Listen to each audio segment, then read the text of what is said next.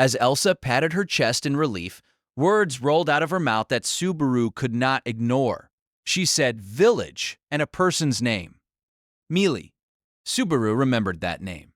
He was sure it was the same name Elsa had mentioned when appearing at the mansion on a previous run. Considering the situation, it was probably the Beastmaster attacking the mansion with her at the time. What's that Beastmaster doing at the village? Well, of course she went there. Her targets fled into the village after all. When you're hired to do something, it's only right and proper that you do your utmost to achieve optimal results, yes? So we divided our labor. Div? I deed. You may have the advantage in quantity, but I have the advantage in quality. Most of all, I have been granted an opportunity to open a spirit's belly. I've always wanted to try that. As she spoke, Elsa licked her lips. Taking in the meaning of her words, Subaru felt the fact that his judgment had been fundamentally mistaken, plunging into him like a stake. There. His plan to have Rem, Petra, and Frederica take shelter in the village had failed.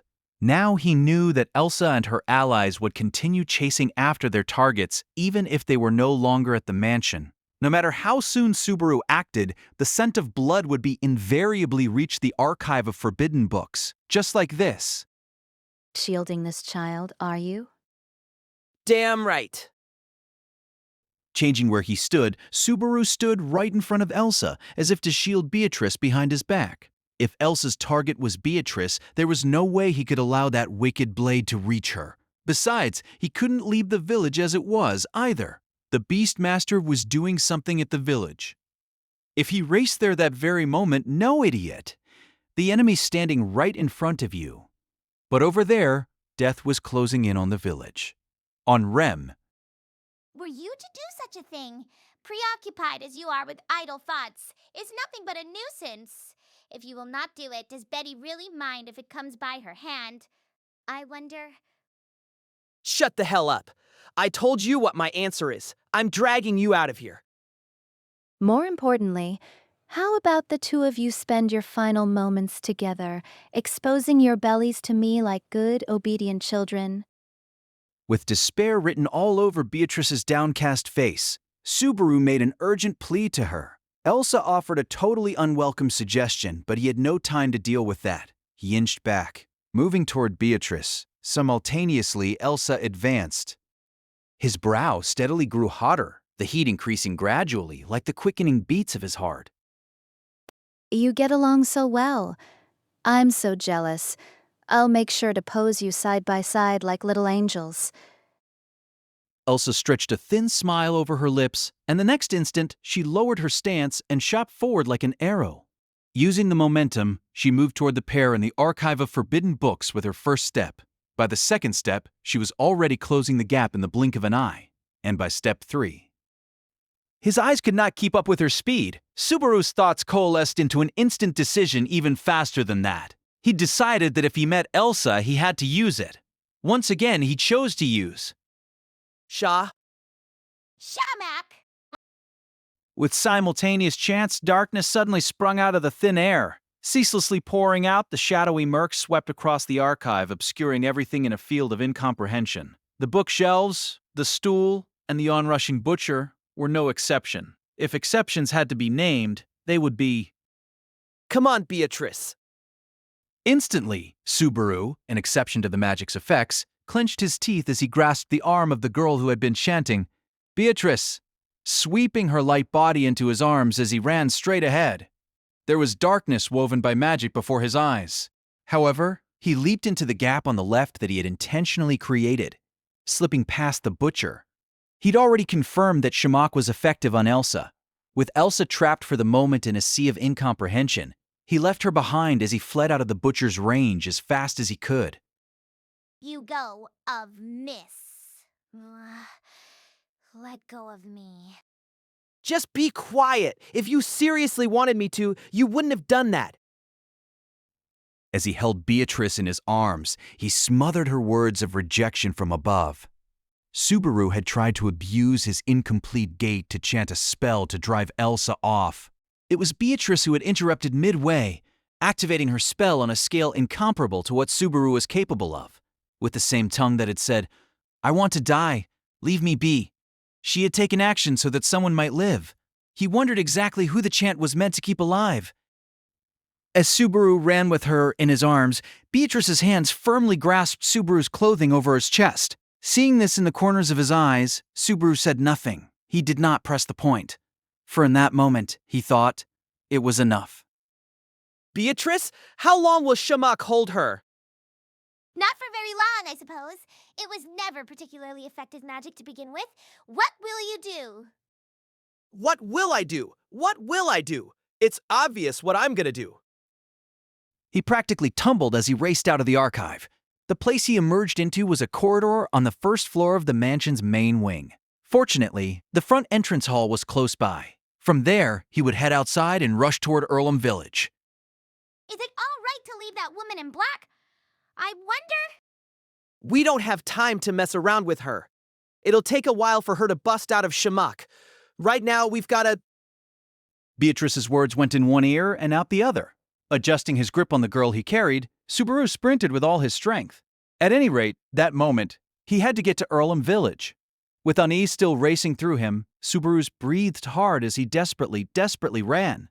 For he had seen the black plume of smoke hovering over the landscape on the other side of the windows. Rushing past the front gate, Subaru continued to run down the street, riding his ragged breaths. Beatrice did not feel heavy in his arms. This was neither because her body was small nor because she was a spirit. It was because he was single-mindedly running. For the burning urge that drove his body into motion was so powerful that he paid no attention to himself. Normally, the distance between the mansion and Earlham Village took 15 minutes of walking to cross, far less if at a run, let alone an all-out sprint. And yet, it was slow, much too slow. It was as if his body simply could not keep up with the speed of his quickened thoughts. It was as if he was already too late. It was as if he had been too late before he'd even set off. And yet, Even if you go now, it will achieve nothing. Even if you go now, it will achieve nothing. Don't say stupid things. It's possible what she said was just a pack of lies. That is nothing as lofty as hope. Is it merely regret or avoidance of reality? I wonder. the heartless words Beatrice murmured from so close he could feel her breath pierced his brain. No, the thrust had come from reality. Forcing his eyes open, he gazed upon the rising black plume in the distance. Ironically, as he had gone back in time on multiple occasions, it was now a very familiar sight. This was proof. That very moment, a tragedy that could not be undone, was taking place beneath that plume of black smoke. And even if we could do something, Betty is already dead. Betty is already. Those words, foretelling the end, made Subaru's head heavy with anger and sadness. Was this anger directed at Beatrice for holding her life in such contempt? Was this sadness directed at himself, the fool who had failed despite so many opportunities? He no longer knew which. What was right? What was wrong? Subaru knew where he had gone wrong.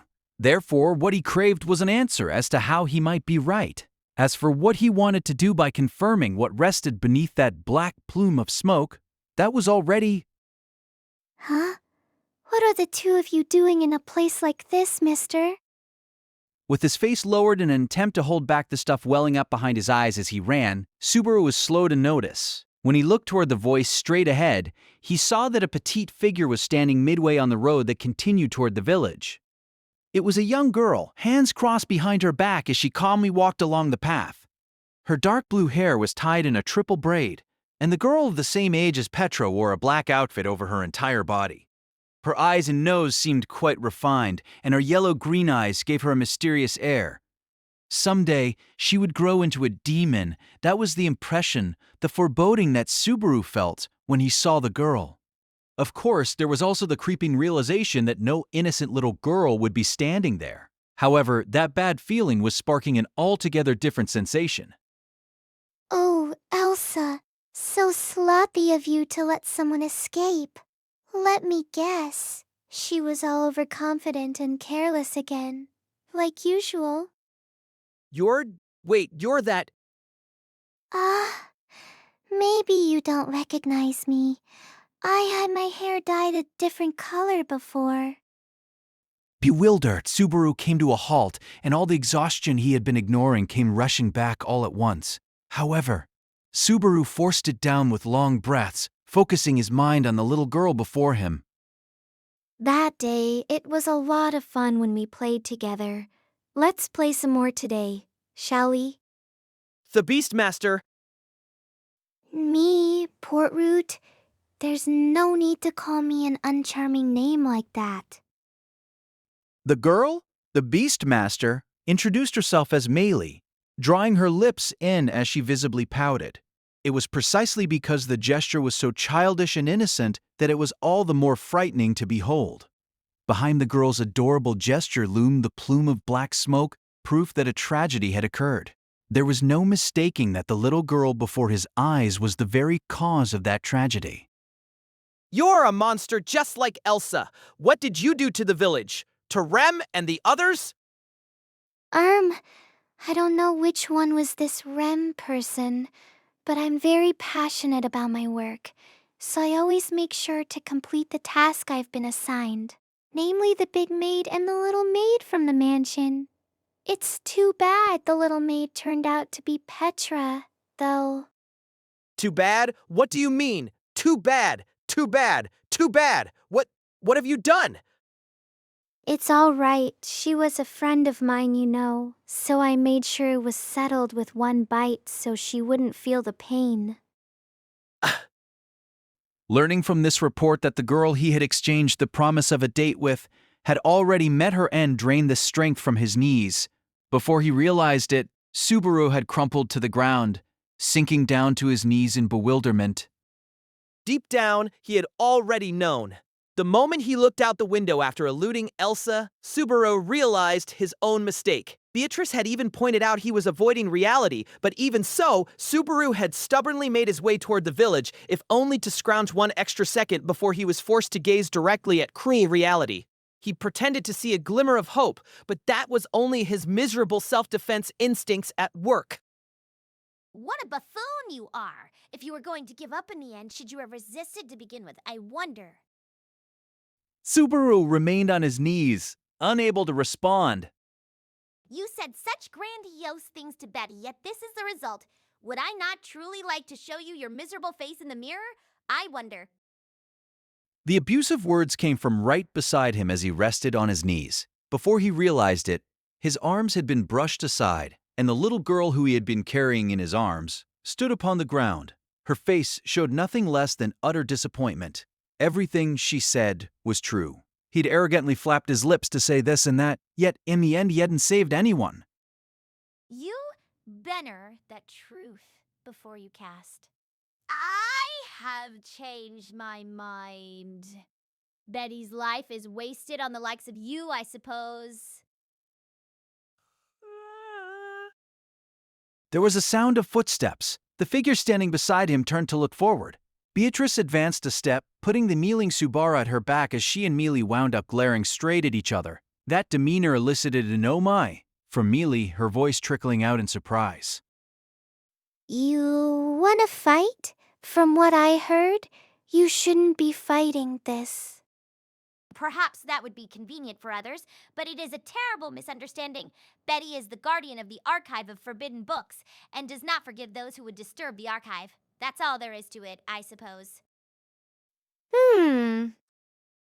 With a hard voice, Beatrice invoked once more the position she had already tried to abandon. For her part, Meili gave an unenthused reply. However, somewhere in her narrowed eyes was a glint of annoyance. I really hate it when a plan goes sideways, you see. Thanks to Miss Big Maid bringing the others along, I'm well behind schedule as it is, and I don't want to fall behind any further. You? How terrible for you. Incidentally, regardless of how much time you save, the likes of you cannot...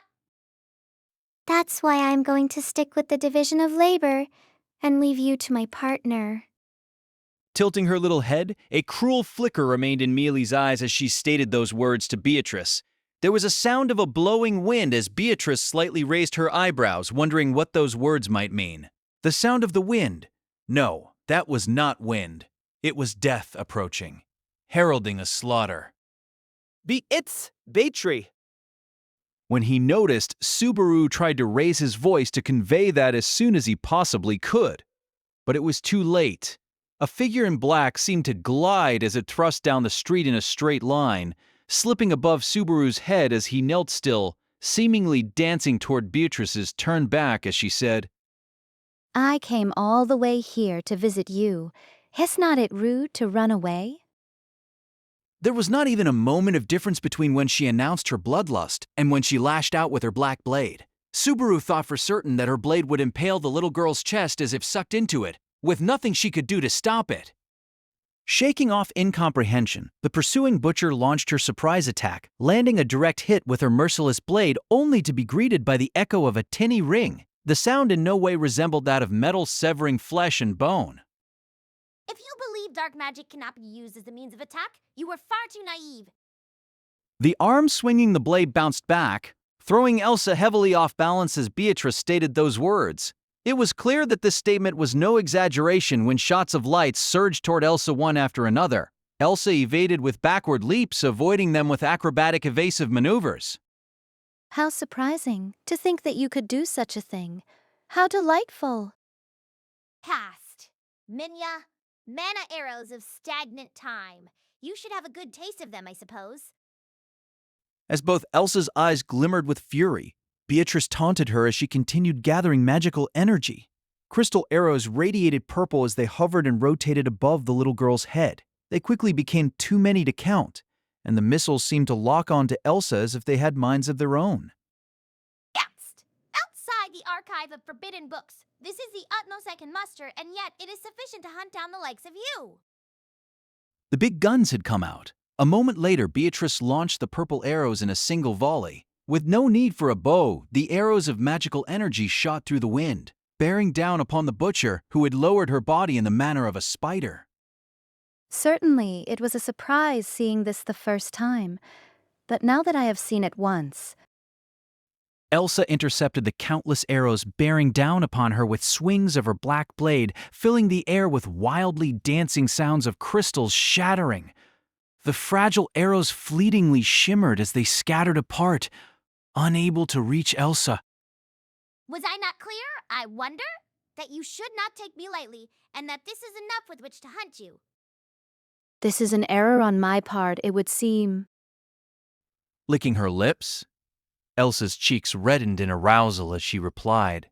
The right arm she used to grip her bladed weapon shattered at the wrist, and the severed remains fell onto the ground. The damage continued to spread in a wave across her shoulder and leg, engulfing her entire right half, leaving Elsa's body cracking as if it was made of delicate glass. Dark magic, Minya, arrows of stagnant time. Having demonstrated their true worth, victory and defeat had been completely decided. Beatrice showed no futile compassion, such as asking to hear her final words. She thrust an arm toward Elsa, clenching her open hand. That was all it took for countless arrows in the sky to converge upon Elsa, impaling the entirety of her body.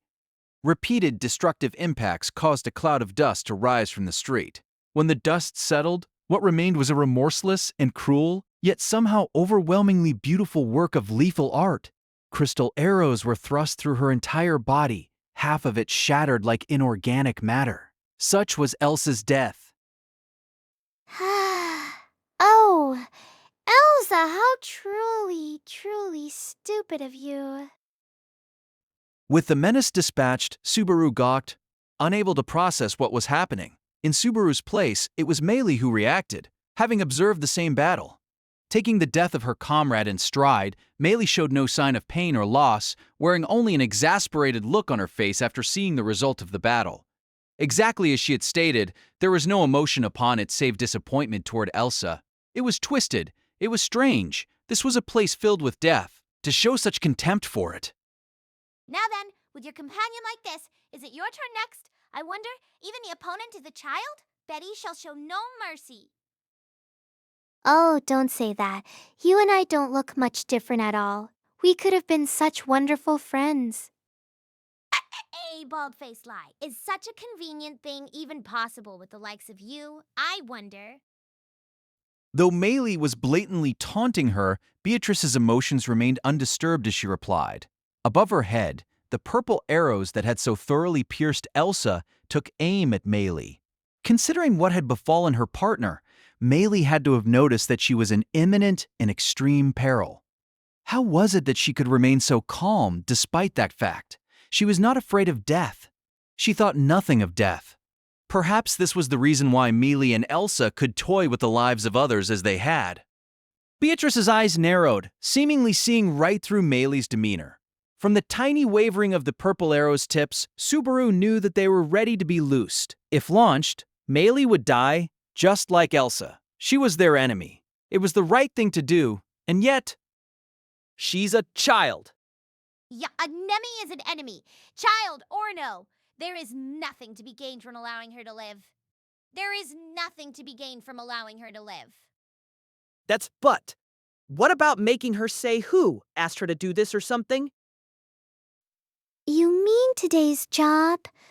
Well, you see, that'd make my client angry. So nope, I won't say a word. At the last minute, Subaru voiced an idealistic argument in an attempt to counter Beatrice's sound logic. And it was not even Beatrice but Maylie who sliced it down as a foolish notion. Of course she did. Even Subaru himself had no idea what he wanted to do. Perhaps he simply didn't want to witness the death of a child. Or perhaps... Killing a kid, that's just... Genshi, you saying such things again? With a broken voice, he offered his feeble thoughts of revulsion. His murmur made Beatrice twist her lips and look back. Then she turned a tiny palm toward Subaru, stretching it out toward him when... A light impact pressed into Subaru's shoulder, sending him falling onto his side. With that unexpected act, leaving him unable to remain kneeling, Subaru's eyes opened wide with incomprehension as he gazed up at Beatrice, the one who had pushed him. Her anger toward the stupid exchange from a moment earlier ran stale, and then, somehow, her expression shifted. Beatrice's eyebrows fell as she let out a breath of instantaneous relief, forming a thin smile in the process. The tip of a black blade was poking out of her chest. My, what an odd feeling in the hand. A spirit's belly really is different. The blade penetrating from behind and peeking out of her chest slowly slid downward as if to widen the wound. Beatrice's body gave a heavy shudder. Subaru, dumbfounded, could only watch. Yuxed. With this. Haltingly, abruptly, something was woven by Beatrice's lips. That instant, Beatrice's expression and eyes spoke the feelings coming and going through her heart. Finally. Finally. Wait! He didn't know what he was trying to say to her. He didn't know what she was trying to say to him. And these were things that Subaru and Beatrice would likely never know for all of eternity. Weakly, Beatrice's body leaned forward and crumpled to the ground. The force of the movement drew out the blade. There was no bleeding from the wound. In its place, light gushed out, as if dislodged from the little girl's flesh. Subaru could tell from her extremities turning into particles that her very existence was melting into the world around them. Wait. He didn't know to whom he made that earnest plea. All he could do was beg as he stretched a hand toward the light. Please don't take her away. Please don't take this girl away. Don't carry her away. The light scattered. He desperately tried to gather it back together. And yet, the motes passed through his hands, vanishing in the blink of an eye. In the span of a single second, Beatrice had become insubstantial. He couldn't reach her. He couldn't save her. How did this happen? Who could do this to her? Els. You don't need to shout. I can hear you just fine. As he ferociously howled, the side of his face was slammed hard by the tip of the kukri knife. The hard impact jostling his brain, Subaru rolled violently across the ground. His eyes rolled, his thoughts raced fruitlessly, and his heart could not catch up to the speed of the world spinning around him. You took your sweet time. I was getting worried. She was about to kill me, you know. Such a cheeky girl even after I saved you. As for taking my sweet time, I'm offended at how easily you can say such a thing. As he lay face up, a pair of figures leaped into his field of vision against the backdrop of the sky. The spectacle horrified him. Standing right beside Meili, flippantly running her mouth, was none other than Elsa Gramhilda. The woman who had been blanketed by purple arrows all over, with half her body shattered, was calmly standing right there. There were no visible wounds on her body, but the side effects of the damage had wrecked her clothing, leaving her exposed and half naked. There had been a battle. Without doubt, fatal wounds had been inflicted upon her, and yet… Don't tell me, you're not gonna say you're immortal or something? No, that would be incorrect. I merely live a tad filthier than most, a boon granted by a malicious soul. Though I am fresh from being broken to such an extent, I can count the occasions on one hand. Implication oozed out of that crazed memory as a lustrous, wicked smile came over Elsa. After that, she shifted her eyes to Meili standing at her side and said, One spirit and 2 maids? Meili, you're finished with everything in the village. Yeah, but my Shadow Lion lost to the Big Maid and the Black Land Dragon. All 3 targets had been at the mansion. It was Subaru's thoughtless decision that had made the villagers into victims. Put more bluntly, Subaru had killed them, just as he'd killed Rem, Petra, Frederica, and Beatrice. This was as far as I go this time, huh? What unsightly eyes you have. Gah! Ja! Ja! The instant his mind recognized impending death before him, a scalding sensation shot through his left eye. Just before the heat burned him, the last thing he saw in the left of his field of vision was a dull black glint. From that, he gathered that the kukri knife in Elsa's hand had gouged out his eyeball. His brain wailed at the terrible sensation of having lost a part of his body, and Subaru reeled from the pain and the bleeding. His right eye could see his optic nerve getting pulled out like a string. His right eye had witnessed the death of the left. His face had an impossible cavity, a blank space, a meaningless hole in it. His left eye had been lost forever. Oh my, Elsa, you're so cruel. What a poor thing. One must struggle to live until the very last moment. Otherwise, what meaning is there to life? Elsa replied to Meili with a cold voice. Among the short and few occasions he had come into contact with Elsa, this was the first time she had looked upon him with an emotion that could be called scorn. The spirit was the poor thing. To think she sacrificed herself for the sake of a child like this. But ironically, it was none other than Subaru Natsuki who agreed most with Elsa's words. Beatrice was an idiot. Why had she done such a thing? She was the one who'd said she wanted to die, wanted someone to kill her. Why? Wanting to know the answer to that, Subaru held back the blood coursing from his left eye socket as he moved his remaining right eyeball, looking in Beatrice's direction. Beatrice was lying on the ground, light gushing as she faded away. There was no longer anything left of her little body from the waist down. Her vanishing arm was turned in Subaru's direction, hand open. No way. The change in Subaru's eyes told Elsa and Meili that something was wrong. However, it was already too late, even for them. At the cost of her life, Beatrice the Great Spirit, librarian of the Archive of Forbidden Books, cast her final spell. The blue crystal, still in Subaru's pocket, glowed. A teleportation occurred. When he came to, the first thing he did was confirm he was not dead. The existence of a cavity where his left eye had been told him he continued to live. It was one hell of an easy way to tell. Even Elsa had her moments. The loss of one eye was a remarkably easy-to-understand indicator of a human being who was missing something. Subaru treated the wound left by his lost eye by wrapping the sleeve of his ripped jacket over his head. It was pretty crude as first aid went. He'd stop the bleeding, but there would be no subsequent care whatsoever from a trained nurse or anyone else. That was for the best. If he wasn't dead that very moment, he didn't care about whatever happened after. Subaru had already decided he would pay for the crime he had committed in that world with death. He'd already lost too much. That world was already wrecked, far too painful to continue living in. Just like before, no, more so than before, Subaru had committed a sin that made him lose so many things. If at the cost of his own life he could get those things back, he would not even hesitate. This was a world that had to end. He had to undo Rem's death, Petra's death, Frederica's death, Beatrice's death, all of it. His regrets at Rem dying in a place he could not even reach, the promise he exchanged with Petra, the words he had vowed to Frederica, his reply to Beatrice's laments. He would carry them into the next world. If there he could find an answer, everything else could probably be written off. I won't let it. I'll remember. He murmured his self-awareness. He repeated his self-admonishment. He could not escape the fact that Subaru Natsuki was a criminal. His powerlessness had caused many deaths. His worthlessness had caused many laments. His recklessness had caused many torments. His inconsiderateness had trampled many a world underfoot. He was an apostle of atrocity.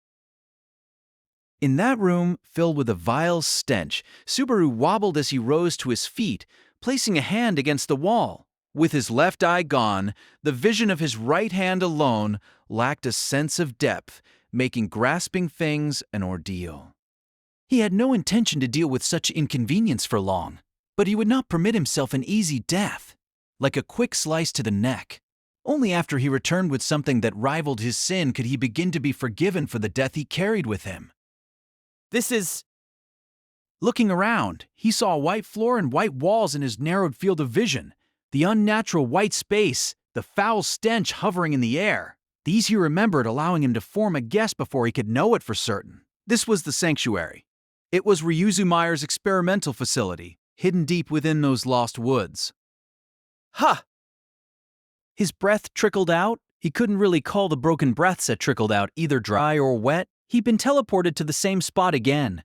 His connection with the place ran far too deep, as if it was testing him. Testing. Experimental. The experimental facility was laughing at him.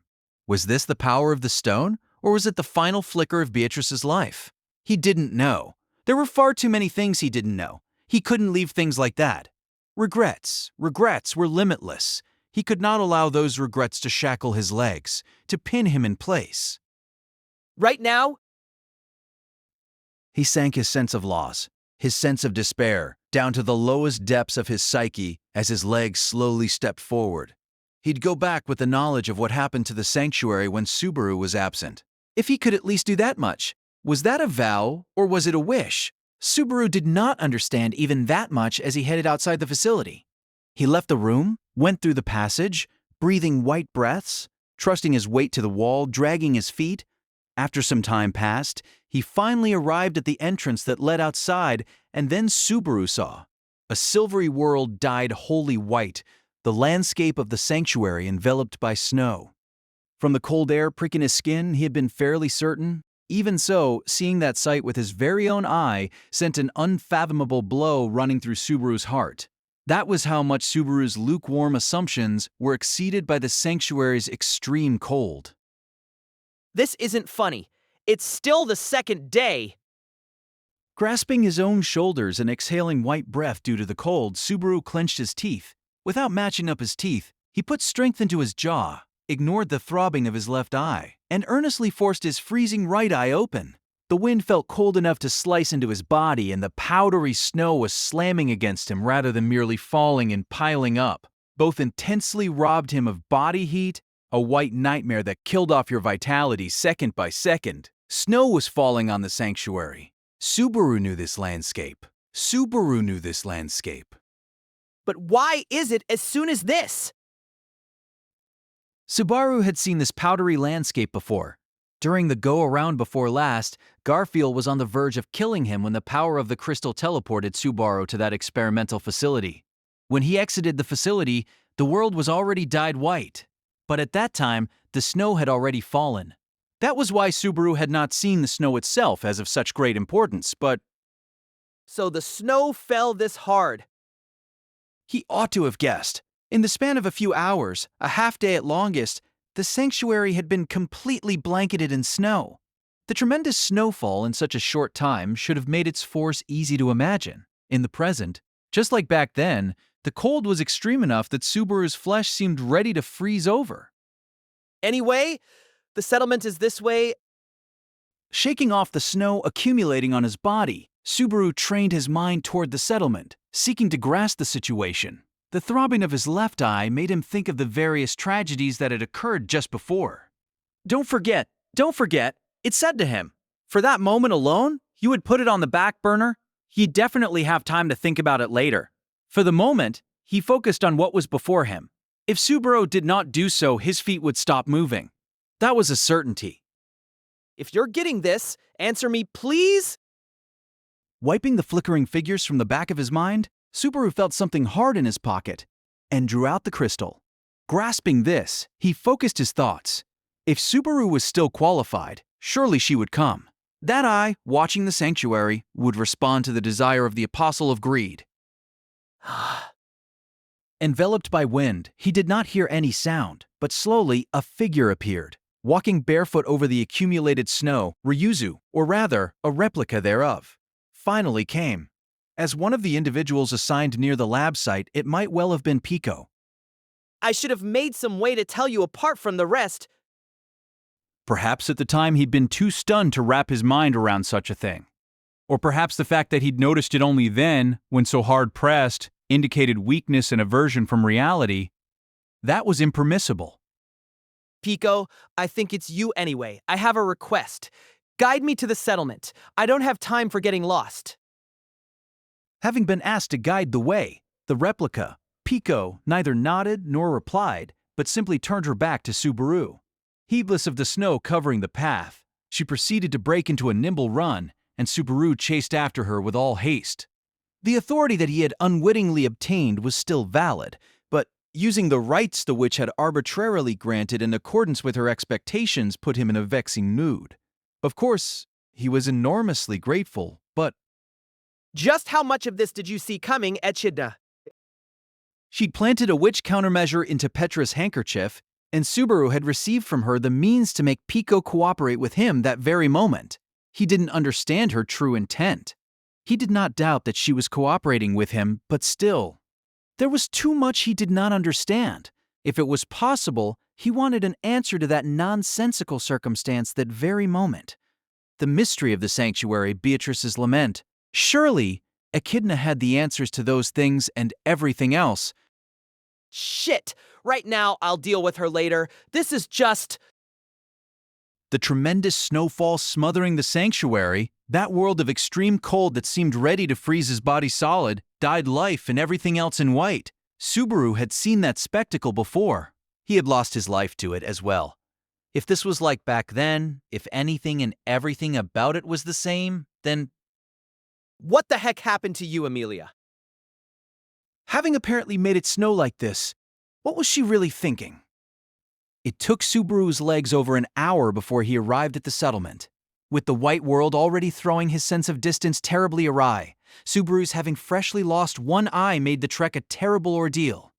Snow robbed him of body temperature, his thinking ability had decreased and become leaden, and his legs felt as slow as a turtle's crawl. Even so, Pulling his shoes out of the snow burying him up to the ankles, Subaru murmured with numb, quivering lips. Ahead of him, on the other side of blowing snow, he could vaguely make out a simplified stonework building. He had somehow managed to make it back to the settlement where the residents of the sanctuary dwelled, but what tugged at him was, there was no sign of people in the settlement whatsoever. there's no lights on in the houses. Isn't anyone inside? So far as he could survey, there was no light from crystal lamps or candles to be seen. That said, amid this cold, not lighting a fire was nigh suicidal behavior. Surely, as signs of life went, the existence of fire was an absolute. Instantly, the silence made Subaru's intestines clench. What floated into his mind was that this was indeed the sanctuary enveloped by snow, and from there, a terrible white monster would emerge.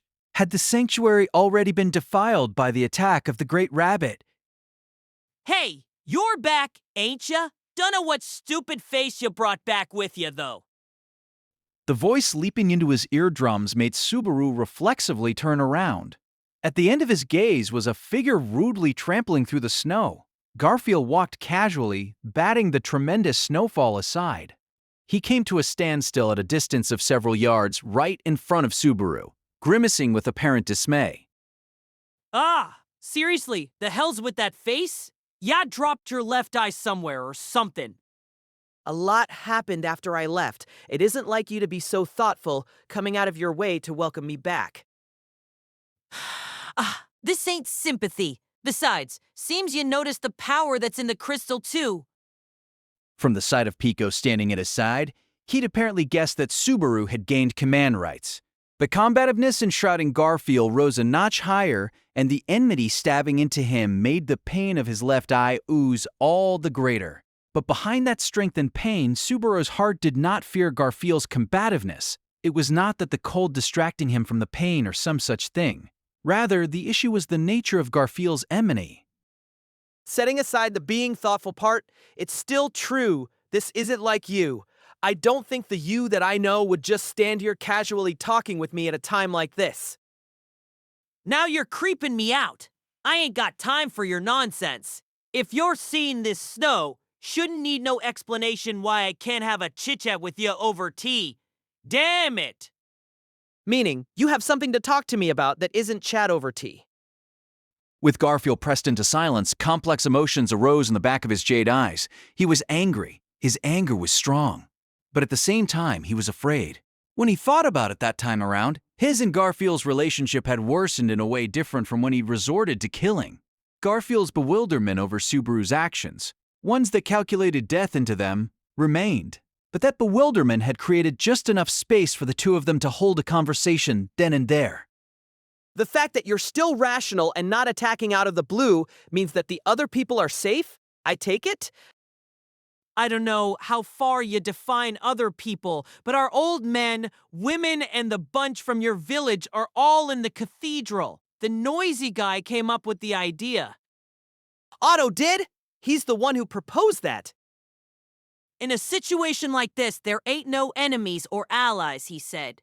No reason to bite each other blindly, and to think he's just some guy wrapped up in all this.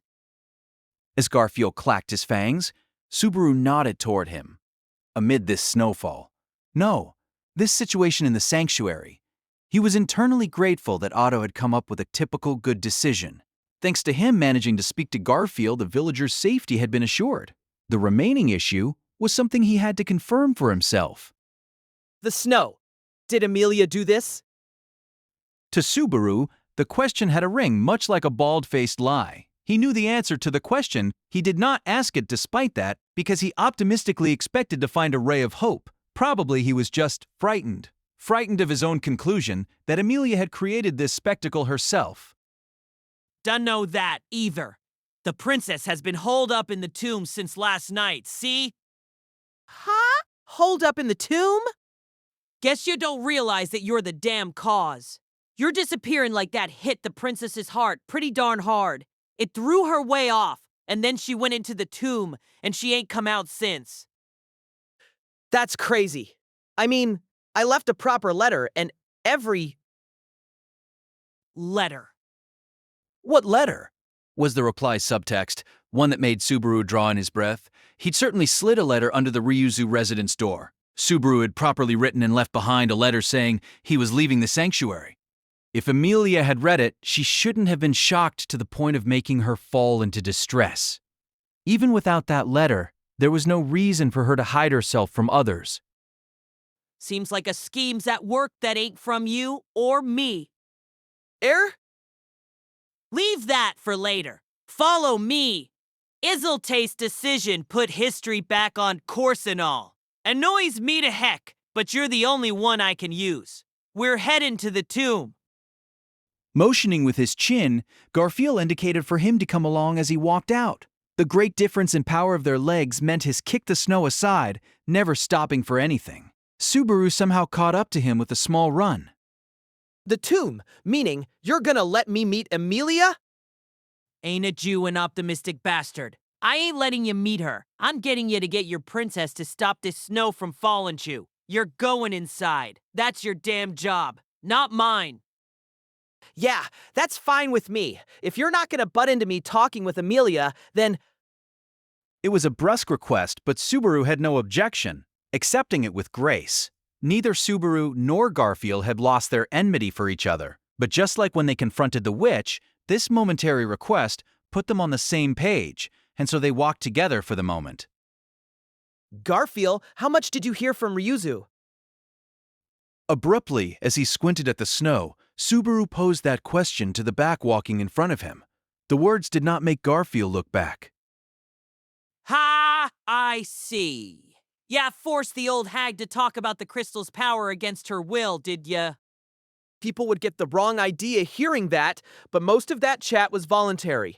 Well, since the person concerned said there was compulsory power, suppose there's reason to doubt how much was really voluntary, but Ha! I wonder. Me! I didn't hear nothing from the old hag. Just you came back with one of the eyes with ya. Hearing that was enough to send me coming out to see it. eyes I see, so stuff's conveyed from Pico to Ryuzu. Then, The tongue click mixed with an explanation made Subaru nod in acknowledgement. Glancing backward and at an angle, he saw Pico following, saying nothing in particular. The sight irritated Garfield. I don't know about this Pico business, but don't you go sticking names on 'em. They're dolls without minds of their own. Ain't no point feeling sorry for 'em. like hell I can. Especially when they look just like Ryuzu. That's exactly why. We've got an old hag. We don't need any more. Those are fakes. The wording and tone of voice behind the coarse conclusion ascribed great meaning to it. Though the statement seemed harsh, to Subaru, it sounded almost like Garfield was insisting on that to himself. We're here. Fair bit of snow piled up even here at the entrance, too. As Garfield came to a halt, Subaru peered past his shoulder at the silhouette of the large building obstructed by a blanket of billowing snow, confirming the presence of the tomb. His breath caught just a little. Amelia's inside. Knowing that, you didn't just rush in there yourself? Me, the residents of the sanctuary can't go in. That's the rule. And me, I'm a resident here. I heard from Ryuzu that they can't lift the barrier, but wasn't going in and out separate. Given the circumstances, you could have Hey, stop with the long whining preamble, you bastard!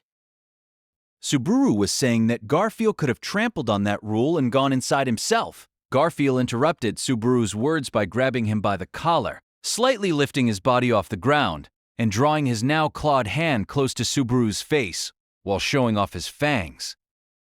Me, I protect this place. What's your role? It's to protect the princess. Galgon Chua second guesses a comeback, not. Or should I gouge out your right eye, too?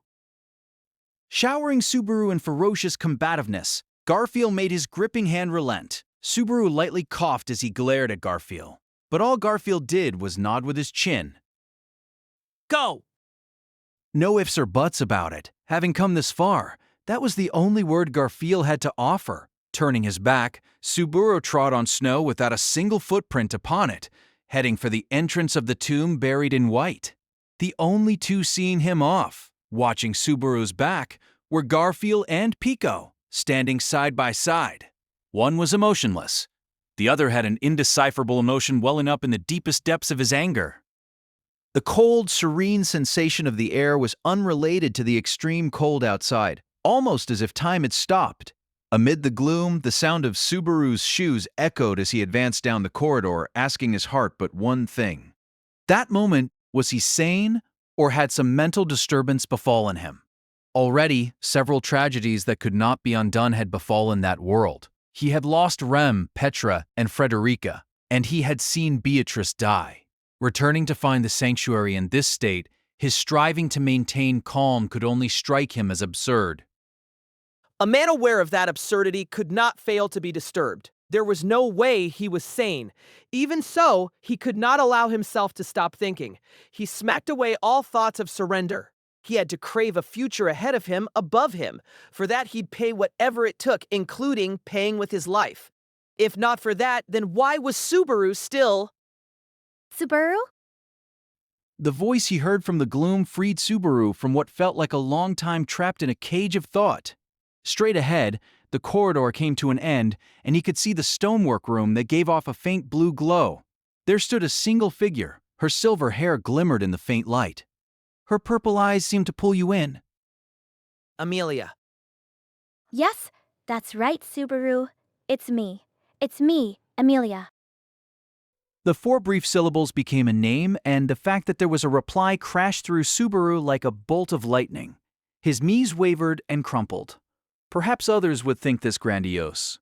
However, he could endure no more. Fatigue, loss, despair, relief, countless sensations stuffed Subaru's limbs with lead. Subaru had glossed over these things through willpower, but when his ears heard that voice like a silver bell, he reached his limit. With those taut strings cut, he tumbled forward.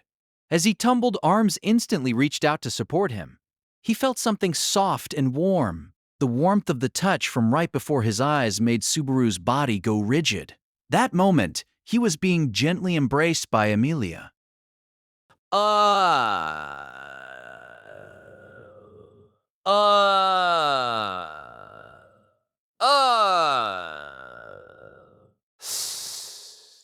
Sir, my body just let go. Amelia didn't respond, only held him tighter. Amelia? Instead of responding to his apologetic excuse, Amelia pressed harder with her arms to make them embrace Subaru even stronger. It was by no means great strength. But somehow, he felt like she was almost clinging to him. It immediately became clear that this was not a misunderstanding on Subaru's part. I was lonely. Subaru was struck numb. Her beautiful face was gazing intently at him from up close, close enough to share their breath. I was lonely. Subaru, I mean, you left me and went off somewhere. The eyes? You're wrong. I didn't mean to just leave you like that. Subaru spoke awkwardly when the fact that he had left the sanctuary was pointed out to him. He tried to excuse it as something that should never have happened like that, if only the letter had reached her. Yes, the letter. The letter, that's right. I wrote a letter. I wrote everything on it, that's why. I really meant to tell you about everything, but... He. As he groped for where the precaution he'd left ought to have led, he gaped. In the middle of their conversation in that tension-filled situation, Amelia made an adorable laugh. She laughed. It was as if everything was normal, as if Subaru's tongue had spun another joke during the days when nothing was happening at the mansion, as if she had forgotten her sense of duty in regards to the trial. Even without working that hard to make an excuse, I won't get upset. Oh, Subaru, you don't need to be so pale. You really are just careless. Amelia? It's fine. It's all right. No excuses needed. I mean, you came back, Subaru. I always believed you would. I said, Subaru will come for me. If I work hard and properly fulfill my own duty, he'll come and save me. That's always how it's been. Right?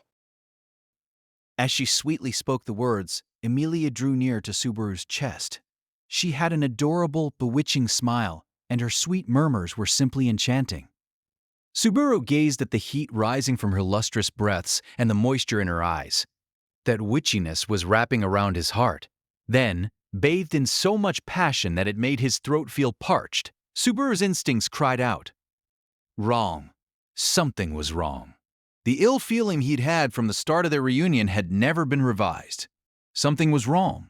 Something, somewhere, felt off, even though Amelia was that adorable. As she responded to Subaru, See, come to think of it, I heard that you've been here since yesterday. with that ill feeling still lodged in his throat, Subaru changed the topic with the worst possible performance ability, even by his standards. At that rate, he'd drown in her sweet voice. Straw or no, he needed to grab onto something before he was fully submerged. You being here means you were in the trial, right? But right now, you're... As he spoke the words, Subaru put his finger on one of the tips of that ill feeling. This was the tomb, and the room for the trial at that. The trial definitely began as soon as Amelia arrived there. Invited to the trial of her past, her mind would not escape until the very end. And yet, Amelia was there awake, meaning that her trial had ended in... Amelia? In the middle of his question, Subaru stiffened from an unexpected sensation. It was the sensation of fingers being inserted into his black hair, gently stroking his head. Amelia was stroking Subaru's head. Her cheeks were red as she grinned. Oh, Subaru, you stroke my hair once in a while, don't you? So I should return the favor. Subaru was speechless, a cold dread creeping into his heart. To tell you the truth, I was really scared. I was scared Subaru didn't love me to the bottom of his heart, that he'd come to hate me. So I was scared, came here, but it didn't work out after all. That's why I'm truly, truly happy that you came, Subaru. It wasn't an answer to his question, but Amelia was staring at Subaru with sincerity. There was nothing reflected in those eyes save Subaru. There was only Subaru and Subaru alone. Real O's Starting Life in Another World by Tapi Nagatsuki, casted 6-tale novel. Please subscribe to our channel. That was why. Stay with me forever? As long as you're with me, I don't need anything else. In his wildest dreams, he had never imagined how frightening the eyes of an Amelia blind with love could be. At first, I was really scared. You see, it was really hard. I mean, I wasn't able to do anything right at all. And I thought, Subaru's gonna get fed up with me like this. But I thought right after, this is no good. I can't just be soft, shake in fear, and let someone else take care of everything. This was really stupid of me, too. Huh? I mean, I finally realized that you have always been taking care of everything, Subaru. I remembered your words, Subaru. They have come up over and over till now. You've been telling me them ever since the first time we met. You've been giving me courage, urging me onward, supporting me. I remember that you've said you love me. I finally realized that you've always come through for me in really big ways. But in spite of that, you not being here made me worried. I felt like it would crush me. That's why when I saw Subaru coming to me now, I felt my chest squeezing. It got too hot to endure. I thought, this might be a dream. But no, it's not. I'm sorry, I don't even know what I want to say anymore. Bez. Properly. So, I'm sorry for everything up to now, Subaru. I did a horrible thing to you. It has to be really something to have someone always thinking of you like this. I'm so self-serving. Even though I thought I want to understand Subaru more, I don't understand you at all. But it's different now.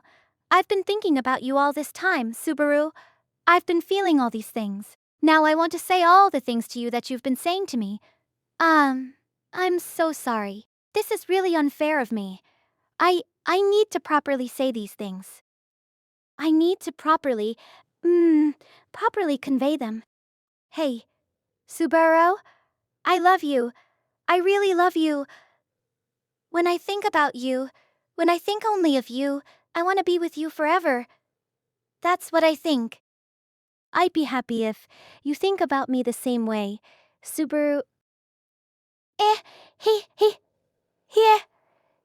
Here. I love you. Subaru, I really love you.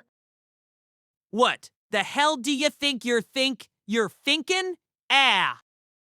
When Subaru stood at the entrance of the tomb, he was greeted by Garfield's voice, brimming with rage. The menace of the snow had not abated. The strength of the wind blowing it had increased, mercilessly piling up the snow that progressively blotted out the sanctuary's original landscape. As a resident, it was natural for him to harbor anger at the spectacle, and it was unreasonable for him to not harbor anger towards Subaru as well.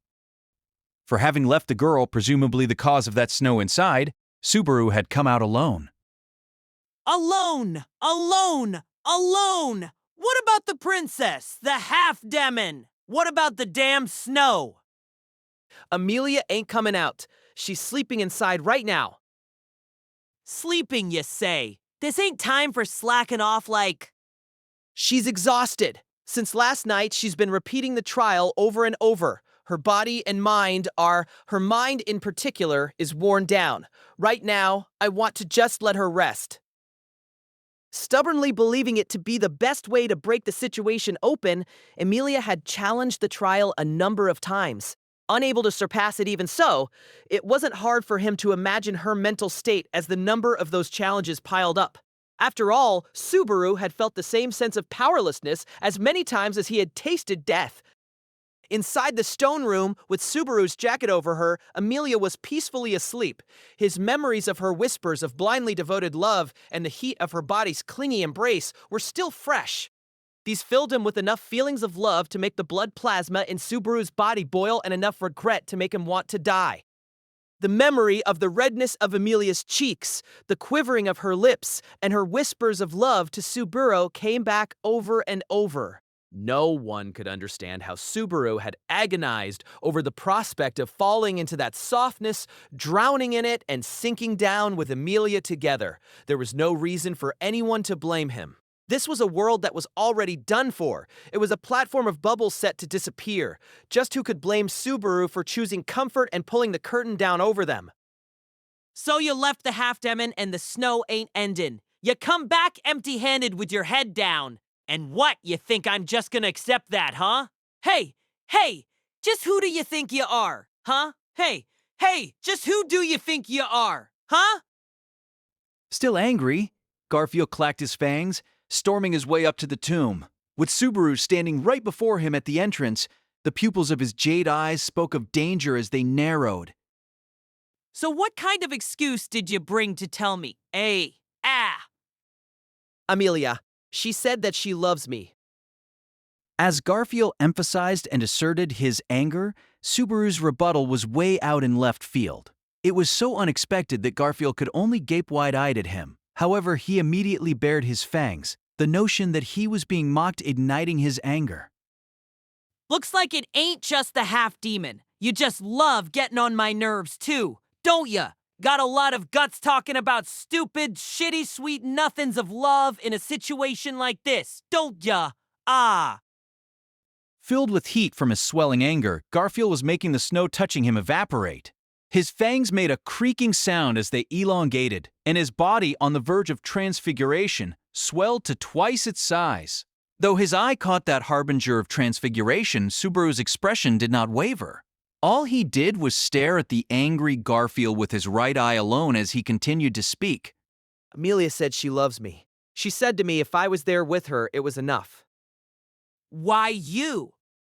She said with a cute face, a sweet voice right by my side. Enough, it was enchanting. I'm saying what of it? One glance was all it took to tell the half-demon had a thing for ya. The hell does it matter now? Ya want me to crush your head in my faff? There's no way Amelia would tell me she loves me, god damn it. As Garfield howled, Subaru thrust his face into Garfield's and shouted. The explosion of emotion made even the angry Garfield forget himself and shut his mouth. Glaring at the reeling Garfield, Subaru's face fell apart as he screamed. He cast the words exchanged in the tomb, the heat from their touching, the affirmed feelings of love to the wind. He felt their loss. There was no way he could not. He couldn't help but regret the loss of the words, the heat, and the emotions of love he had received. But Subaru could not become deft enough to pretend to be deceived by a false gemstone. If he was deft enough to play the fool and call it quits, his chest would not be filled with such pain. Like hell she'd say that to me. Amelia telling me she loves me, relying on me, leaving everything to me, say if I'm there, she doesn't need anything else. No way in hell. The heck are you trying to say? Telling me everything like that, there's no way. And if Puck was by her side, there's no way she'd rely on me in a way like that. He did not know just how much he desired to be Amelia's number one, but he was not so self-conceited as to believe he was Amelia's number one that very moment. Her number one, the place in which she laid her greatest trust, was the little cat's spirit, even then her one and only family. With that same Puck absent, Subaru had stepped up to serve as his stand-in, nothing more. That confession of love, those hot fingertips, and her trembling breaths. He didn't want to think that they were all false, but they were not genuine. If they weren't genuine, he couldn't accept them. Someone's driven that girl, driven her into a corner until she ended up like that. Drove that girl's heart into a corner enough to make a situation like this, where she has to depend on someone like me. You're the one who decided to do that, damn it! So what? She made it snow like this for payback for all her failures? She's saying it's me and the old hag's Gee's fault. As if chewing down on Subaru's words, Garfield brushed the snow aside and grabbed Subaru by the collar. He shoved him against the wall behind him by brute force, and an anguished groan trickled out of Subaru's throat. Like I know or care what made her lash out. Bring the half-demon out. If ya can't even do that. Bring Amelia out and make it stop snowing. No can do. Ya mean what? It won't help because Amelia's not the one making the snow fall. Subaru's confident declaration made Garfield's grip on his collar relent. With Garfield gazing straight at him with a dumbfounded look, Subaru continued. The situation's all wrong. The snow and Amelia. If she was holed up in the tomb, the timeline for making the snowfall is all messed up. If Amelia did make the snowfall, what's her reason? That's payback against me, the old hags and geezers. Why would Amelia want payback against you? That's just weird. You hold animosity for Amelia right now because the snow's falling. The snow being backed into a corner, the timing doesn't match up. The situation had been warped from the beginning. He could only think that someone had set it up that way. Someone in the sanctuary was controlling the situation, hiding Subaru's letter, inducing Amelia to hole herself up in the tomb, and stirring up Garfield's anger against her. And as for who that someone was, he had a single guess. When it comes to people who can make it, who can control the weather, I have two suspects only, but Amelia can't do it. Without Puck here, she can't do something on that scale. You're sure of that? A deduction with my own optimism mixed in, I suppose. I want to believe it, that's all. Even if she's desperate, Amelia's not the kind of girl who can do something like this. That's just what I want to believe. Just want to believe. Subaru's repeated pleas made Garfield close his eyes and sink into thought. But his internal conclusion was soon in coming. Garfield removed the hand gripping the collar, freeing Subaru from his grasp. When Subaru's feet touched the ground, he lightly stroked his throat and nodded toward Garfield. Where's Rose Wall? The bastards in the old hag's house. Ram was supposed to go there and get him in, but can't expect much from her at a time like this. When one searched for suspects fulfilling the same conditions, only one name fit the bill of a mastermind. Garfield had easily accepted the notion, perhaps because doubts about Rose Wall had been growing inside of him as well. Rams? Shadap. Even against the girl I've fallen for, what I gotta do don't change. If Rose Wall was the mastermind, the loyalties of Ram, his faithful retainer, came into question as well. With a low growl, Garfield's statement interrupted Subaru, voicing his concerns about that. Subaru envied that resolve, unyielding before the possibility the girl he'd fallen for might prove his enemy. He had the heart of steel. Subaru wished he had. Besides, setting Rose Wall aside, it still wasn't clear where Ram stood in Subaru's book. Going by his relationship with Ram to that point, and her actions during those repeated worlds in the sanctuary, he had a deduction that bordered on hope, but hearing the answer is the last thing on my to-do list in this world. My, it is quite rare to see such faces put together with such interesting timing, is it not? Rose Wall smiled amusedly at the unexpected arrival of his guests. His heavily wounded body wrapped in bandages, Rose Wall was lying sideways on his bed in a room allotted to him, his face bearing the makeup of a clown as per usual. And before this man they had eyed as the mastermind stood Subaru and Garfield side by side. The expressions on both their faces were fairly severe, and anyone inside the room could tell that a palpable sense of tension was filling up the room. In spite of this, Rose Wall was calm. If anything, he was in a rather good mood as he spread both hands apart. So a pair of youths have come to cart off a heavily wounded man during such a tremendous snowfall, although I must somewhat question your choice of personnel. Judging from that left eye, you are quite a gravely wounded man as well. Cut the taunts, Rose Wall. This guy and I both know darn well that's the kind of guy you are, but under certain circumstances whether that's allowable changes. Like now. Seeing the two of you standing side by side, such words become truly persuasive. Saying this, Rose Wall shifted taunting eyes toward Garfield, standing right beside Subaru. He, standing in front of the room's entrance to seal it off. crinkled his nose sourly. Like he just said, changes with the circumstances. Me, if I don't find out for sure who's my enemy and who ain't, I won't know who to grind into mincemeat. What a barbaric thing to say in the end. Goff is Goff, I suppose. As Garfield made a low growl, Ram, standing in a corner of the room, sighed toward him. Just as they'd figured at the tomb, she was indeed waiting at Roswell's side, even amid that snowfall. And from the very fact she was there, Ram was a partner in Roswell's schemes. Perhaps not all of them, but there could be no doubt she shared in part of them. The problem lay in the true intent behind those schemes. Just what was Roswell's objective, and why was Ram cooperating with him? Don't butt in. Ram, not this time. Me, I don't want to turn my claws against ya. Should there be rudeness toward Master Roswell, Ram will stand before him. It all depends upon you, Garf. Calm yourselves, both of you. That, of course, goes for Garfield, but you too, Ram. For the moment, do as he says and be silent. Those are words that should be saved for the proper moment. He has spoken. Be grateful for Master Roswell's benevolence. With a haughty, audible snort, Ram took a step back, suspending her role as attending servant.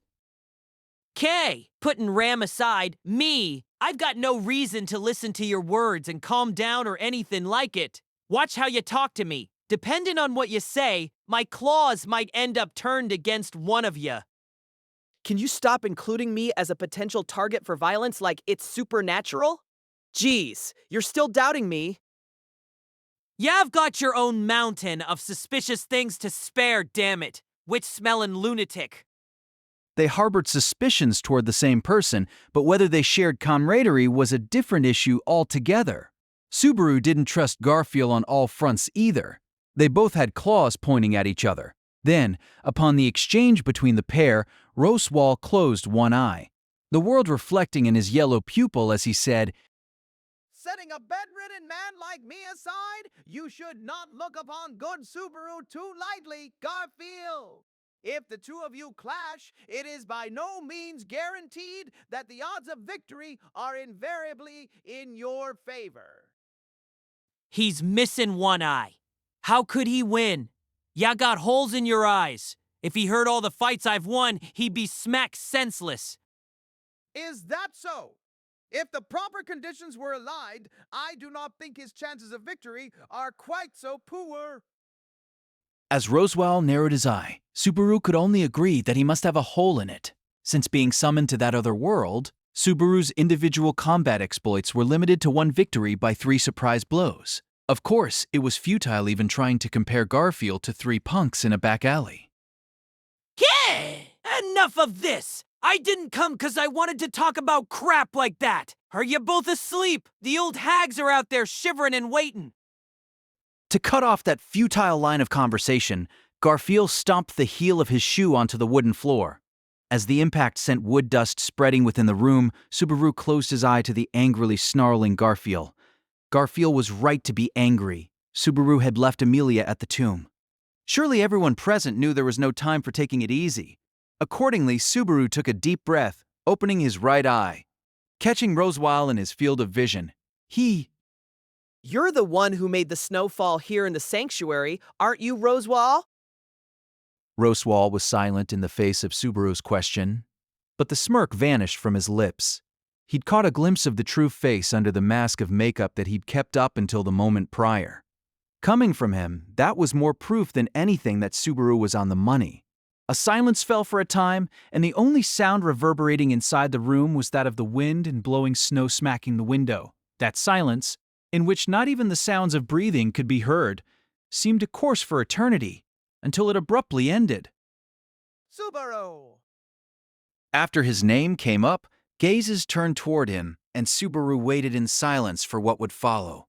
With Subaru taking that posture, Roswell left a pause before he continued. You heard that from me, I take it? Subaru did not understand what the question meant. Subaru had anticipated a number of responses from Roswell. Excuses, being shaken, attempts to gloss things over, violence, But this result was different from everything he'd surmised.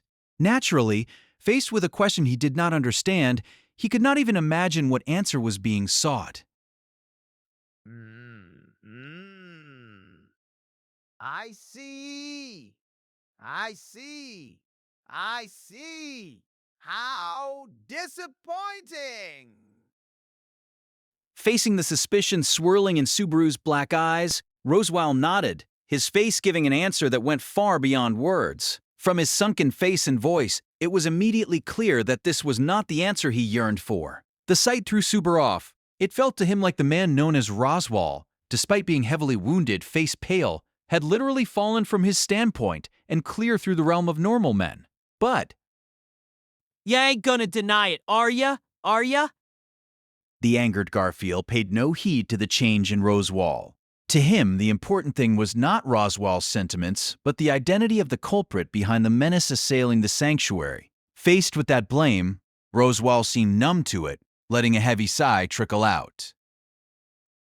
I could assert my innocence, but you are hardly one to politely accept that at this juncture. Yes, you came here because you possess more than adequate reasons for doing so. Should I not pay this the proper respect? Respect! Respect, huh? Ha! Well, ain't I grateful? Milkis had no line of retreat. Maybe it's high time I paid that excess of stupidity proper respect. Yeah! To Roswell, who acknowledged the suspicions against him, Garfield unleashed a sharp exhale and stepped forward. In the cramped confines of the room, it was only a few paces from the entrance to the bed. He easily closed the distance in a single second. Riding that momentum, Garfield moved to grip the self-possessed Roswell's throat. Was restraint really going to hold back strength whipped up by anger? Fearful of this, Subaru tried to raise his voice, but faster than Subaru could speak, a figure circled in front of Garfield and spoke up. I told you, Garf. I shall permit no rudeness toward Master Roswell. Now directly in front of the outstretched arm, Ram pushed out her modest chest, blocking its path with her body. For an instant, the prospect of hurting someone he cared for made anger and hesitation rise up in his eyes and then some form of determination. Guessing that this determination was, in truth, the will to remove even Ram from his path, the color of Subaru's face changed. In fact, in a previous loop, he had seen Garfield take Ram's life once already. Ram, you are truly a fine servant. Accordingly, Subaru's reaction to that sentence was thoroughly late in coming. Wary of Garfield's violent actions and concerned for Ram's safety, Subaru knitted his brows, perplexed. There was nothing odd per se about the sentence just now.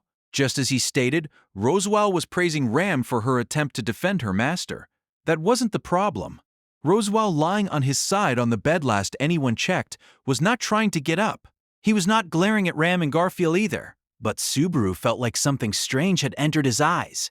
Not finding a reason for why he was getting a bad feeling, Subaru's bewilderment deepened his irritation as he desperately groped for some kind of answer. And finally, that ill feeling took tangible form. Huh, the heck? There's a person's arm sticking out from Garfield's back. He could see a human arm, complete with 5 wriggling fingers, thrusting through the center of his torso and out his back. Go-fo! Garfield's body shuddered greatly, seemingly moving while time had stopped. The back of his vest was dyed by a creeping vermilion as his knees buckled, crumpling then and there. When Garfield's knees hit the floor, the arm vanished from his back. Instantly, blood gushed out from the wound that it had been plugging. Is? As Garfield went down on his rear, Ram and Roswell were looking down at him. And as Ram watched Garfield collapse in a pool of blood, coming out of her chest was, Ross. I have not reneged on my promise. I offer this soul to you. When frailly Ram attempted to call out his name, Roswell interrupted her, speaking those words in an exceedingly gentle voice. From behind, he preciously embraced Ram's thin body, softly stroking her pink hair with his left hand. Ram seemed entranced by his touch.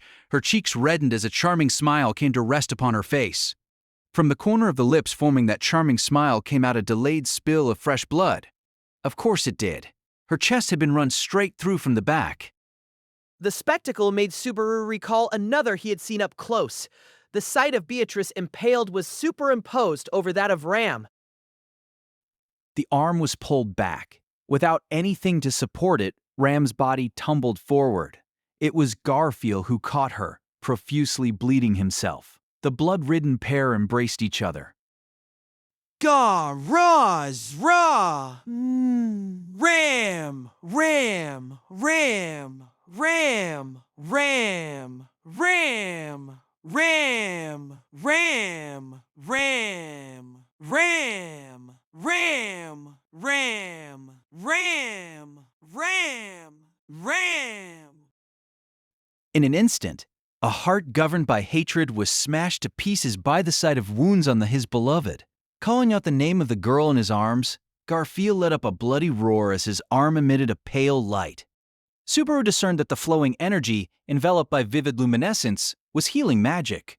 But that fact was inconsistent with what he was seeing, and more than that, the dizzying situation had thrown his thought process awry. His impression of Garfield was that he was wholly unsuited toward using any magic, let alone healing magic, but to pull it off instantly at a juncture like that displayed considerable mastery of healing techniques. Despite bearing mortal wounds of his own, he put everything aside, pouring all his strength into healing Ram.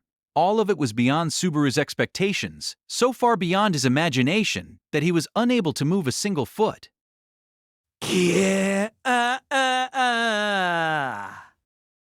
Employing healing magic, the snarling Garfield's flesh bounced, enlarging much like a pulsing vein. Golden fur covered his exposed flesh, his sharp fangs creaked as they began to lengthen, and his body, which Subaru had guessed was on death's door, was instinctively urging him to transfigure in order to avert that death. If he transformed into a giant tiger, it might well save his own life. However, if that happened, his healing would be interrupted. Ram would die. His rational mind rejected that, clashing ferociously with his survival instincts. If he stopped healing their wounds before he transfigured, there still existed some chance both of them might survive. It would be troublesome to let you transfigure, yes? Roswell took a single step forward, his right leg bent and then lashed out.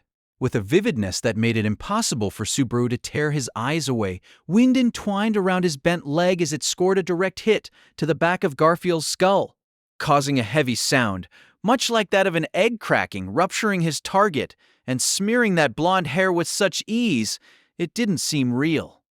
With his skull half smashed, Garfield lay on his side, glaring at Roswell with his one remaining eye. In a twist of fate, he and Ram fell together almost as one, both lying powerlessly on the floor. Garfield was dying, and in his arms, Ram did not move a muscle either, a thin smile still on her lips.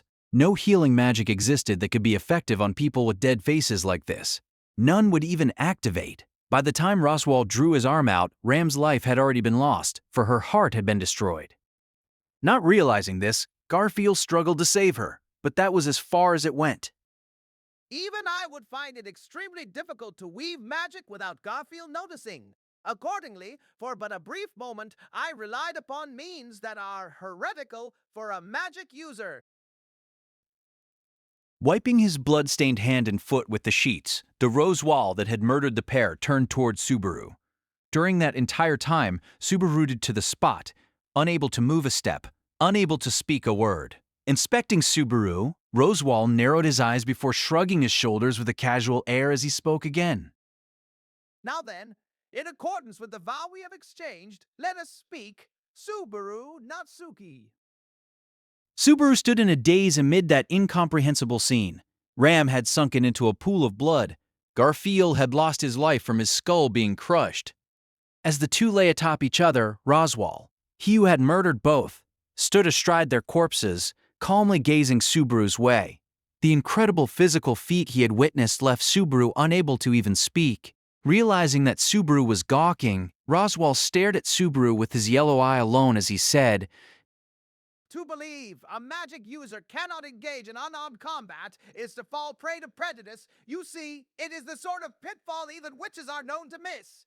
You should remember for future reference. Perhaps he meant it as honest advice, but Roswell's lecture made with a raised finger left Subaru horrified. Certainly, he was shocked, That Roswell's unarmed combat technique was eye-catching was the simple truth. Comparing that shock to what he felt at seeing the pair's sudden deaths was difficult. And yet, he could not comprehend how Roswell could smile pleasantly, not letting it bother him. Why? Why? Why what?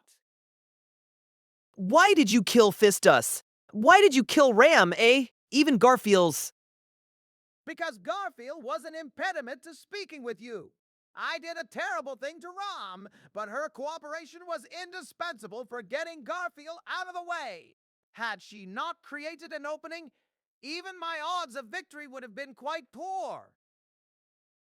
Huh? Shrugging his shoulders like it was no big deal, he came right out and plainly confessed his murderous intentions. The contents flew into Subaru, sailing right over his sentiments of anger, drawing out an unconscious breath. It was an absurd answer for an absurd situation. It was an absurd comment about an absurd fate. What the hell was going on? An unexpected reaction. The Subaru that I know is a boy who would see nothing beyond this situation, fly into a rage, and even try to grab hold of me. Am I wrong, Subaru Natsuki? What are you trying to say? You're a shitty, psychopathic bastard. There's no way in hell I can. Forgive me or the like. You do not require language such as that. You should be more honest in facing your own heart. That is the you I desire. The you that I have always desired. Stop looking at me with that eye. The hell is wrong with you? During those words, Roswell had continued looking at Subaru with his left eye alone. The intent gaze of that lone yellow iris made him feel queasy, like something was clawing at the core of his psyche. Hence, his voice had gone ragged. You murdered 2 people, and that ain't all. I'm not talking about just this. Before, that's right. Before, when you were talking about the witch cult, too, you've been giving me the slip over and over. Over and over. Yes, over and over. Subaru. Subaru shuddered, feeling an awful chill, almost like a wet fingertip was stroking his spine. Subaru had given in to his violent storm of emotions, venting about all the things that had been agonizing him to date. The expression that Roswell trained upon Subaru was exceedingly out of place. He was smiling. The sides of his face were cracked by his thin lips, and Roswell wore that pleasant expression full of welcome, the grin of a demon, as he kept staring at Subaru. This was not sarcasm or anything of the sort. He felt genuine delight at seeing Subaru's demeanor. All Subaru could feel for that flow of incomprehensible emotion was disgust. He feared it, for it was something he absolutely could not comprehend. As he peered into Subaru's trembling eyes, Roswell made what seemed like an affectionate nod. Very well. Since you do not understand, I, someone who assumes he understands, have decided to arbitrarily enlighten you. Specifically, I'll tell you the reason why you, despite witnessing the deaths of these 2, and now confronting me, the deaths of these 2, and now confronting me, the one who slew them both, are not acting out of emotion. It's quite simple. You are not sad about their deaths. You are surprised. However, you are not sad. That is why you have not hurled yourself at me in anger. It really was the arbitrary statement of someone who assumed they understood. What do you understand? As if I'm not sad that they're dead. I'll kill you. Inside Subaru's heart, one phrase after another floated up, all candidates for what he should shout in response. They were countless. In truth, Subaru had multiple violent emotions swirling around inside of him. They cried for him to chew out the clown with the all-knowing face. Anger, despair, grief, shock. His emotions were ready to make him explode and say those things at any moment. It is because you do believe these things can be undone. Is it new? The blow made his blood freeze. Subaru went rigid, feeling like his heart had been clenched. It was not a metaphor. He truly felt like his heart was in a death grip. The impact was simply that great. Whatever Roswell meant by it, his statement's wording was all too close to return by death. The witch's court was strict and severe. That very moment, the world might stop and those black arms emerge to impose their sentence. Or perhaps the arms would be insufficient, and the witch might descend once more, drinking the sanctuary dry. Not coming. This wariness I see. So you and that have exchanged a pact. In light of that, I can now accept how you came to so many of your words and actions to date. She is quite a mean one. Except you say, no, before even that you. Subaru's face went pale as Roswell put a hand to his chin and nodded. There was no mistake. Roswell's statement that moment had most certainly touched upon the taboo at Subaru's core. You noticed what's been happening with me. To explain, it is likely faster to show you than to tell you. Wait, that feels like you're just giving me the slip-aga. Aga. When Roswell turned around and headed toward the bed, Subaru tried to close the distance. However, he hesitated to touch the pool of blood at the tips of his toes and the corpses of Ram and Garfield within. During that time, Roswell arrived at the bed. He reached a hand under the pillow, groping under it, and Wait, don't tell me that's... A gospel? Rest at ease. This is not any such knockoff, but one of the only two genuine articles. when he lifted what was in his hand, Subaru recalled hearing similar words from Roswell before. When the topic had come up previously, the man had stated that these were the real deal, that only 2 volumes existed, and that one was in Beatrice's hands. As for the other, So you had it. It would seem you require no explanation as to the book's contents. It would also seem you do not require an explanation of who possesses the other either. In that case, you require no further answer to your query. I take it? as the black-bound book held his attention, Subaru heard a very loud ringing in his ears. When he concentrated, working to match what he was seeing with his memories to date, he found his proof. Leaving the reality of the present behind, overusing his brain to the point of meltdown, he finally arrived at a meaningful conclusion. In Roswell's hand rested the second book of knowledge. This tome prophesied the future, and just like Beatrice, whose blank book had reinforced her isolation across 4 centuries, Roswell too had read the book's contents over and over. From the look of you, it would appear that Beatrice somehow fulfilled her duty. Duty. What do you know about her? The interjection brought his thought process to a temporary halt. As it continued the work of verifying background information, the sense of loss etched into Subaru's chest made him flare up at Roswell for the sake of the girl at the center of that pain. Did this man know the true feelings of Beatrice, the girl who had cried out in such loneliness? Didn't you know about what she was going through? Always bound to that room, always clinging to a promise from a long time ago. Didn't you know about her tears?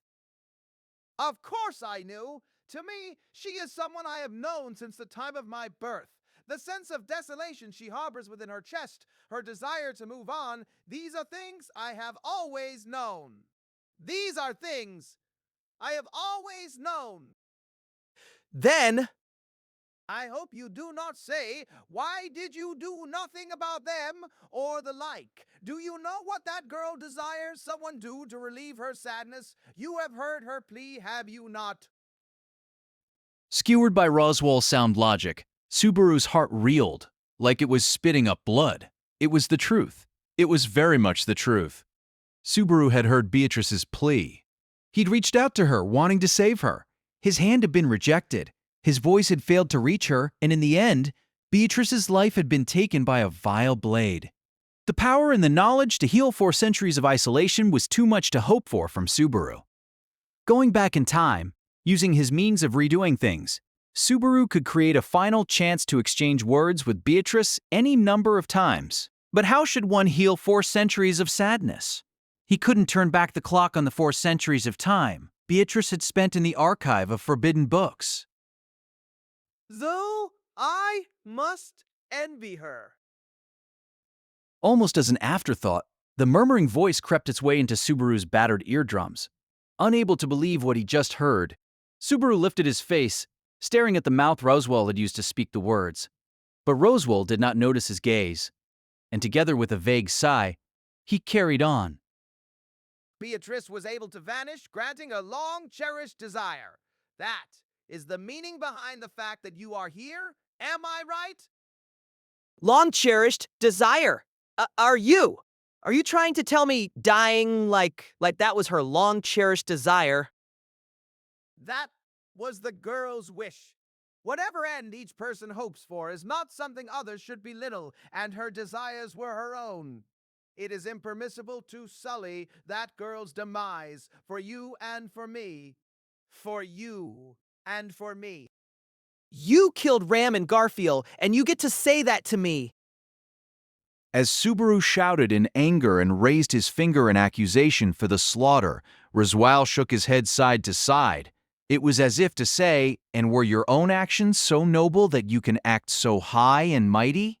Subaru had heard Beatrice's plea, her lament, and yet why was Roswell, the man who had done nothing for her, able to put on that face like he understood Beatrice? After all, there was no sympathizing with Beatrice's wish, her plea for death. That wish was not what she had wanted at all. If it was, then why had Beatrice shielded Subaru in the end? Like I said, I envy her. After all, it would seem that my long-cherished desire shall not be granted. Until that point, Subaru had been unable to comprehend a single word out of Roswell's mouth. There was only chaos in his mind. But even so, what he just said left a particularly strange and queasy feeling in Subaru. Granting a long-cherished desire, fulfilling a wish, these felt wrong, discordant. As for his wish, What do you want, then? What the heck is your wish? Why? Why do all this? I shall not speak it. I have a vow to uphold, much like you. What has come out of my mouth so far is the greatest concession I am capable of giving you. But allow me to say this. I always do my utmost, always acting in the best interest of my long-cherished desire. My various schemes, blasphemies, aid and support are all for its sake. I have never once turned my back on that. blatantly, boldly, and proudly, Roswell affirmed every last one of his own actions to date. How could he say it with a straight face like that? Shamelessly, brazenly. Pitch-black anger welled up in Subaru. For Subaru's part, his anger seemed selfish, if not wholly disconnected from the contempt for the feelings and emotions for which he had come so far. But he couldn't help himself. What best interests? Never turned your back on that, my ass. You too, it's that book. Huh? You're acting according to what's written in the book, aren't you? Are you going to tell me the same things that Beatrice did? That what you have done until now, that what you're doing in the sanctuary is all? The first run when Subaru had discovered that book, Beatrice had told him she was doing everything is written within. That had been a lie. This time around, Subaru had learned her book was filled with blank pages. So what about Roswell's book then? Was the future accurately detailed therein? Is this snow according to the book too? Did the writing in the book tell you to make the snow fall? What the hell for? That should be obvious. To isolate Lady Amelia. I suppose I must repeat myself. Making the snow fall like this inflicts harm upon the residents. This isolates Lady Amelia, causing her to fall into an unstable mental state. Without this snow, she would not. Yes? Ow! Roswell's conclusion accurately described the state of Amelia, left behind at the tomb as if he could see it for himself.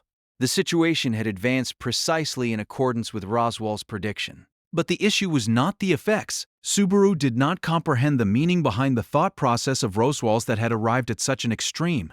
With Subaru perplexed, Roswell spread his hands out a little. This is a land connected to a witch, and Lady Amelia is in the position of confronting the trial to liberate the sanctuary, or a great unseasonable snowfall to arrive out of season in the place she is located. One can imagine what would happen. Why you? At a time like this, Garfield's lack of guile proves most useful. His suspicions would naturally jump straight to Lady Amelia, blaming her with a loud voice. This is where the memories of the people of Earlham Village would come into play. They know of the wave of localized cold that Lady Amelia, well, more precisely, the Great Spirit, can trigger. Roswell's statement made a chill run through Subaru. The wave of localized cold he spoke of referred to the sight of out-of-season snow occurring alone in the environs of Roswell Manor. It was a fun, peaceful time between the people of the mansion and the villagers. Roswell was using that memory. In point of fact, every last thing had gone in accordance with Roswell's scheme. Garfield had suspected Amelia, and his voice propagated that suspicion through the residents of the settlement. The people of Earlham Village would want to believe in her. But they had memories that associated snow with Amelia. It was Amelia who had made the snow fall, and every plot of soil in that land, that world, carried a reason to pin every crime upon her, regardless of who might have committed it. This was the demon named prejudice, which had caused Amelia so much suffering over many years. And do what by isolating Lady Amelia, you ask? Lady Amelia is truly a weak person, you see. It is by no means mysterious for her to entrust herself to the hands of someone who can accept her, and if that someone wished to support Lady Amelia with every fiber of his being, all the better. Wait. As Roswell continued his confession, the words triggered an instinctual fear, prompting Subaru to raise his hands. He felt like at that moment some preposterous tale, some outrageous fact, was being spoken to him. As if that moment he had heard Roswell's true intent, and having heard it, there was no going back. Once Lady Amelia depends upon you, you shall never push her away. Of course not. You love her, after all. If your beloved Lady Amelia entrusts everything to you, you will be unable to brush her aside. That's not... No! It can't be true.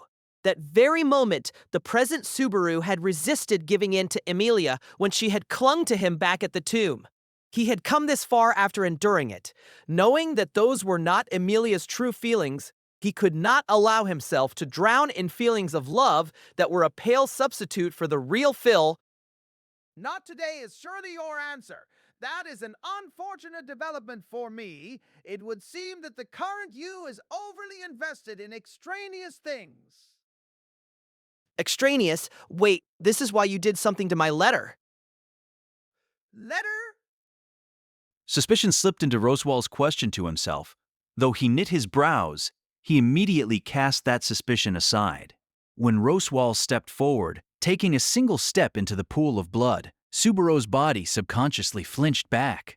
Roswell, shaking his long arm, flashed a lonely, pained smile at Subaru's reaction and said, The current you is insufficient to bring about the future indicated in the text. Any discrepancy with that recorded requires a correction. You plan to kill me? Killing you would be putting the cart before the horse, would it not? I would be inconvenienced were you to perish. I mean, I simply must have you seize the next opportunity, no matter what might befall you. If... For an instant, the words Roswell said as he approached threw Subaru for a loop. But he immediately grasped what the words meant, and, at the same time, recognized their variance with the facts. Based on some kind of notation in the Book of Knowledge, Roswell had caught on to Subaru's looping. However, he did not know that death was the trigger to activate Return by Death. Accordingly, Roswell believed he could not kill him until Subaru activated the looping of his own free will. If it was like that, he had a chance to... I shall not kill you. However, I can do anything to you besides that. Am I wrong? The next instant, Subaru was struck by a blow that seemed to go straight through his solar plexus, slamming him into the wall. Considering how our relationship will develop after this, I would not consider this course of action to be suave of me. Did I use the term correctly? Goa! G-ja! Driving his fingernails into the fallen Subaru's flank, Roswell cocked his head like this was any other regular moment. Rather than the force of his kick, he was using precise gouging at weak points to meticulously increase Subaru's suffering.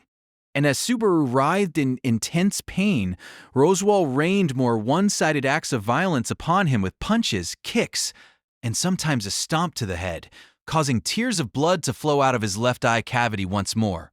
But he didn't die. Therefore, there was no return by death. The looping did not occur. I have done all this, and still you will not try again? You are quite obstinate. I. Or is this already after you have made another attempt? Now that I think of it, I have no method of recognizing whether you have done it or not. Quite the miscalculation. The pitying look Roswal directed towards Subaru was a spiteful sight indeed. But what tugged at his chest even more than that, something that always had, spilled out of Subaru's mouth. Roswal! Wall! You talk like I've tried again a whole bunch of times. Oh my! This is becoming a rather important discussion. Do tell.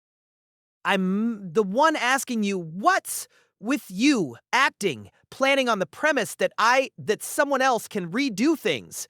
Do you actually? Finally, the terrible premonition that he had dragged around with him all that time coalesced into a tangible suspicion. And that suspicion was that Roswal had a way to inherit memories. Just like Echidna, inside the tomb, who spent her time cut off from reality in her castle of dreams. Did Roswal also inherit memories of a prior world even after Subaru turned by death? For if not, Subaru couldn't make sense of his plan that hinged on redoing things. If that's so, that's fine. But if that's really what it is, then I can't forgive you. If they had both inherited those memories, their relationship could be extended no further. Roswal had committed a great many heresies for the sake of an objective unknown to Subaru. This was not limited to the current run, but was this man's policy for every time moving forward as well. If that was so, the optimal future Subaru was aiming for and his goal were... It would seem that the conversation is at an end.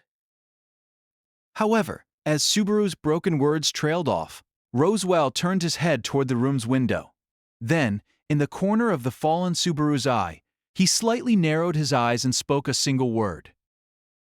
Goa! In contrast to the whisper-like volume of his voice, the result created by that chant was an all-too-dazzling red. He unleashed the fist-sized crimson fireball created via chant with the speed of an arrow, melting and breaking through the intervening window and scoring a direct hit on the silhouette, seemingly trying to leap into the room through it, burning the target completely. The silhouette of a similar size to the fireball was unable to resist the flames, burning to ash in the blink of an eye. But just before it completely burned away, it left behind only one thing, the sound of its key death cries. Just now? I see. So, this is how it ends. I see. So, this is how it ends? Subaru gasped as Roswal grabbed hold of the front of his neck, easily lifting up his body with one slender arm. Subaru groaned and thrashed, but Roswal paid no heed to his resistance, dragging him to the door. At a rapid gait, he passed out of the house's interior, violently dragging Subaru out of the building and into the cold, buffeting winds outside. Hurled into the snowy landscape, Subaru shook off something cold touching his head, somehow managing to sit up, and then he noticed it and gaped. This was the song of fangs meant for tearing prey to shreds, a sound that Subaru knew from personal experience. The pure white fur blended in perfectly with the snowed, in the landscape of the sanctuary. Their tiny bodies, small enough to fit into one's palm, quivered as their round eyes surveyed the landscape. They were adorable animals and indiscriminate weapons of slaughter. The rabbits.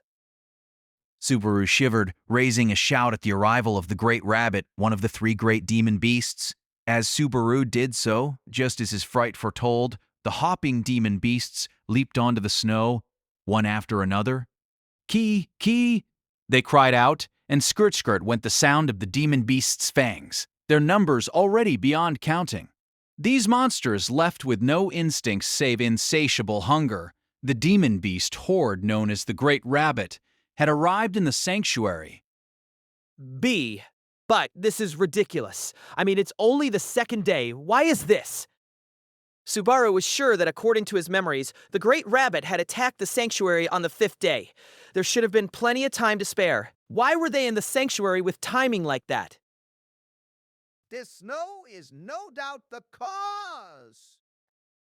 Daphne said the Great Rabbit eats magical energy. The bigger the mana, the better.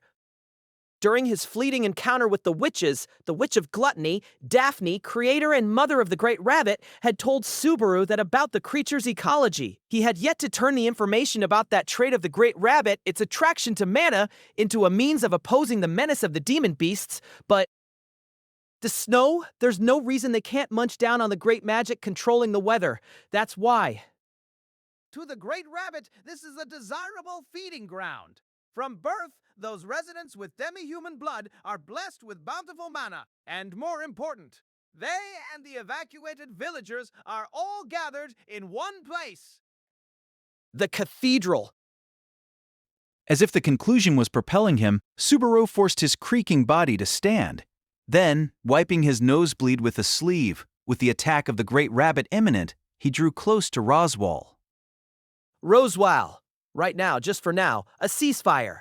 Anyway, let's get to the cathedral. Can we hole up there? No. Gotta rendezvous with Amelia at the tomb and flee outside. Flee to where? There is the barrier. The residents of the sanctuary cannot escape. That's... There was not enough time, Subaru. So long as the trial remains unfinished, the residents cannot leave the sanctuary. In other words, the future you desire will never come to pass. As Subaru hemmed, Roswal pushed his chest away and calmly walked forward. Ahead of where he advanced, walking over the snow, the Great Rabbit pressed forward as an uncoordinated line of death. With his might as one of the kingdom's preeminent mages, they couldn't ask for anything more ideal than a target-rich battlefield. Numbers meant nothing to him. Surely, with his overwhelming magical strength, he could mow down the horde and open a path. However, Subaru did not have any sense whatsoever that Roswal had the willpower to resist. As he continued to advance, his very demeanor was clearly that of a man going off to his death. Wait, damn it, Rosewall. We aren't done talking yet. No, we are finished. At the very least, I have no more words to speak to you, nor any reason left to live. Even if I redo it, this way is the worst. If we talked more, talked properly, or maybe you just think you can do it next time, but... You seem to have a misconception about something, Subaru. Why? The term misconception made Subaru's words catch. Standing still, Roswal turned only his head toward Subaru, and with Subaru frozen, Roswal continued speaking to him. Even if you can try again, I cannot. The me waiting for you after a redo is not the me you see here. This is my end. But that is fine. Bewilderment, amazement, shock slammed into Subaru all at once. Roswal himself was saying that Ridos applied only to Subaru. Everything else in the loop was unrelated. In other words, Roswal knew of Subaru's looping and was trying to use it for some kind of objective. But what he was doing was no more and no less than that. For the Roswal that died there, in that world, his life was over, his consciousness at an end. He knew that even if Subaru redid things, the current Roswal would not be waiting on the other end. But that way of thinking was just too... That's not the thought process of a human being. With Subaru, whose consciousness continued on, the prerequisite conditions differed. With Roswal, whose consciousness did not continue on, if he died, it was the end. And so, understanding that end, he accepted it as a matter of fact, inserting it into his plan. That was abnormal. At any rate, the time will come when, in a genuine sense, you catch up to me, Subaru. Roswal? Listen well, Subaru, you have something that is important, one thing that is truly, truly precious to you. Strip away all other things. Let go of everything else and think only of protecting that one thing that you hold dear. Do this and Woo! Somewhere amid that much urgency, with an air of so much sincerity, Roswal smiled at Subaru. The great rabbit that had already come so very close tore into that Roswal's neck. Blood scattered, and the sound of gouged flesh heralded the beginning of the tragic spectacle. Late to appear, the next rabbits bit into his arms, his knees, his rump. Rosewall, You can become like me! The jester's smile could no longer be seen, buried under the gleeful horde of rabbit bodies. As if craving it, the great rabbit covered the whole of Roswal's body. Falling to his side, the unresisting Roswal was gouged out by the rabbit's fangs. Hungrily, they fed, eating their fill. Fresh blood sprayed onto the white snow, drawing a picture of hell upon that great natural canvas. Even that bloody sketch went to waste, for the demon beasts slurped the blood-smeared snow, erasing every remaining trace. Without a word, Subaru watched the spectacle of Roswal ceasing to be Roswal. He watched, as the being known as Roswal was lost to the world, his life gnawed away. He watched. a finished world, an unreachable future, lost hopes, and trampled bonds. They all tasted of blood. Upon those, Subaru bit down. He bit down on the rising bitterness. He bit down on his decision. It was time. This time he would truly give up on this world, for it was time that he let go. From hither and yonder he heard the kichikichi sound of the monster's fangs, captive to their own obsession with hunger. The sanctuary was no longer anything more than the great rabbit horde's hunting grounds. Screams and angry shouts alike were drowned out by the demon beasts' cries and the sounds of their gnawing as countless cruel deaths were playing out across that powdery landscape. Subaru single-mindedly raced past the horrors, running in a beeline to his destination. Surrounded by the sounds of fangs, the flesh-craving rabbits delighted at having new prey enter their feeding grounds. Subaru drew the crystal from his pocket and made one reckless prayer. Employing his rights as an apostle, Subaru assembled the replicas remaining in the sanctuary. Leaving it to them to leap in and intercept the demon beasts, Subaru somehow managed to escape with his life. The remaining replicas dwindled even as he watched. A moment after Pico, the first to come to his side, was sacrificed to the rabbits and torn apart, they ceased being effective as expendable speed bumps. He made them fight until they were being shredded, finally causing them to self-destruct, taking as many as they could with them. This he repeated over and over. Ha ha ha! Coming to a halt, a dry laugh trickled out. Before his eyes was a fire-enveloped building burning with brilliant flames. It was the cathedral. Between the people of Earlham Village and the residents of the sanctuary, there ought to have been nearly 100 souls housed inside. Their bastion, the place where survivors should have been waiting for aid, was engulfed by flame. Possessing nothing save hunger, the great rabbit lacked the presence of mind to set its prey on fire. Who, then, had set the fire? For what purpose had? Without having to think about it, he knew. The people inside had chosen suicide over being devoured by demon beasts. That was all. Hell. This was a portrait of hell itself. The people from the village, the residents of the sanctuary, and even Ryuzu and Otto had probably all been inside. How could they do something so hasty? But Subaru had no right to blame them. They had simply exercised a natural right. They had the right to choose their end, a right Subaru did not possess, and so they chose. That was all. It was Subaru Natsuki who ought to be blamed. It was he who had made them choose how to end lives that, unlike his, would never return. This was the crime of Subaru Natsuki, a crime he could never undo. Put yourselves on the line and protect me. Once I make it to the tomb, do what you want. The great rabbit began to surround the cathedral as it burned and collapsed. Sensing their approach, Subaru left only those orders to the remaining Ryuzu replicas, of which there were 6. Shifting his head, Subaru looked not at the scene of the fire, but across the snow to where the tomb was supposed to be. With one step and another, he walked, casting his hesitation aside as he broke into a run. Behind him, the demon beasts identified the racing Subaru as more prey, their little bodies bounding in pursuit. The replicas did as ordered, fighting without self-regard as they protected him from the beasts. He heard a chaotic mix of sound from the cries of demon beasts and of the horrifically wounded replicas turning into light and exploding. Leaving all of it behind, Subaru covered his ears with his hands, continuing to run into the blowing snow. Countless sounds reached the eardrums of Subaru Natsuki, berating him as they did. He did his best to ignore it and shook them off. He continued to run. By the time he arrived at the tomb, Subaru's body no longer felt the cold. He had a cavity for a left eye, and the vision of his right was dying bit by bit. But he thought nothing of the pain. In his dull, leaden thought process, the image of a single girl flickered. Stepping into the corridor of dry stone, Subaru headed deeper, deeper within. And there he found. Subaru? At the back of the corridor was a stone room filled with a faint blue light. From there, someone called his name.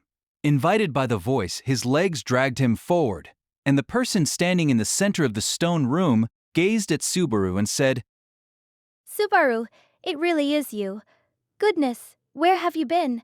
I was worried. As she spoke, Emilia rushed over in a small run and grasped both his hands. Wearing a pouty look, Emilia proceeded to pull Subaru's hands against her own chest.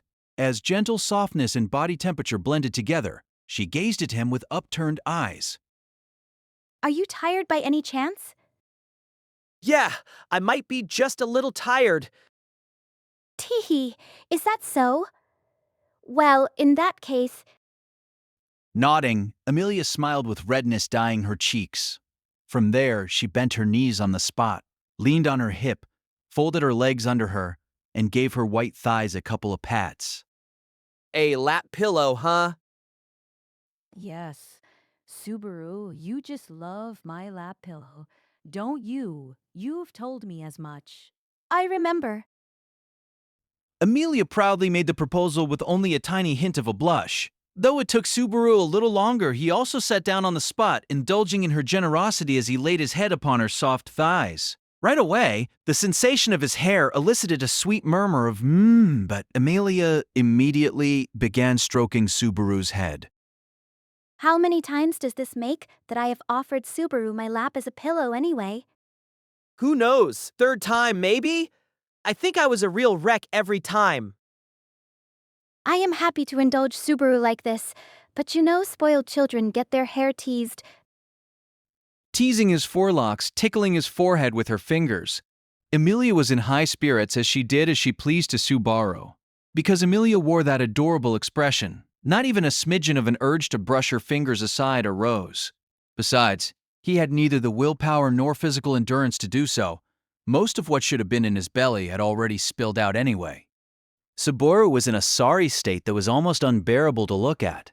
The bite wound in his hip had reached his intestines. Of the fingers on the right hand he'd used to swipe away a leaping rabbit, only the thumb really remained. Below his waist, countless deep gashes had left the bone visible, and from which too much blood had escaped.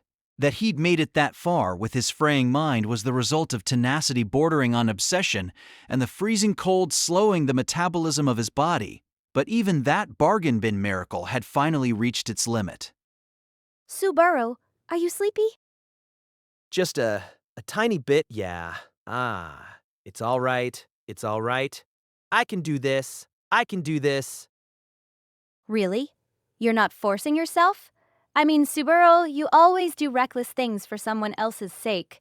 I mean, even Subaru understands that about Subaru, but it really makes me worry. I'm all right. I'm a little conflicted about it. I want Subaru to do reckless things just for me, but I don't want to see Subaru pretending not to see other people. Sorry, I'm very selfish, huh? Emilia piled words upon words in quick succession. Her voice grew distant. Unlike the snow-buried grounds of the sanctuary, the tomb interior retained a moderate amount of heat. This thawed Subaru's still battered flesh, and his bleeding commenced once more.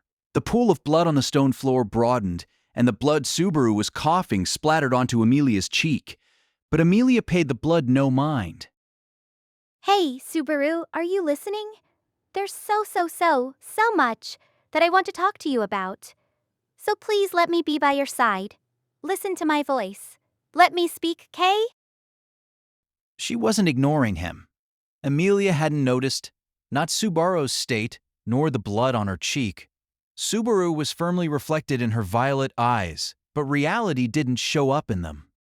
Emilia didn't see what was wrong with Subaru, nor did she notice the change in the sanctuary, the gradually approaching end, or much of anything else for that matter. However, perhaps the same was true of Subaru. Subaru should have been doing his best to get Amelia out of the sanctuary. The great rabbit was already burying the exterior of the tomb. It probably would not be long before they surged inside. If they did, just like with Rosewall, not even one scrap of Amelia would be left behind. That would mean Amelia's death. But even knowing this, Subaru did not tell Amelia to run. He could not escape from his self-centered desire to be at Amelia's side for the little time he had left. Rosewall's words and grand death, the regrets he harbored for Ram's and Garfield's deaths, the uncertainty of how Petra and Frederica had been taken, his inability to save Rem and Beatrice, these were killing Subaru. Trapped between a sense of loss and a sense of loneliness, Subaru wanted to vanish, and not a moment too soon. As the world began to go white, his consciousness and his soul were being whittled away from it bit by tiny bit, strength drained from his limbs, and sensation vanished from his dying flesh. Amelia, not realizing that Subaru was dying, would be the only one left. Here he was going to leave Amelia behind. Amelia, who no longer had anyone else on whom to depend. Even if he wanted to regret it, it was too late. It was too late for everything. His voice refused to come out. Light vanished from his black eyes. Not noticing this, thinking Subaru had merely fallen silent, Amelia tilted her neck in adorable fashion. Then she abruptly smiled, gently bringing her face closer, and kissed the silent Subaru's lips. The taste of her first kiss was the cold taste of death. Subaru's consciousness was greeted by the same sensation of a cold, hard floor. Still lying face up, Subaru opened his eyes and coughed out the dirt inside his mouth. When he grimaced at the stench of dirt and looked around the area, he saw he was in a dimly lit stone room, back within the tomb. Subaru returned to the world in the exact same place right after the old one had ended, going back only in time. His eyeball had returned to his left eye socket, restoring his vision. Though on the one hand, he was relieved by this, the fear that this left eye would see hell and a sense of inescapable confinement made him feel an ache from a wound that surely no longer existed. The main thing holding back his sense of despair and the creeping feeling that he would only reach another dead end was the presence of the girl lying by his side. There, beautiful silver hair spread over the floor, moaning in anguish, was Amelia, the girl with whom he had surely met his demise. Here she was tormented by the trial, seeing a nightmare of the past from which she could not awaken. Quietly, with his fingers, Subaru gently touched not Amelia, but his own parched lips. In the back of his mind arose the sight of Amelia just before return by death. When putting the dying Subaru on her lap, she did not notice his loss as she kissed him. He could not imagine what Amelia's mental state was like the moment she kissed Subaru's bloody lips. Nor was Subaru, then on the verge of death, able to bring with him the sensations or feelings from the final moment of his passing. It would have been the first kiss with Amelia in Subaru's life, and it was death that had gotten in the way. But if Subaru had to answer whether he regretted feeling the touch of her lips, he would resoundingly say no. Reminiscing about the kiss in that final moment was to reconfirm his sense of crisis at seeing Amelia becoming wholly dependent on Subaru as she fled from reality after her mental state had deteriorated so much. Unable to rely on Puck, enduring the pressure from those around her, losing the support of Subaru's consoling words must have pushed Amelia's mind to its limits.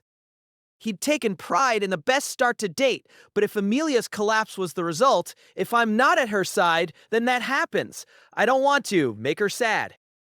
Even if she'd temporarily recovered from the tomb, the nighttime conversation, the letter, had all backfired. Swallowed up by a tremendous snowfall, a great many became victims to the Great Rabbit's invasion. Rosewall had slain Ram and Garfield in a fit of madness.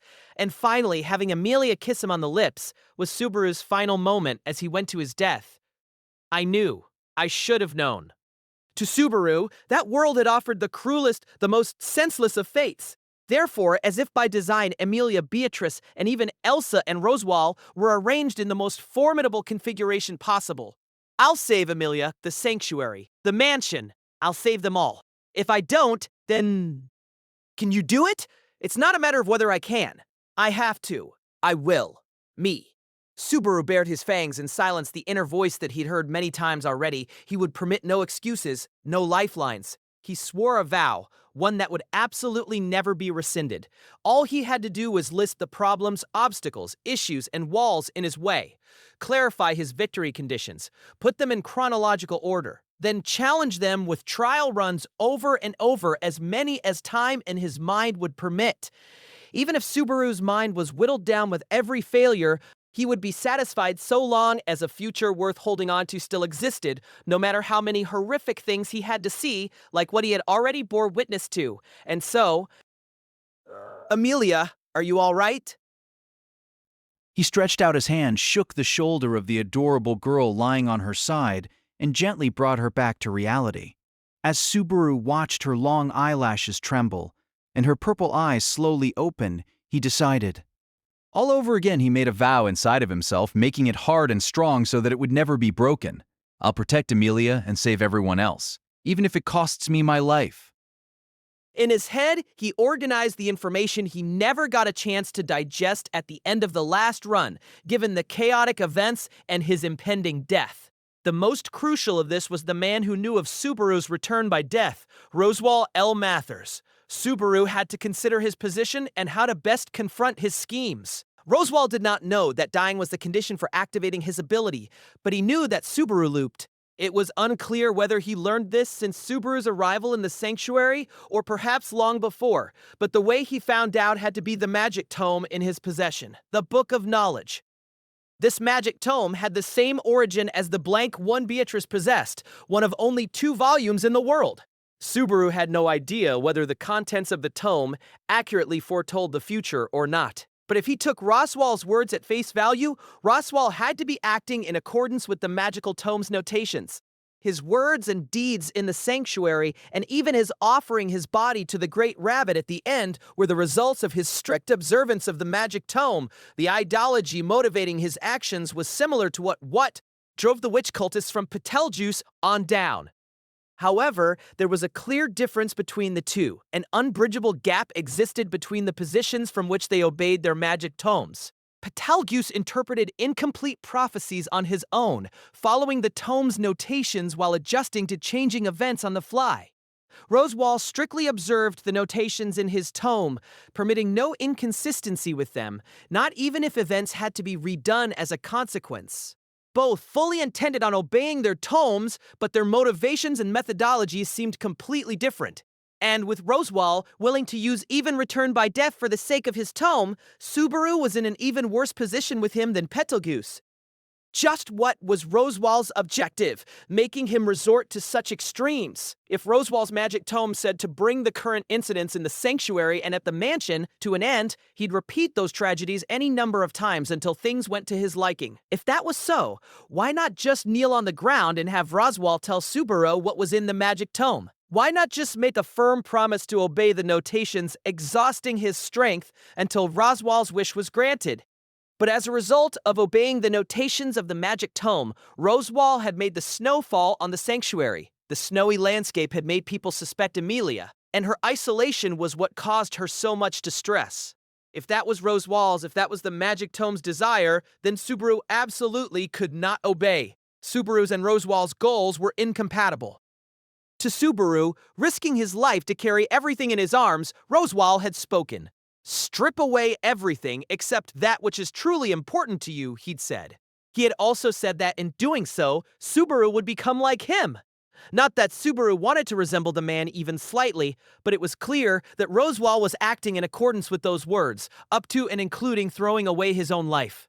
Strictly obeying his book, he'd isolated Amelia, and Roswell was firm in the belief that if he reached the conclusion the magic tome desired, he'd be able to protect the one thing that was truly important to him. All of Roswell's actions were for the sake of that. If so, Subaru had but one reply.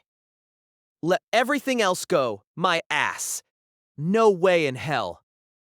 He wouldn't let Amelia be hurt, nor Rem, nor Petra, nor Otto, nor Frederica, nor the people of Earlham Village, nor the residents of the sanctuary, nor Ryuzu, nor even Garfield. If even one of them were to fall, Subaru's small world would become a dreary one. To the greedy, self-centered Subaru, that was something he could not endure. "Roswell, I won't become like you." To make this declaration true, Subaru had to find an answer that defied the magic tome. He could rely on no one. Subaru worried, lived, and struggled alone. But if there was someone somewhere Subaru might rely upon, can I depend on you again? There was only one witch in that world to whom Subaru could confide his troubles. Subaru quickened his legs, his impatience difficult to endure. After returning with Amelia, who finished her attempt to clear the trial at the tomb, the usual review meeting at the Ryuzu residence had also been concluded. With the sanctuary sunken deep into the dead of night, Subaru was earnestly running alone. Put bluntly, Subaru didn't remember much of the contents bounced around the review meeting. But he probably didn't need to remember to have a full grasp of the contents. This time, Amelia was distraught over the past. Therefore, with clumsy explanations and it being clear at a glance she was forcing herself, she tearfully vowed to challenge her nightmare again tomorrow and thereafter. Subaru respected her sense of duty and the nobility of her resolve, but she would fail. This he knew. Accordingly, Subaru consoled the hurt Amelia, gently encouraged her, and saw her off to bed. After that, when Ram went to call him for his promise talk with Roswal, Subaru brushed her off and rushed out of the house. Breath ragged, brow sweaty, he headed straight toward the witch's moonlit tomb. There lay the key to dealing with the situation, and even if not, there rested an ally with whom he could resolve some of the issues that troubled him. He was worried that he'd be stopped as he ran to the tomb, but fortunately neither Ryuzu, nor Garfield, nor Roswal had interrupted his decisive move. That night, for the second time, the third if counting during the day, he charged toward the tomb. Arriving at the entrance, Subaru got his breathing under control and the corridor filled with cool, serene air. With the trial having already finished for that evening, it was no longer illuminated by the light that welcomed the qualified challengers. Even so, he squinted, searching for the entrance to the castle of dreams that ought to have been there. His vision was too poor to locate the door to that place. But the witch had certainly spoken those words. If you have the desire to know, Echidna had said that this was the condition to be invited to the witches' tea party once more. Also, that his voice had to be not only equal to, but rise higher than at the time of his second invitation, when his entire body had been bitten away by demon beasts. Did pain and fear even exist that could exceed what he had experienced then, enough to drive him mad?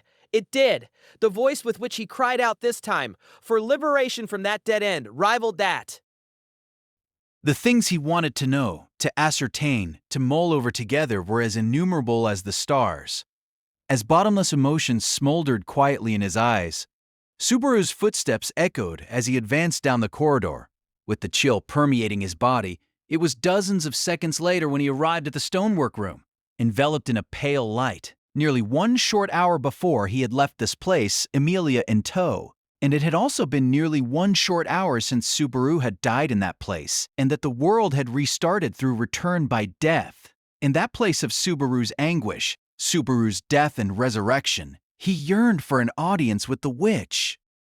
Please call me Echidna. He'd thrown his life away over and over. If casting away his pride as well was sufficient, he'd offer even that. For displaying his pathetic nature with all his strength was all the ignorant, powerless Subaru Natsuki was capable of.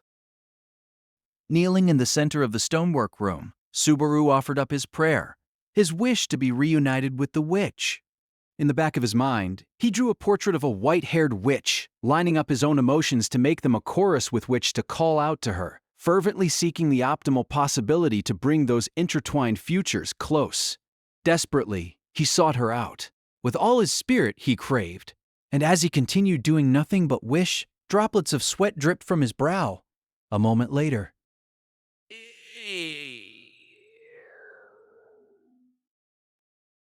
Abruptly, Subaru saw a white light in the back of his closed eyelids. The hallucination. No, this was no hallucination. Before he realized it, his kneeling body had come to lie bat sub.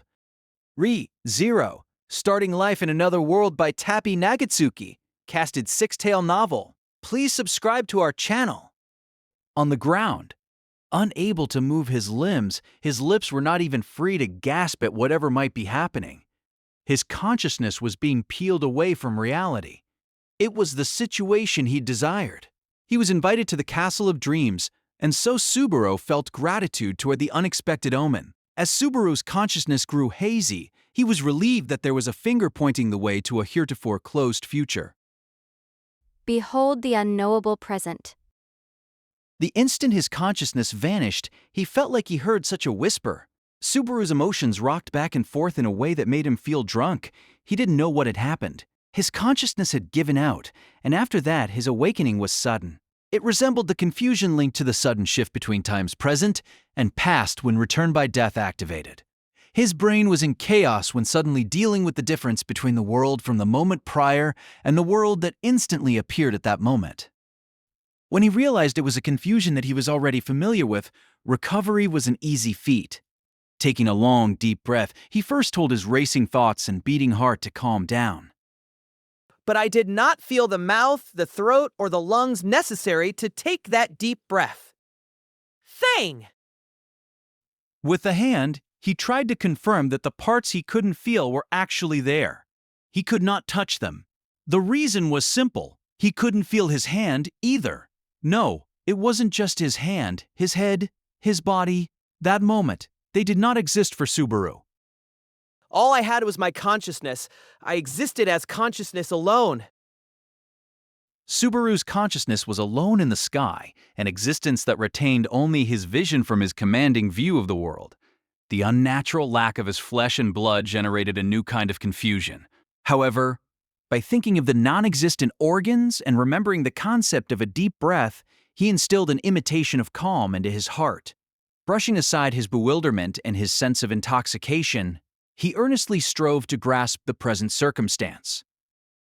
Beneath those thoughts, I sought to ascertain where I was and what I was doing. Aru. Abruptly, there was a voice. It was a broken, small voice. It was such a frail voice that it was difficult to hear just what it had said. And yet, Subaru instinctively knew. This was a voice to which I must not listen, must not notice, a voice I must ignore. However, that was not possible. Without a body, Subaru was not permitted to turn his head aside or even to close his eyes. He was permitted nothing, save to watch the scene from so very close, to burn it into his consciousness. I was a fool. I should have welcomed the confusion. That intoxication was the mercy of God himself.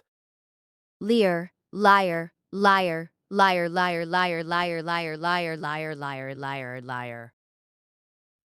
As the word repeated itself, he heard clearly what he initially could not. The voice became more apparently tearful. It was a painful sight. He could hear the unendurable misery in the voice. Among the sufferings of that world, to lend his eyes to this, for his ears to hear this, that was what he had feared most. Why am I here? Why did I notice that I was there? I'd failed. I'd miscalculated. I'd made a mistake. My judgment had been faulty. I should not have noticed. It was not for me to know. It was not something I ought to have learned. After all, if only I hadn't thought there's no way that could happen. Lear, liar, Subaru, you liar. You liar. Tears poured out of her purple eyes like a faucet, Amelia crumpling as she yelled in a shrill voice. She shouted as if accusing him of betrayal, as if a nightmare had appeared before her very eyes, her long hair swaying about like that of a child. Amelia cried and shouted as if she had gone mad. On the bed, lying beside Rem, was Subaru, dead from running a short blade through his own throat.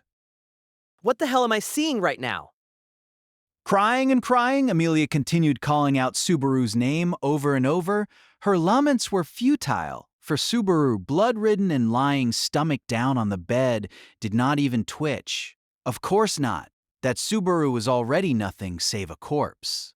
The dead Subaru had become a ghost, looking down upon the Subaru that was no longer anything but an empty shell.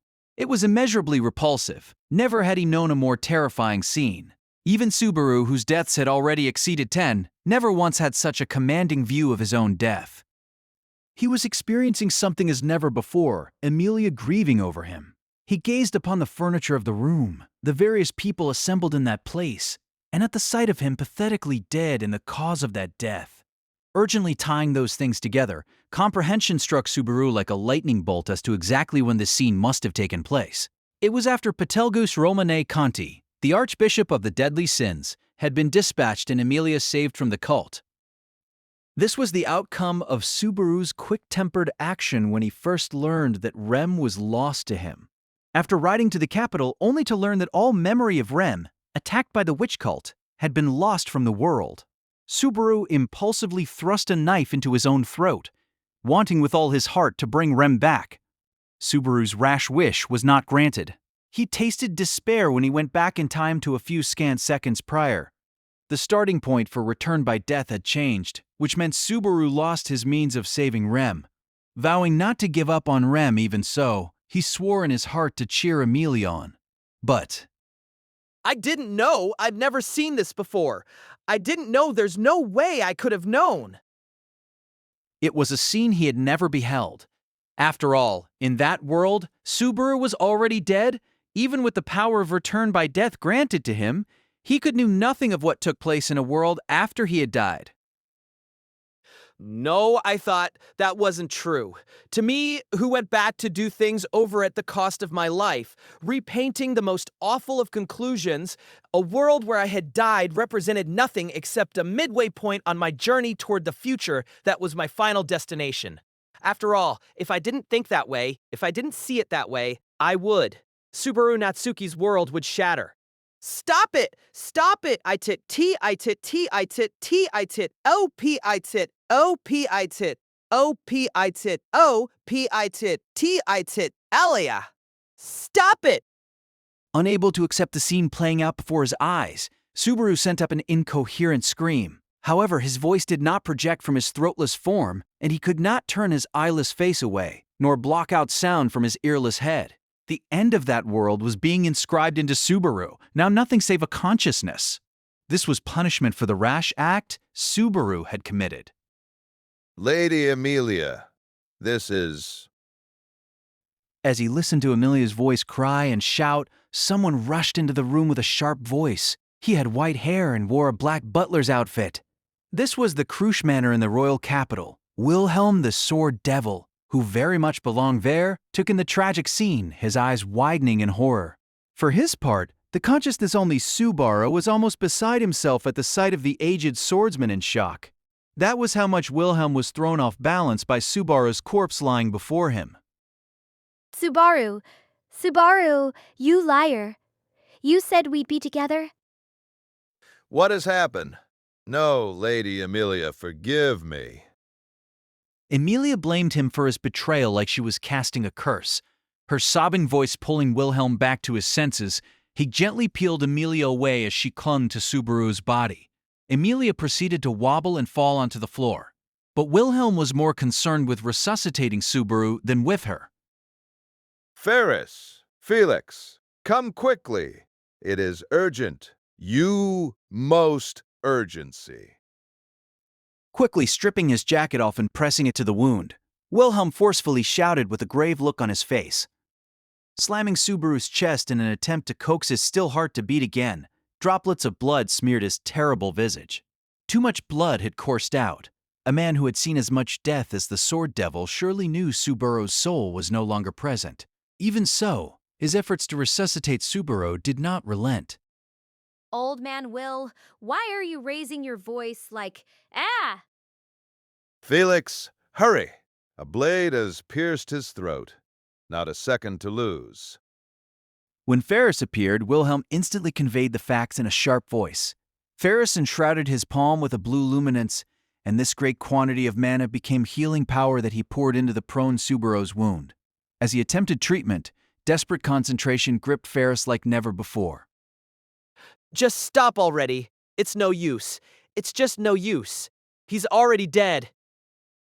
The result was already obvious. Subaru had died there. No matter how desperately they might try, no matter how much Emilia might cry, Subaru was dead. Thinking nothing of what would happen after his death, forgetting everything else, he'd selfishly died.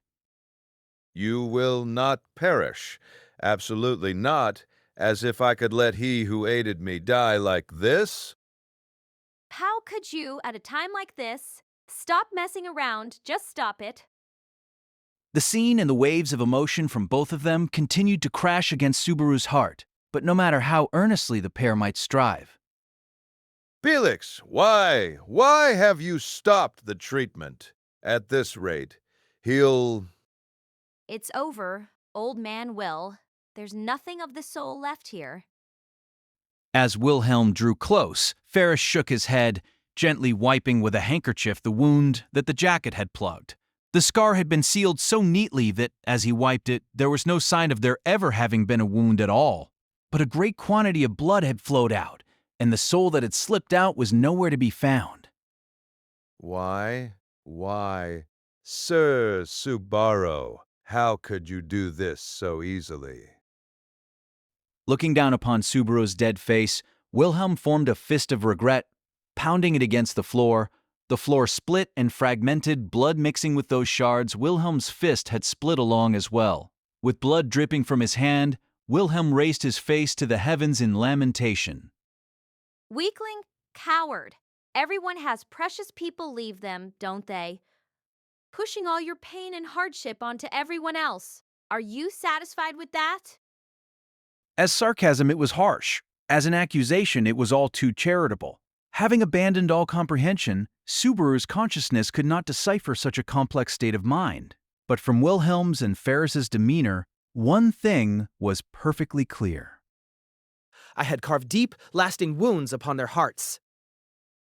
Notwithstanding his absent-minded days, he was a being of consciousness alone. Yet that fact thrust very deep indeed. Subaru was seeing something. He was being shown something. What was this supposed to be? He was being shown his crime. Even though you told me. It was low. It was thin. And as her voice reverberated hollowly in the silence the two had created, it struck into Subaru like a stake. As Wilhelm and Ferris succumbed to resignation, Amelia continued clutching her knees behind them, still sobbing. Her cheeks displayed tracks of dried tears, but without paying this any heed, she carried on with a trembling voice. Even though you told me that you love me. He did. Yes, he had certainly said that. He'd only just managed to say the words he'd wanted to for so long. It was Amelia who flashed a tearful smile when she heard those words, that Subaru had left behind. Suddenly, as if someone had turned out the lights, the world he was watching snapped out of existence. The pain of his face slamming against the ground woke Subaru. Groaning from his chin hitting the cool floor, Subaru shook his head. Realizing that he had the sensation of his hand touching his bumped chin, he was certain of his own physical existence. Nothing was out of place. Nothing was out of place. Toop! Inside the... Murmuring with a trembling voice, his gaze wandered as he confirmed his own location. Suddenly, he was there in the room of the trial he had surely been in until just before losing consciousness, having in no way leaped beyond it in either time or space. Amelia wasn't there, either. He hadn't returned by death. He was there right after his wish had come. But that was no daydream or anything close.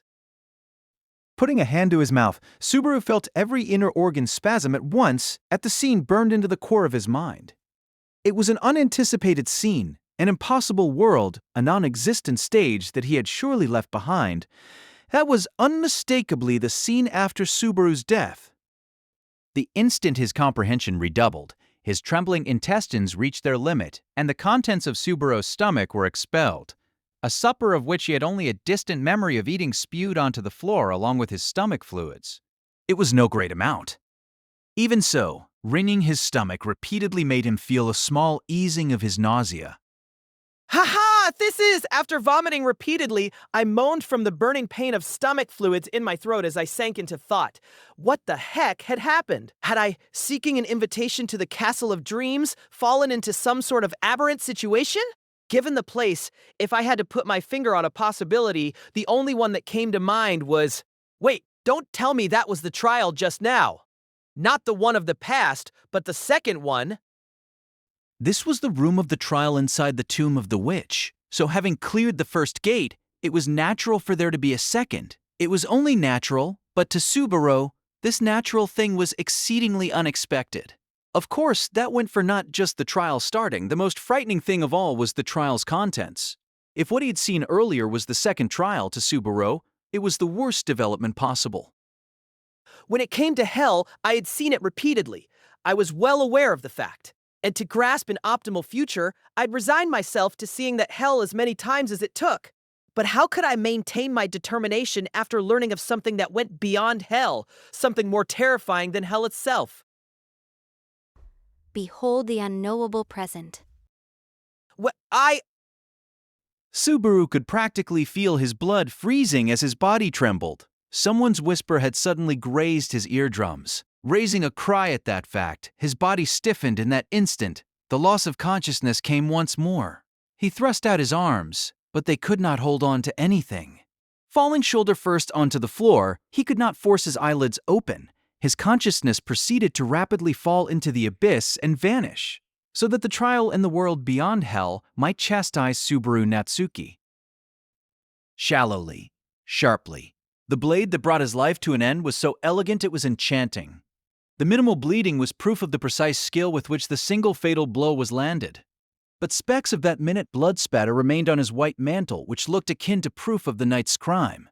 As Subaru's remains lay face up, a purple-haired knight looked down upon them. To his side, Ferris had sunken down to the ground on his backside, and it was clear at a glance he was in an exceedingly haggard state. As I gazed down upon that scene, what lay beyond hell, I felt my consciousness fraying. With nothing but my consciousness, I had no means to stop the scene or even avert my eyes. The crime I had committed remained undiminished, and the resentments of the world I had left behind served as a rasp that filed down my very soul. And this scene, too, kicked me when I was... No, the blow that came was even greater than what had preceded it. Burrow? With a sound of footsteps on grass, someone was approaching the encirclement formed by the knights. With wobbly steps, this individual walked closer to the boy lying fallen at its center. In a daze, Amelia stood beside the deceased Subaru. Beside her stood a knight, Julius. Lady Amelia, please wipe Subaru's face. I believe he would have desired that it be you rather than I who does it. At the least, it should be by your hand. Offering a white handkerchief, Julius spoke to Amelia, who was lost in a daze. However, Amelia did not give any reply. She simply stood there, her round eyes bewildered, filled with emotion. Sluggishly, Amelia touched Subaru's face with her trembling fingers. Heedless of her hand being sullied, Amelia wiped the dried sweat and a slight amount of blood that had come from his mouth with her very own palm, and when by doing so she was tidying up Subaru's dead face bit by bit, Amelia haltingly murmured, Why? Why did Subaru come back, only to end up like this? As if there had to be some mistake, Amelia murmured the question, asking someone eternally unable to answer. A dead body had no ears with which to hear it, or a mouth with which to reply, and Subaru's consciousness, being chastised for his crime, had no way of interfering with their world. I understood just which death was being reenacted in this new world beyond hell. This was the scene of the death brought about by the battle with Petalgos. After defeating the White Whale in the first battle in which he and the expeditionary force had challenged Betelgeuse, Subaru, having failed to see through his possession ability, had his body stolen by the madman. And to defeat the worst-case scenario, where he would not even be permitted to return by death, Subaru had borrowed the strength of Julius and Ferris, opting for his own death. Ferris's magic had greatly disrupted the circulation inside his body, and Subaru's demise had left a terrible expression on his face. It was thanks to Julius's intervention that Subaru had averted a horrific appearance in death. But if the question was whether this was any comfort to those left behind, that was a different story. Sir Subaru, I am so very sorry. Wilhelm, his entire body covered with wounds, fell to his knees and lowered his head in shame. Pushing his wounded body, Wilhelm wept grandly over Subaru's death. As he lowered his face with an expression of regret, aged knights stood around him, wearing similar faces of silent pain. Each was one of the comrades in battle with whom Subaru had challenged the White Whale. Having struck down the witch cult, they had promised each other a triumphant return to the royal capital, and the hearts of all were pained to be unable to fulfill that promise. Some among them were driven to tears. I gaped at to just what extent they were afflicted by my death. Or perhaps those tears struck me so hard because I was seeing them from the world after death. Why did Subaru come to help me, only to end up like this? Why did this happen? With Subaru saying nothing in return, Amelia kept a hand pressed to his cheek, continuing to call out to him in a voice that could not reach. From that sad and painful sight, Subaru knew very well what was within her chest. In that world, Subaru had not given an answer to Amelia's question. In death, it had been postponed for all eternity. Accordingly, going forward, Amelia would never know the reason for Subaru's devotion. The witch cult has long brought suffering to this world. Its vanguard, the Archbishop of the deadly sins of sloth, has been slain. To the world, this is an exceptional victory. But that does not mean all the sacrifices for its sake are pardonable. I had hoped to exchange more words with you, Subaru Natsuki. Speaking to Subaru's remains, Julius used his fingers to wrap the scabbard of the knight's sword on his hip. He repeated the gesture over and over, the intervals between them gradually shortening. With that painful murmur, Julius averted his face from Subaru's dead visage. Lifting his face toward the sky, dyed by the setting sun, gloom rested in the knight's eyes as he said, I wanted to call you friend. I wanted to call you friend. Julius's whisper in a powerless voice trickled into the forest in vain. The world's stage lights suddenly turned off, and his consciousness returned. He awoke with a start. Boo, wah, wah, wah. His body writhed. When he came to, he found his body atop a cool, hard floor. In that room filled with air chilly enough to make his nostrils hurt, Subaru lost himself as he rolled around. There was no meaning behind the action. Through actions made in a frenzy, he wanted to reject having to think about anything. He could not allow himself to think about what he had just seen. He could not allow himself to comprehend. He rolled and rolled, making his inner ear hurt as he scraped his head against the floor, as if trying to escape the storm spawned from his own internal organs. He tried to reduce the possibility of conscious thought by even the tiniest degree. Gah, gah. But as he evaded reality in that manner, he bumped into the wall, and his bounce off it brought that process to an end. The hard collision by his back made his bones creak, and his forehead was oozing blood from all the scraping against the ground. Yet, as he lay face down, it was most certainly not the pain that had caused Subaru's tears to flow. Subaru's sobs were for the shame he felt toward his spineless self. Just how often, how many times over would my weakness continue to torment me? Just how could I obtain a heart of steel that would never ever waver, no matter the predicament, no matter the ordeal? It was because I was so weak, so frail, that so many times before the stuff I pretended not to see, the stuff I turned my back on, that's what this is? It wasn't that he had never thought about it. The possibility had floated up in a corner of Subaru's mind a number of times. The fact that he'd made no attempt to seriously come to grips with it was nothing save himself subconsciously rejecting any verification of the possibility, any inquiry into it, all out of fear. The idea that when Subaru returned by death, the worlds continued after his demise, if he openly considered the possibility, if he even suspected it, the foundation of how Subaru fought would crumble under his feet. That Subaru, wishing to save others, had been left behind by everyone. No, it was Subaru who had left them behind. Shamefully, selfishly embracing his own death, Subaru left the world behind, as only he escaped into a brand new world. His irresponsibility had borne terrible fruit. That was the truth behind those scenes, what had created hell beyond hell itself. Behold the unknowable present. You can't escape, the whispering voice close to Subaru's ears seemed to declare. The forced estrangement of his consciousness that differed from sleep made Subaru fall into a world of white. When the whisper ended for the third time, he wondered why the voice sounded familiar. Then he realized the answer. Without the slightest doubt, the voice I heard was my own. There was a girl. She was kneeling in front of a corpse with its skull smashed apart, unable to withstand a fall from a great height. The corpse had bloomed upon the ground as a flower of blood. From the fragments that had cruelly flown apart, it was barely discernible that this had once been a black-haired boy. I was no longer surprised to awaken as a consciousness alone. Once again, my consciousness had been forcibly switched. Once again, I was being shown what came after my death. The only thing my consciousness couldn't expect was just which reenactment of death I had been called to.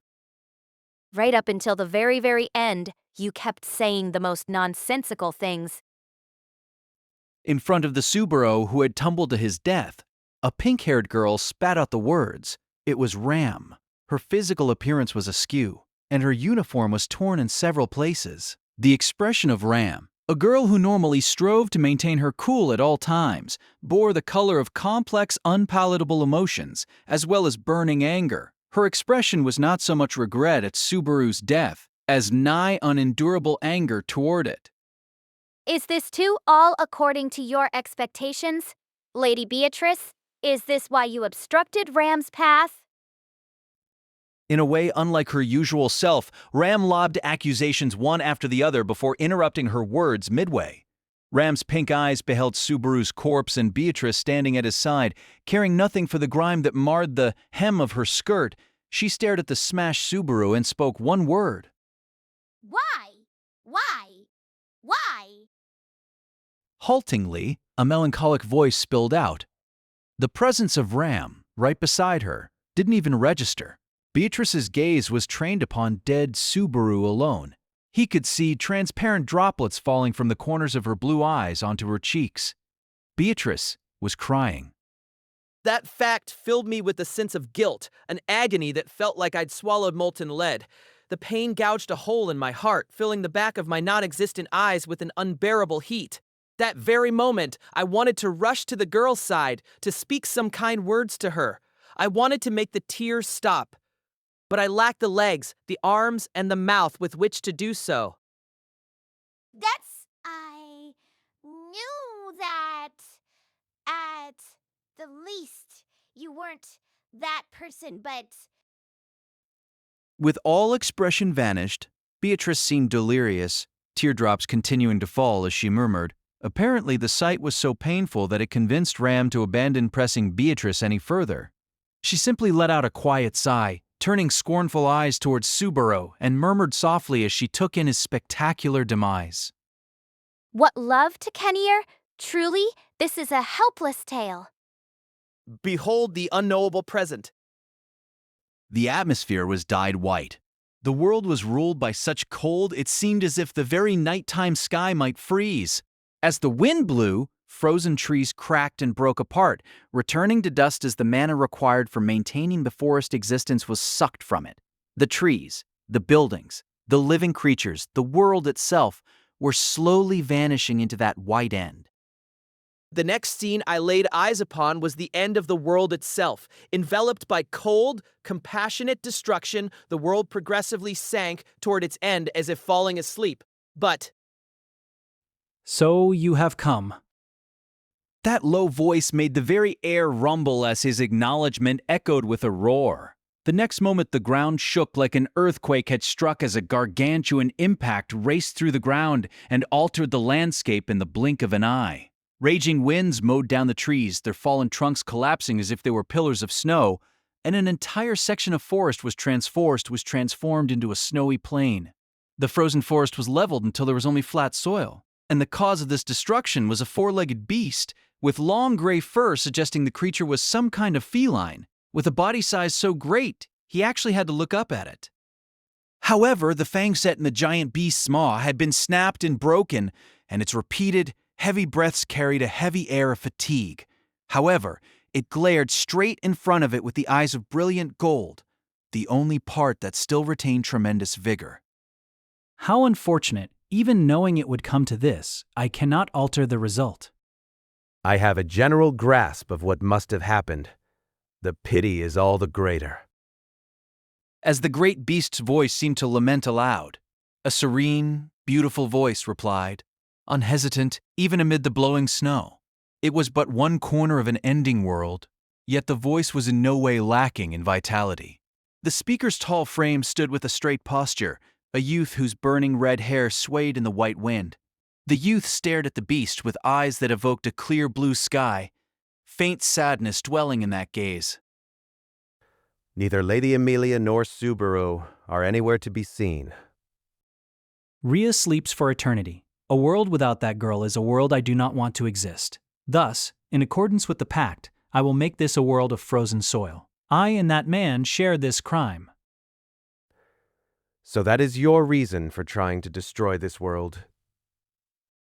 I knew you would try to prevent it. But if I do not do this, that girl cannot be saved. When the beast made that ferociously growling reply, the youth shook his head a little, grasping the hilt of the sword on his hip.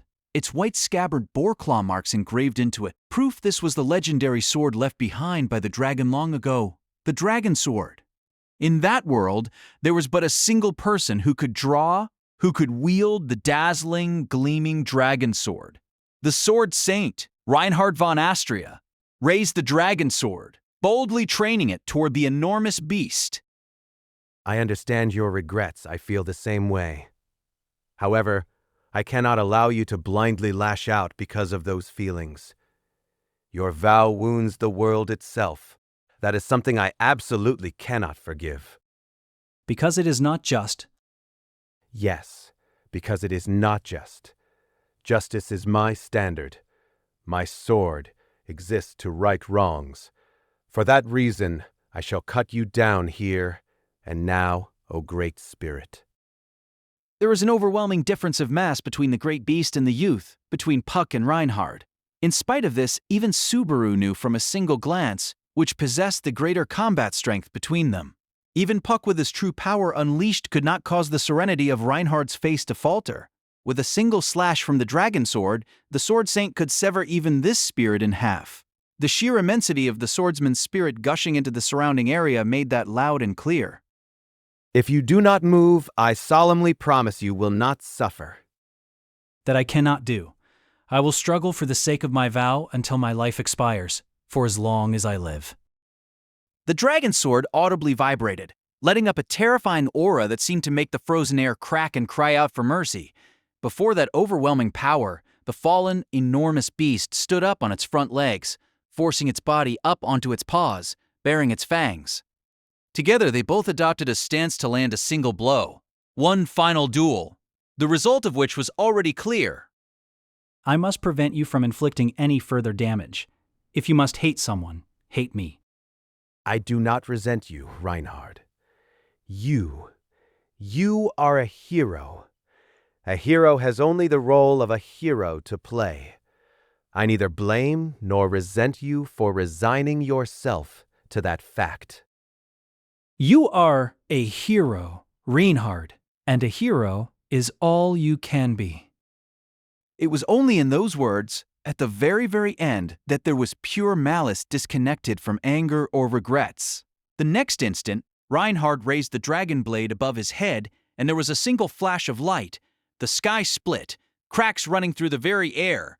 The ground crumbled, mana swirled in a vortex, and along the arc of his slash, the world slid. The moment after that cascading slash settled down, the white, cold air covering the world recovered.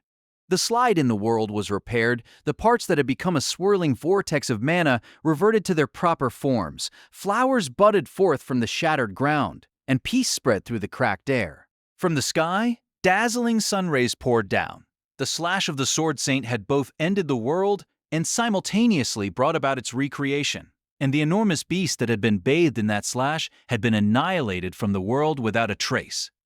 There were not even side effects of destruction to be seen. That a battle had even taken place seemed like nothing but a dream. With a rasping sound, Reinhard sheathed the dragon sword within its white scabbard once more. As the passing breeze rustled through his red hair, Reinhard narrowed his eyes at the sunlight and lifted his face to the sky. His lips faintly stiffened, and as he exhaled, he whispered too faintly for any to hear. Lady Felt shall surely be sad. The Sword Saint closed his eyes with a final whisper. Behold the unknowable present. Behold the unknowable present. Behold the unknowable present. Behold the unknowable present. Behold the unknowable present. Behold the unknowable present. Behold the unknowable present. Behold the unknowable present. Behold the unknowable present. He beheld the unknowable presence. Shown one finished world after the next, Subaru could do nothing but lie flat upon the floor. He did not know at that moment where he was. Was he in reality? Was he within the dream? Was he consciousness alone? Did he have a body? Having repeated those nightmares, was it right to even call them nightmares? Or was this his crime, the reality he had to accept? Were they mere hallucinations of possibilities? Or had he truly seen a hell beyond hell itself? Or maybe convenient worlds had been created from Subaru's memories once again? Then how had information from after Subaru's death, which Subaru clearly did not know, trickled into them? Were they really false worlds born from delusions? Or was his reality being consumed by a different reality? No matter what the answer might be, Subaru had taken a tremendous blow to his psyche, enough that he was unable to face it head-on, to stand, to even lift his head. That was why… Goodness, can you even stand anymore? Subaru. He heard someone standing beside him, someone gently trying to rescue his battered mind. It felt like a lovely voice, one that belonged to someone precious to him. Subaru's cheek felt a hot teardrop, one that should never have flowed, trickling down his cheek. How long had it been since he had heard that voice ring in his ears? In terms of actual days, the time that she had been asleep was not truly so great. At most, it had been a week's time since acquaintances and family had laid eyes upon her face. And yet, it did not seem that way to Subaru. It felt like they had parted eons ago. To Subaru, who had gone back at the cost of his life over and over, the actual passage of time held no meaning. What was important was the moments experienced by his soul, and it had truly been a great deal of time since his soul had heard her voice. Subaru, are you all right? The voice whispered lovingly, consolingly, compassionately. The familial love, the passion with which her call was infused, quickly quenched Subaru's parched heart. The vessel of his heart, empty and surely sinking into the void, became filled with warmth. All it had taken was a single sentence. Just how much strength did she grant him? It's a lie. No, it is not a lie. You can't be here. If you want me to be, I will always be at your side, Subaru. As if, just when I most think I want someone to do something, anything, as if you'd always be there for me. Things aren't convenient like. Because I am always thinking, I want to be the most convenient woman of all for Subaru. With a sobbing voice and unsightly weak sounds, he fell to pieces, and yet, even with his hollowness laid bare, that voice would never look down on Subaru, never lose faith in him. Because she knew that Subaru was weak, helpless, so fragile and lacking in confidence that he had to cling to something just to get by. Someone who continued to hesitate, for she was the girl who knew Subaru was not strong, yet had said to him anyway, "I love you." Rem. Yes, I am Subaru's Rem. He lifted his face. In his tear-blurred vision, the color blue filtered in. Violently rubbing his eyes with his dirty sleeve, wiping away his tears, Subaru saw perfectly clearly. He saw, standing before his eyes, the sight of Ren that he had yearned for so desperately. Remem. Yes, I am Rem. Subaru's personal, dutiful, all-purpose maid. Why, you? With a little tilt of her head, Rem's playful manner blindsided Subaru. Faced with such behavior from her, before Subaru could say anything, he felt something heavy fall out from inside his chest. His breathing eased and the pessimistic voice inside of him vanished. Subaru was dumbfounded at how easily, so easily indeed, he had been saved. His mind, battered and broken down, thinking that he was at a dead end, had been freed of its bonds with such ease from nothing more than one girl's smile. Reem, you're incredible. Thank you very much. You are wonderful too, Subaru. With that smiling reply, the way she spoke out of sync was so familiar that it was as if she was perfectly in tune, just like always. That nostalgic exchange left Subaru near tears, seemingly unable to hold them back no matter how hard he tried. Still lying flat on the floor, Subaru's cheeks twitched as Rem knelt before him. Are you all right? Are you tired? I wonder, am I tired? Even though I still haven't accomplished anything yet. I had accomplished nothing. I had done nothing. I had done nothing. I had no right to say I was tired. Everyone was suffering more. Everyone was going through more agony. Why did everyone have to suffer like that? The answer was clear. It's because I'm weak. Because I don't have enough strength. If I was stronger, if I was wiser, if I was a man who could do more, no one would have to suffer, to be sad, to go through hard times like that.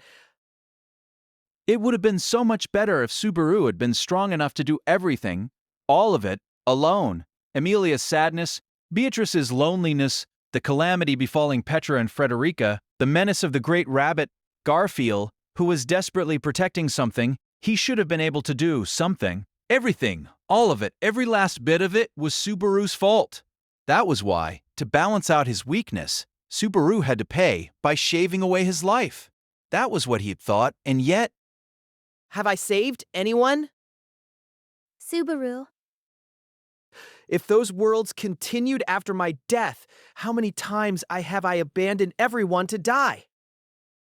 Subaru, How many times did I make you die? How many times do I have to kill you? With rapid words, with fear from the depths of his body making him tremble, Subaru confessed his crimes. He wanted to vent it all, to lay everything bare that very moment. Before he whittled away his mind, he wanted someone at his side, someone qualified to do so, to pass judgment on his crime. Deciding in his heart no more mistakes, he marched off on his path, mistaken from the very first step. He wanted that great and foolish bastard, that fool beyond redemption, to get a walloping. Subaru, And yet, Subaru, seeking punishment, was granted a gentle embrace of forgiveness. Miri, it's all right. It's all right, Subaru. What is? What's all right? No way. It's... Subaru had accomplished nothing, not one single thing. There were many people who could not be saved unless Subaru saved them. There were many with terrible ends awaiting them. Even Rem was someone Subaru had to save. It was she who had the right to blame Subaru Natsuki, that insufficient, weak fool, for falling short. You should be... I love you. Touching their foreheads together, she simply whispered her love. It sealed his words away. He could say nothing. From very close, those light blue eyes, those eyes filled with benevolent love, seemed to be trying to drown Subaru in kindness. I love you, Subaru. That's why everything is all right. That's not an answer. Yes, it is. Why is Rem here? Why does Rem forgive Subaru? Why does Rem forgive Subaru? It is the answer to everything. With firm arms, the charmingly smiling Rem held Subaru tight, close enough to feel her breath. He could not move. He could not even twitch. Rem's arms were strong, so strong that he could do nothing. You have had a really hard time, huh, Subaru? For one person to be hurt this much, it must have been hard, Subaru. It's all right. You don't need to go through only sad things anymore. Desperately working to hold out, Subaru was unable to reply as the sweet sound of Rem's voice continued, as if trying to gently unravel the chains around Subaru's heart to dissolve the hardened emotions within. Rem will take the place of all Subaru's feelings. There is no reason anywhere for you to bear anything and everything on your shoulders. Subaru, leave all of them to Rem. Rest well now. It is all right to sleep. And then... show Rem the Subaru she loves so much. One more time. Placing a hand on Subaru's forehead, Rem peered right into his black eyes from up close. There was a momentary hesitation, and then Rem's face slowly drew closer. Even Subaru's sluggish consciousness could understand what she was trying to do. He wondered if it would be right to let her do it, to let her fasten him, laden him, for him to drown, to dissolve, to sink. Whether it was right or wrong, Rem would forgive it, wouldn't she? His emotions were frayed. His confused soul wanted someone to reach out to him, and in that moment, Rem, who understood everything about Subaru, was saving him once more.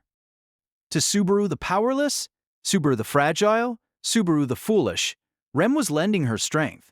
If by indulging in that, clinging to that, nestling against that, he arrived at the correct answer, then he'd been worn away, no longer knowing which path to walk, not even knowing which way to turn. So he'd yield, he'd give up on anything and everything. It is easy to give up. However, it does not suit you, Subaru. He heard a voice. Subaru? He heard Rem's coming from the front, seemingly questioning him. In addition, her face, presumably on the verge of closing the gap between their lips so that they might touch, was being obstructed by Subaru's hand. Gazing at the flicker in her wavering light blue eyes between the gaps of his fingers, Subaru spoke. Who are you?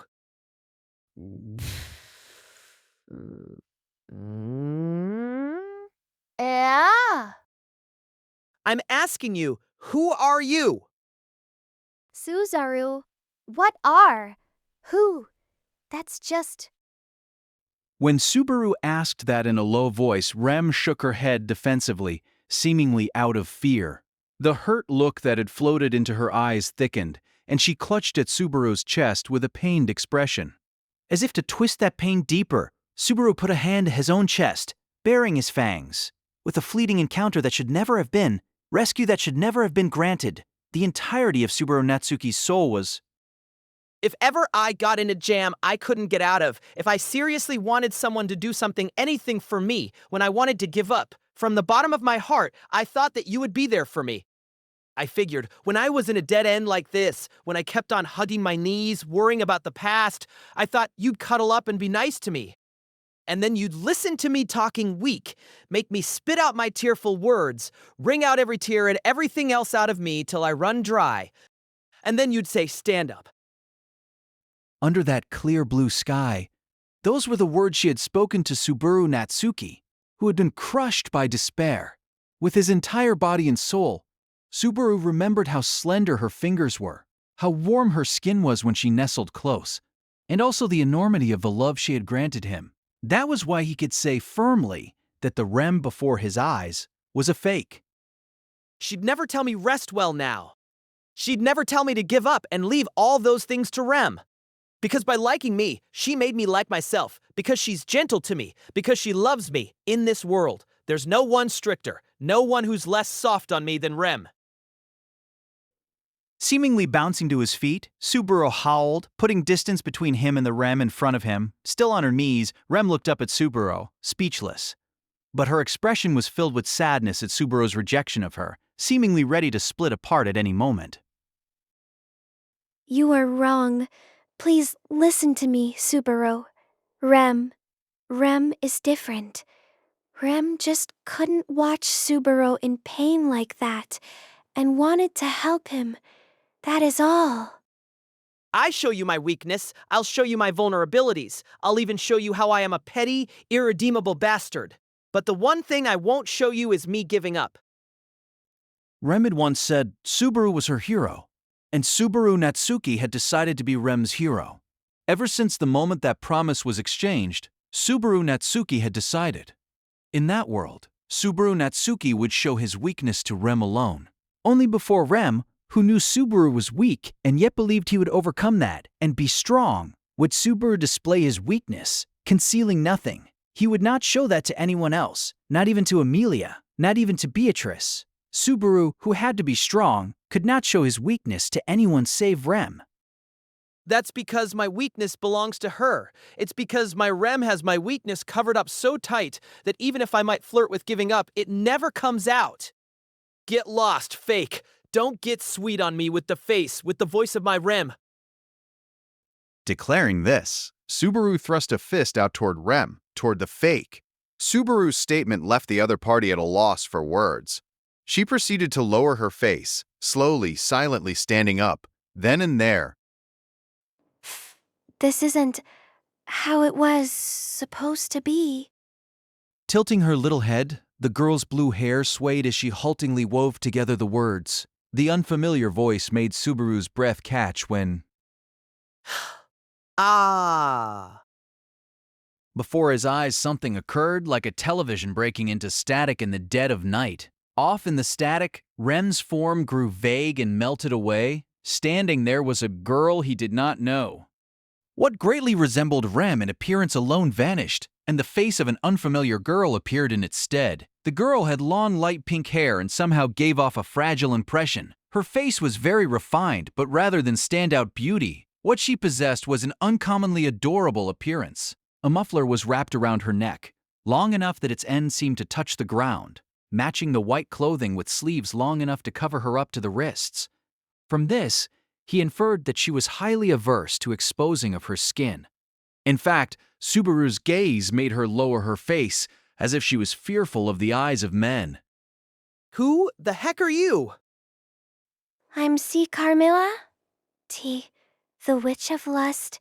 Be pleased to meet you. The reply the girl, Carmilla, gave to his question made Subaru unwittingly suck in his breath. Not that the absurd phenomenon hadn't made him think it, but This nonsensical space. It's Echidna's dream? Close but incorrect. I think Echidna is watching the trial, so the trial is always like a dream. So, duh. The trial is always like a dream. So, Carmilla had politely confirmed his speculation, but the gaze with which Subaru regarded her was harsh. Of course it was. She had done something beyond the pale. Shying from the stern gaze, Carmilla pleaded in worry. stop.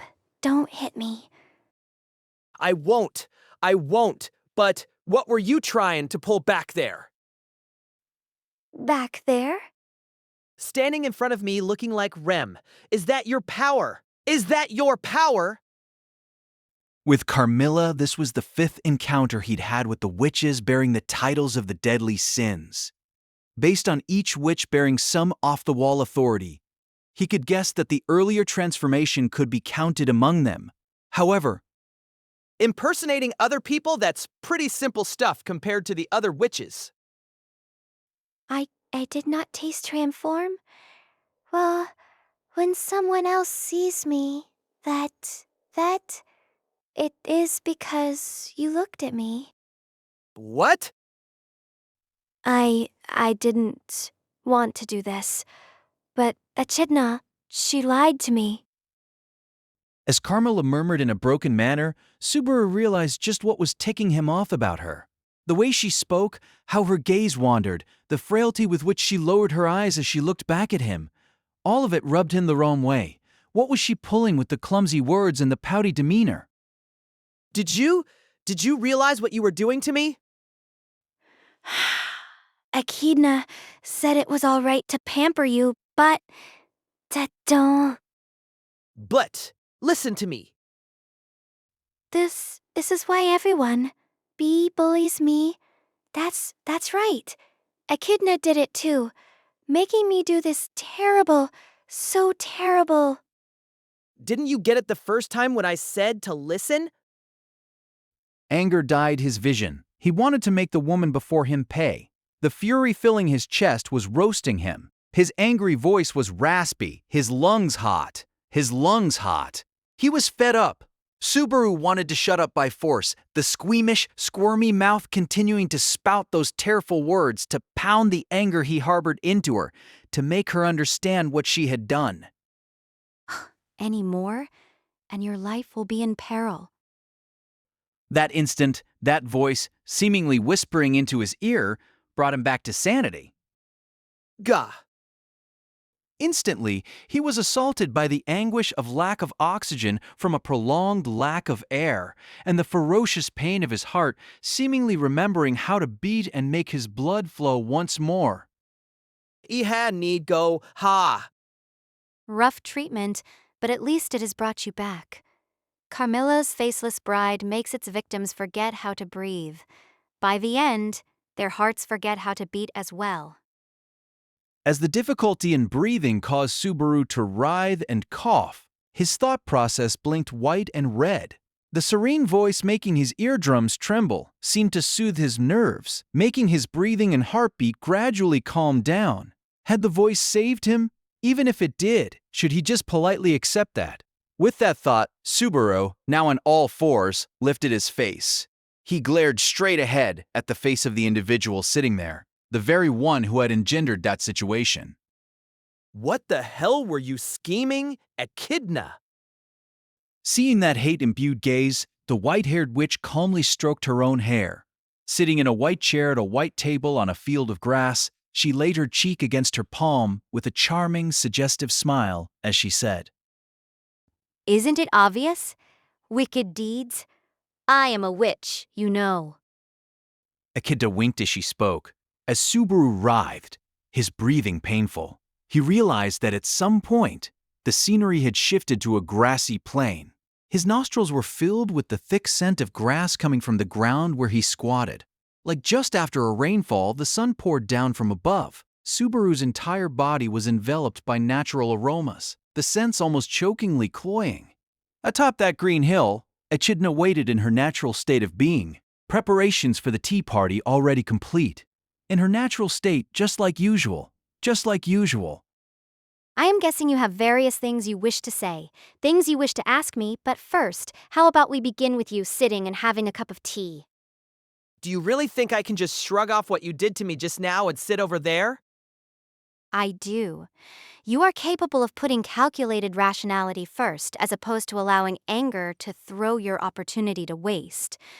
You would rather speak with me than push me away.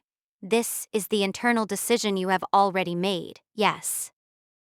From above, like an adult easily seeing through the schemes of children, Echidna easily struck the mark resting in Subaru's chest, using that confident demeanor to make him submit. Her assertion was correct, but he was not such a doormat to just listen and take it with good grace. Echidna, if that wasn't your real intention, say so. Hmm? From earlier, if that was Lust doing her own thing, not what you actually intended her to do, say it. Say you're sorry. If you do that, I won't find fault with you. He presented his case to Echidna.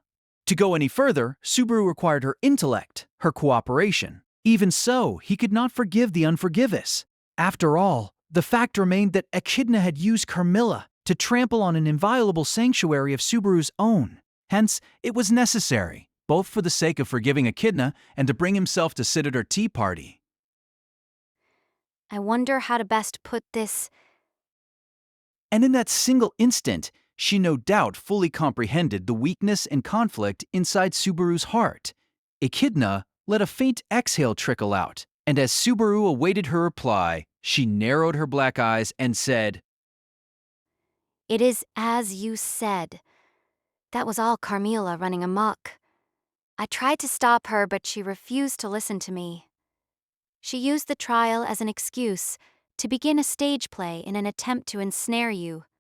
Though I must say, you escaped that perilous juncture under your own power, and using the opening from Carmilla failing to ensnare you, I seized back the initiative, narrowly resulting in this reunion with you.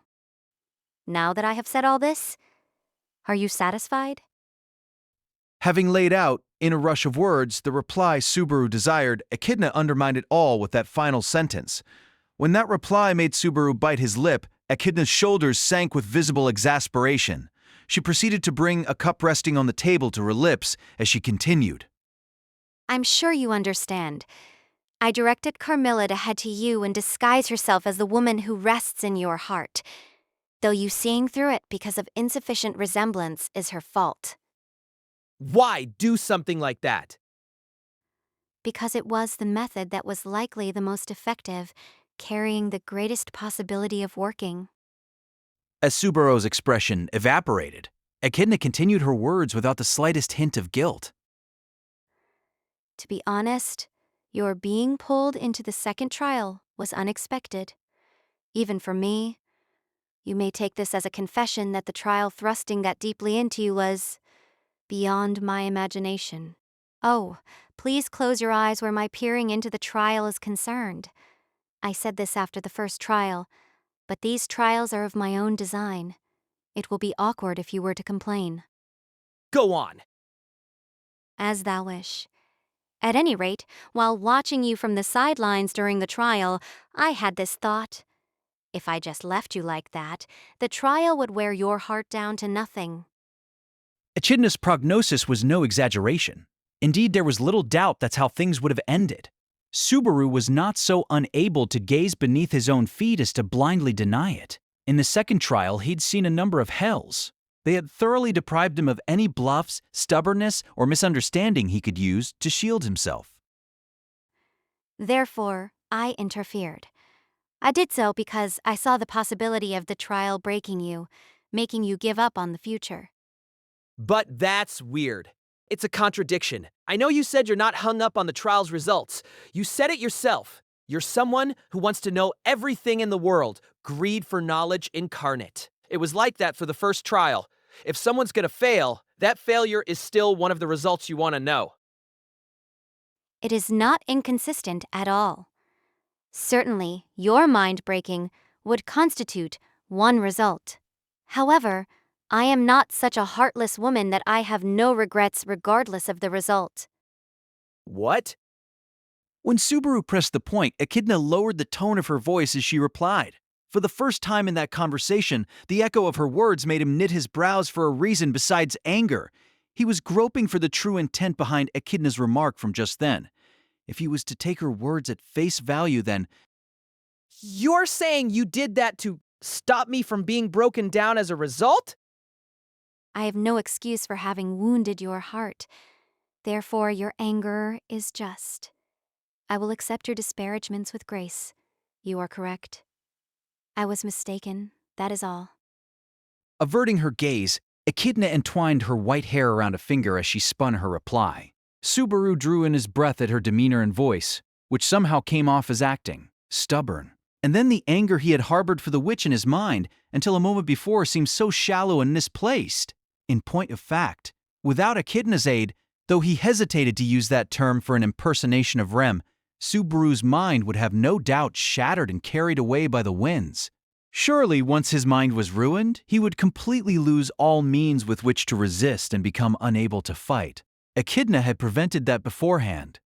He could not convey gratitude toward her. However, this was not behavior that warranted being showered in vitriol and insults. This would serve as their common ground. Let me say just one thing. Ah, Standing up, Subaru went over and took a seat at the tea party atop the hill. Seeing this, Echidna let a tiny breath trickle out, and from the very slight slackening of the corners of her eyes, he knew. Relief was the water that had washed a little of the worry off her face. Therefore, Subaru glared at the witch's face and spoke. I won't drink any donut tea, but I'll take you up on a conversation. I understand what it is you most wish to know. Shall I explain about the trial then? With Subaru having sat down for the tea party, Echidna proposed a topic, seemingly to demonstrate her sincerity to him. He had no objections to the contents. When Subaru nodded in assent, Echidna gently lifted up a finger. Just like the first trial, the second trial is, to put it bluntly, a construct. Those worlds are reproduced from your memories, gathering together various conditions that exist within your memory, and from information about past, present, and future.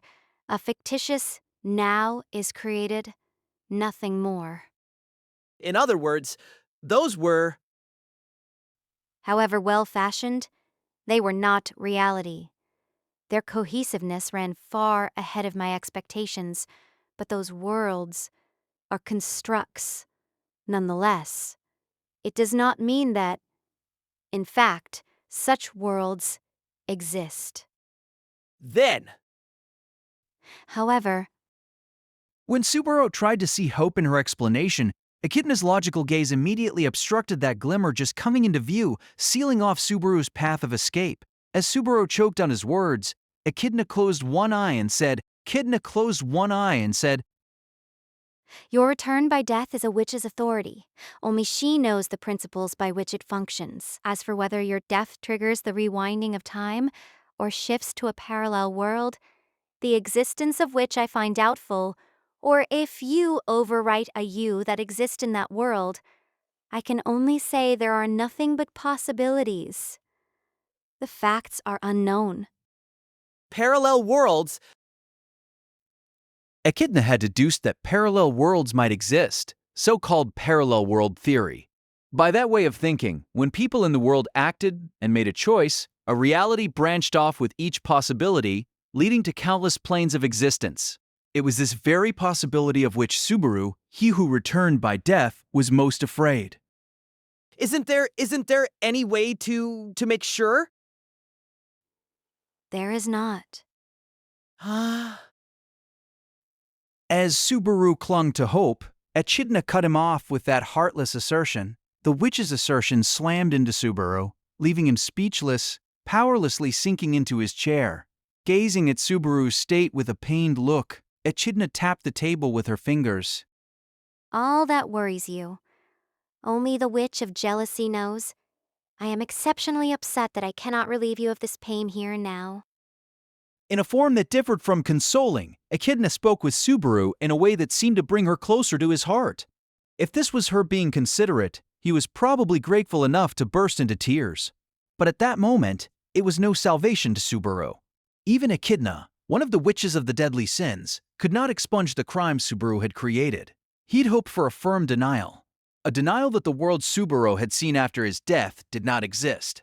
If that was no good, he'd hoped for an assertion saying, "Your conceit has come at the cost of numerous sacrifices." With either reply, Subaru could fight. The reply would surely chastise him, drive the truth home so that he might never forget. And he would grit his teeth, tears of blood would flow, and his very soul would wail as he stepped forward. But in spite of that, there's not even an answer? With neither assent nor rejection, with the worlds dangling in the sky above, how could he resist? Not even knowing whether he was the one doing the violating or the one being violated, he couldn't even cast aside the feeling of being discarded. Was it Subaru's punishment that he could not even acknowledge his crime? No one could pass judgment on Subaru. No one could blame him. He understood that. But was even Subaru himself prevented from doing so? I think it is a terrible thing. But I also think there is no choice, save to break with the past. Break with the past? With sluggish movements, Subaru lifted his head and turned his face toward Echidna. Nodding toward his gaze, she adopted the most serious look she had to date as she said, Certainly, the choices you have made to date might well have come with many casualties. What you may have left behind, what cannot be undone, is surely incalculable. But to simply count the things you have lost, and to be a prisoner to them is very hollow indeed.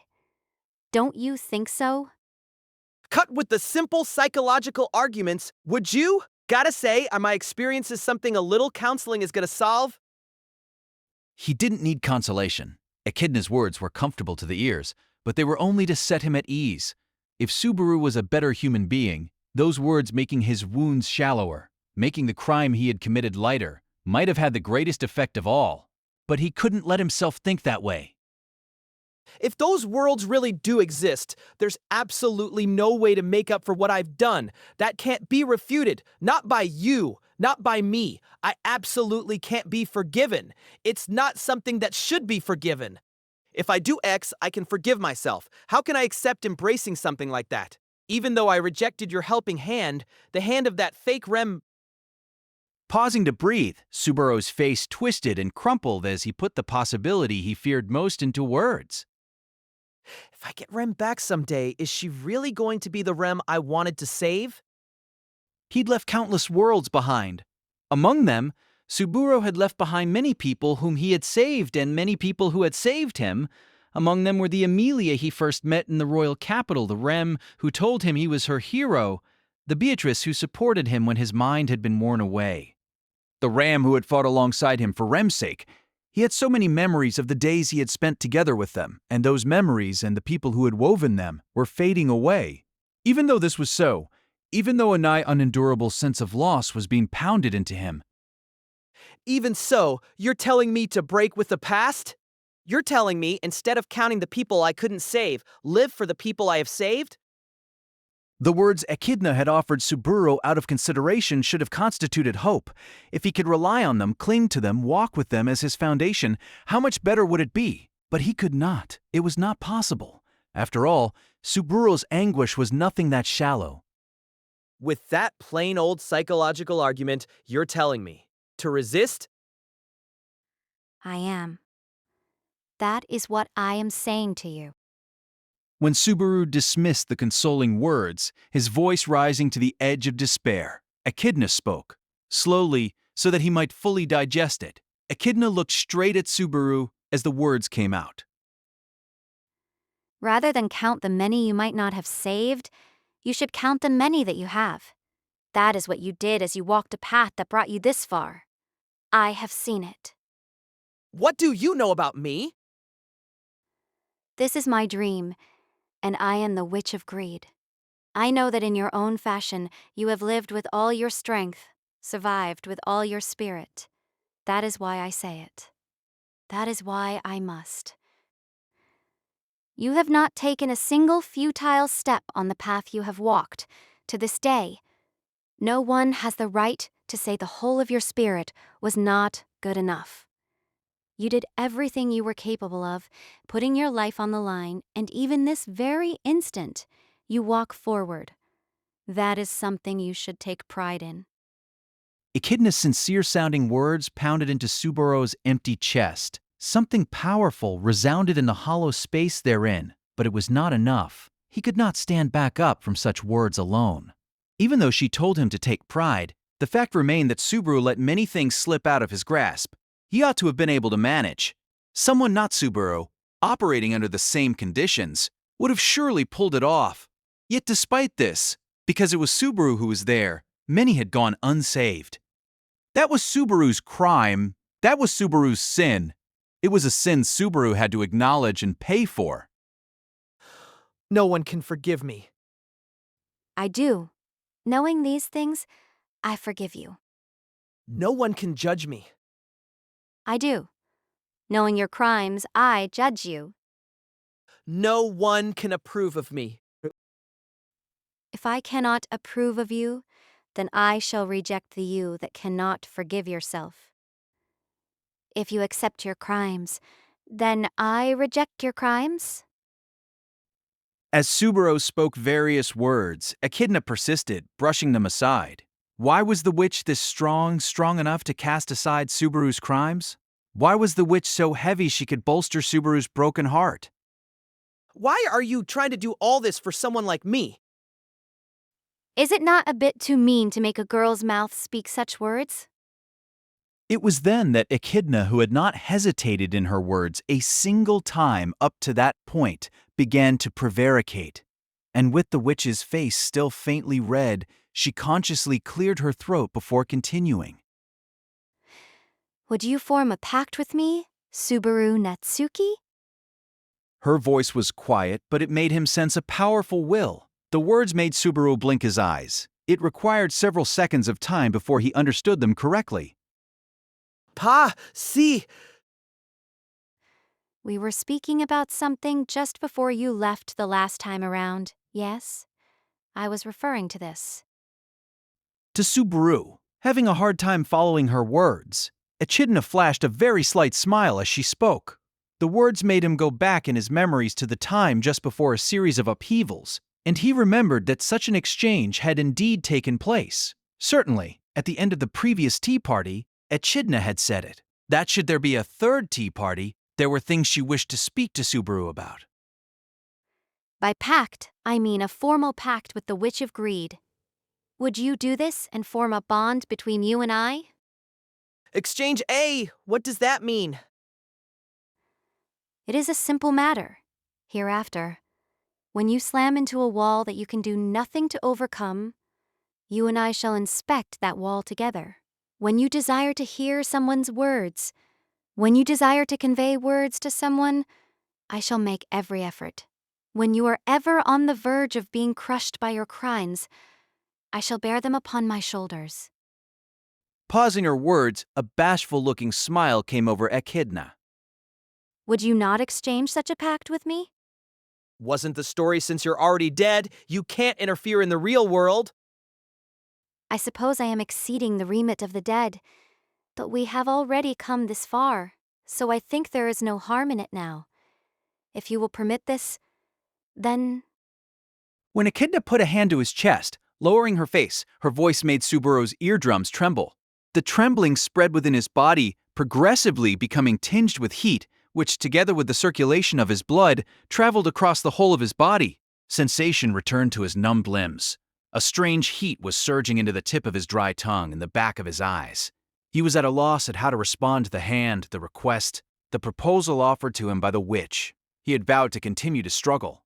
When he was on the verge of losing sight of what that meant, it was she, Echidna the witch, who had bolstered his fracturing will.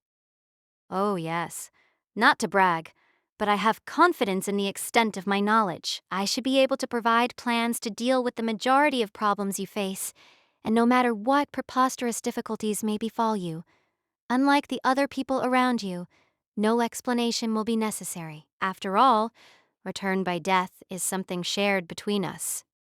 The hell? Don't tell me! You're giving me a sales pitch for forming a pact? I thought that raising the merits of forming a pact with me is a natural attitude for the proposing party to take. I am gambling that this may tilt your heart toward forming a pact, even a tiny little bit. Calculations, you see? Calculations. The aura of mystique she maintained until a moment before vanished as the witch turned a smug face towards Subaru. That such a witch could appear so intimate made Subaru unwittingly slacken his cheeks. Listlessly taken aback, short of breath. "Yeah," went Subaru, his voice trickling out. Giving his body over to the grassland breeze, he slumped back in his seat as he gazed up, narrowing his eyes at the white clouds in that constructed blue sky. And as he gazed at that relaxed scenery, Subaru breathed easier. When he hit a dead end, when he no longer saw an answer when the time came to confront his troubles, if he could meet and exchange words under a blue sky like that, then Maybe that's a good thing. Meaning? spontaneously, or at least acting as such, Echidna knocked her chair back, leaning forward as she peered intensely at Subaru. When his eyes bulged at her excessive reaction, the witch's cheeks reddened a bit as she replied. Yes. If you strenuously insist, I would be willing to form such a pact with. Bit late to smooth that over now. Wait, I'm not the one asking you. No, that's wrong. In any case, it's pretty cheap to talk about who went first. Echidna had done the proposing, but this was ultimately to save Subaru's mind. If he had to put it bluntly, this was the witch's kindness. She was engaging in such clumsy theater for no reason save consideration for Subaru's mental state. He was incredibly weak. If Subaru Natsuki was unable to stand alone, then with someone's aid he might. Sitting up from his slumped position, he rode the momentum to rise to his feet. Echidna, standing at handshake distance, lifted her gaze due to the minor height difference, a faint hint of worry on her face. The witch was crafty with every expression, though that had been his salvation. So how do you form one of these pact things anyway? To form a formal pact, a bond must be tied between your soul and mine. The fine details are handled on my end, but at any rate, let us begin by joining hands. Echidna lifted her right hand, turning its white palm towards Subaru. She most likely meant for him to place his palm upon hers. Straight in front of him, Subaru saw the subtle but undisguised grin of delight on the witch's lips, audibly exhaling as he felt like all the poison was being drained from the air. ReZero, Starting Life in Another World by Tippi Nagatsuki, casted six-tale novel. Please subscribe to our channel.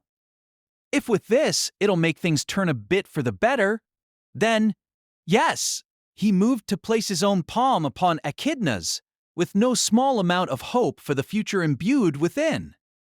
The blow that smashed the table apart was continued traveling straight into the hill, causing the grassland to spectacularly cave in. The ground shook ferociously with an earthquake-like roar and shuddered, throwing Subaru onto his backside. And there stood... I am putting that pact on hold. Smashing her fist into the ground, the blonde, blue-eyed girl made that declaration with an imposing air. The Witch of Wrath was glaring at the pair, her eyes filled with powerful anger. Squatting on the impact-flattened ground, Subaru squinted up at the bearer of that angry gaze. With bottomless anger in her blue eyes, the beautiful face of the witch, Minerva, had a crimson hue. It was not toward the frozen stiff Subaru, but to Echidna, standing at his side, to whom she turned a grave look as she said, I repeat, I am putting this pact on hold. I do not approve of this pact. To me, this is quite an unexpected development. The way she spoke held familiarity as well as enmity, displaying an attitude far too bloodthirsty to be called friendly. As she trained that toward Echidna, Minerva stood at the center of the crater, crossing the arms with which she had used to make the mighty deformation, making her bountiful breasts bounce as she bit her lip. This is the occasion of a pact and a witch's pact at that. Even you are surely not incapable of understanding what an important ceremony this is. Or perhaps you had your eye on him too. Is this envy? Do not make light of this with your petty jokes. Do you not understand the reason I am angry like this? I am indignant. I am in a rage. You have driven me into a fury. When Echidna tried to sidestep with frivolities, Minerva shouted with anger, her face growing redder still. She was so high-strung that her eyes were filled with tears, with clear droplets trickling down the sides of her tender visage. This was the very different sense of presence that Minerva. No, what was odd was not the sensation, but the fact that she was there at all. How are you here? What? Are you saying it's wrong for me to come here like this? Not that. I'm not saying that, but, Echidna's, right there. As Minerva's cheeks puffed up with dismay, Subaru pointed toward Echidna. The pointing finger made Minerva cock her head, but Echidna went, "Ah!" in apparent understanding, clapping her hands together as she said, Now I know the cause of your bewilderment. You find it strange that she and I are together in the same place. That's right. Before, when you let me meet with the other witches, you said you were lending yourself to let them borrow your existence. But this would mean that talk was... She lied to you then. This girl has a foul personality, prone to evil cranks for no good reason. When Minerva smacked down his rebuttal, Subaru went, "No way," and looked at Echidna. Please do not misunderstand. Certainly, when I explained substitution was necessary, I lied, but only about that single point. But their manifesting here presents a danger to me. If I, a soul alone at present, am defeated, the right to rule this place will be transferred. There is no guarantee that they would not angle for that. But just on account of that. For example, if Sekhmet, the Witch of Sloth, was of a mind to do just that, I have no chance of victory. Though in the first place, if I made an enemy of her, she could slaughter me and the other 4 witches put together in 1 second. To Subaru, slow on the uptake, Echidna was revealing what had happened without a single shred of guilt. There were parts that he could accept, and parts that, emotionally speaking, he could not. But as that complicated mental state made Subaru grimace, Echidna continued. Besides, perhaps I dislike other witches crawling out of the woodwork out of concern. One might whisk you away? What? I find myself liking you more with every return. Not in life or death has a conversational partner made my heart leap so. Therefore, I want you all to myself. If you must declare me a fool for making one shallow lie for that sake, go ahead and laugh, if you like. For her craving to monopolize ran very deep. A powerless smile came over Echidna as she revealed her true thoughts. Left speechless, Subaru's thoughts wandered over Echidna's excuse and in search of the reason for her obsessive spirit toward him. It wasn't just her. The Witch of Jealousy also saw Subaru as... What do you think you're doing, swallowing everything she says so easily? As Subaru sank into thought, a powerful blow struck his head from behind, The impact made his eyes spin. It seemingly had enough power to rip his head off, and yet, what occurred was not pain but a feeling of excessive exhilaration that blew lethargy out of his entire body. And you, stop letting Echidna take you for a ride with her flattery. That lightweight decision-making and empty-headed attitude is really ticking me off. Flattery makes it sound so underhanded. I am creating an opportunity between him and I, only so that we might strive for greater understanding together. If I do say so myself, a pact is simply the result of having formed a bond of trust. I'm telling you, change that I explained it properly. Already attitude. Certainly you've spoken with the boy about the good points of a pact. But as for the bad points of being in a pact, you haven't said a single darn word. Giving in to her anger, Minerva stamped her foot on the ground, making the grassland explode in a spectacular cloud of dust. Setting aside her overwhelming state of agitation, Subaru was aghast at the meaning of Minerva's words. Certainly, he had no memory of touching on the downsides of a pact during his back and forth with Echidna. He became self-conscious of how careless he'd been in not realizing that fact. Wait, what do you mean? Downsides? There wouldn't be some huge exaggerated thing like, You don't think there'd be any? You look on pacts too lightly, particularly where the Witch of Greed is concerned. She who came into contact with the most humans among all the witches, whose words interfered with history. All of those were acts taken in life, though I cannot say that all of those who formed pacts with me found happiness. Minerva was thrusting before Subaru's eyes a side of the witch he didn't know. Furthermore, as if to bolster the validity of the words, Echidna was, in the end, asserting that she meant no harm to Subaru. Subaru was tormented by the pair's words, but emotionally he wanted to believe Echidna. of course he did. Ever since associating with Echidna at the tomb like that, they'd met several times over. She was also someone to whom he could divulge the circumstances he couldn't to anyone outside the dream, someone who understood return by death. That was why, through the offer of cooperation that went by the name of Pact, Subaru had found salvation. As Subaru molded over, he stared at the white-haired witch and the blonde-haired witch in turn. Emotionally, he doubtlessly tilted toward Echidna. However, Minerva's presence had him concerned.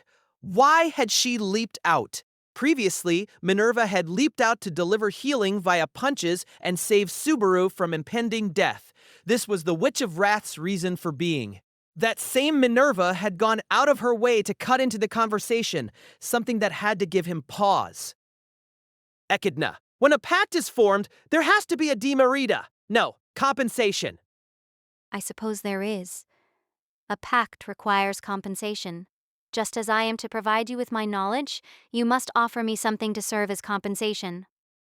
If that's so, what do you want from me? What do I have to offer you? That question was one that needed to be asked and answered before a pact was formed.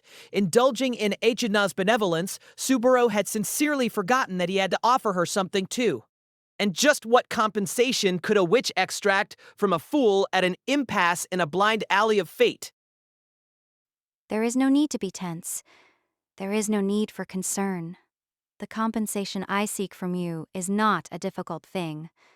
For that matter, among the pacts I have formed to date, I would call it exceptionally forthright. What then? It is a simple thing. What you feel, what you think, what is left in your heart, the futures you know, the things you do, the possibilities you create, the fruits of all the unknowns that hail from your existence. I wish to taste them. Her cheeks faintly reddened. Echidna confessed as if she was a young maiden in love. The fruits of the unknowns, the poetic, roundabout wording made Subaru knit his brow. Are you saying you'd pull my emotions and memories right out of me? You say the most provocative things. You are mistaken. I simply want to see the scenery you see, to hear the music you hear, to stand in the place of knowing the unknowns that spring forth from you. That is all it will take to satisfy me. As if to wipe away Subaru's concerns, Echidna clarified what it was that she sought. All that she wanted was to see Subaru walk off toward his destination and to gaze at the same scenery he did along the way. She wanted to know what Subaru felt, what Subaru knew, and the results of Subaru's actions. That's not a lie, is it? The occasion of a pact is no place for lies. So that I may remain myself, I vow that I shall absolutely never turn my back upon these words, even at the cost of my life. Touching a hand to her chest, Echidna added, "Though I am already dead," concluding with a light-hearted demeanor. He did not think that those words were lies. Perhaps that was simply what he wanted to believe. But if it was just him wanting to believe, that was enough. If Subaru were to think that way, then... It is all true, but she has not said everything. Just when Subaru was about to accept Echidna's confession and try to send Minerva away, his shoulders jumped. It was a voice he had heard only tens of minutes before, and the sound anything but pleasant. The Witch of Lust, Carmilla. Stop. I'm not doing anything. So don't make such scary eyes. No. I was born with this mean mug. This ain't some kind of special glare meant just for you. With broken grasslands separating Subaru and the pair of witches, a third witch appeared from a position a short distance removed. Carmilla, dressed no differently from earlier, timidly stared down at her own feet. She did not look toward Subaru. She did not meet anyone's eyes. But that did not mean she was silent. Echidna is not lying, but she is hiding lots of things, okay? She's hiding things. At that late stage, no anger rose within him at successive witches coming to stand before him. However, the witches successively standing before him were making assertions, one after the other, that he could not simply let pass in silence. The same went for Echidna. Suddenly, appearing and lobbing insults is very rude. In the first place, why are you giving him warnings? Unlike Minerva, you have no reason to give him your backing. You must despise him. Our reason like Minerva? I have a proper... I don't. But, Echidna, you deceived me, didn't you? Deceived me, didn't you? Echidna's statement was orderly. In contrast, Carmilla's words were halting and broken. Eyes downcast, the witch's speech pattern was frail. However, in contrast to her voice, her assertion was uncompromising. Even as Carmilla's gaze timidly wandered, her demeanor stared straight at Echidna. I don't like this boy, but Echidna, because you deceived me.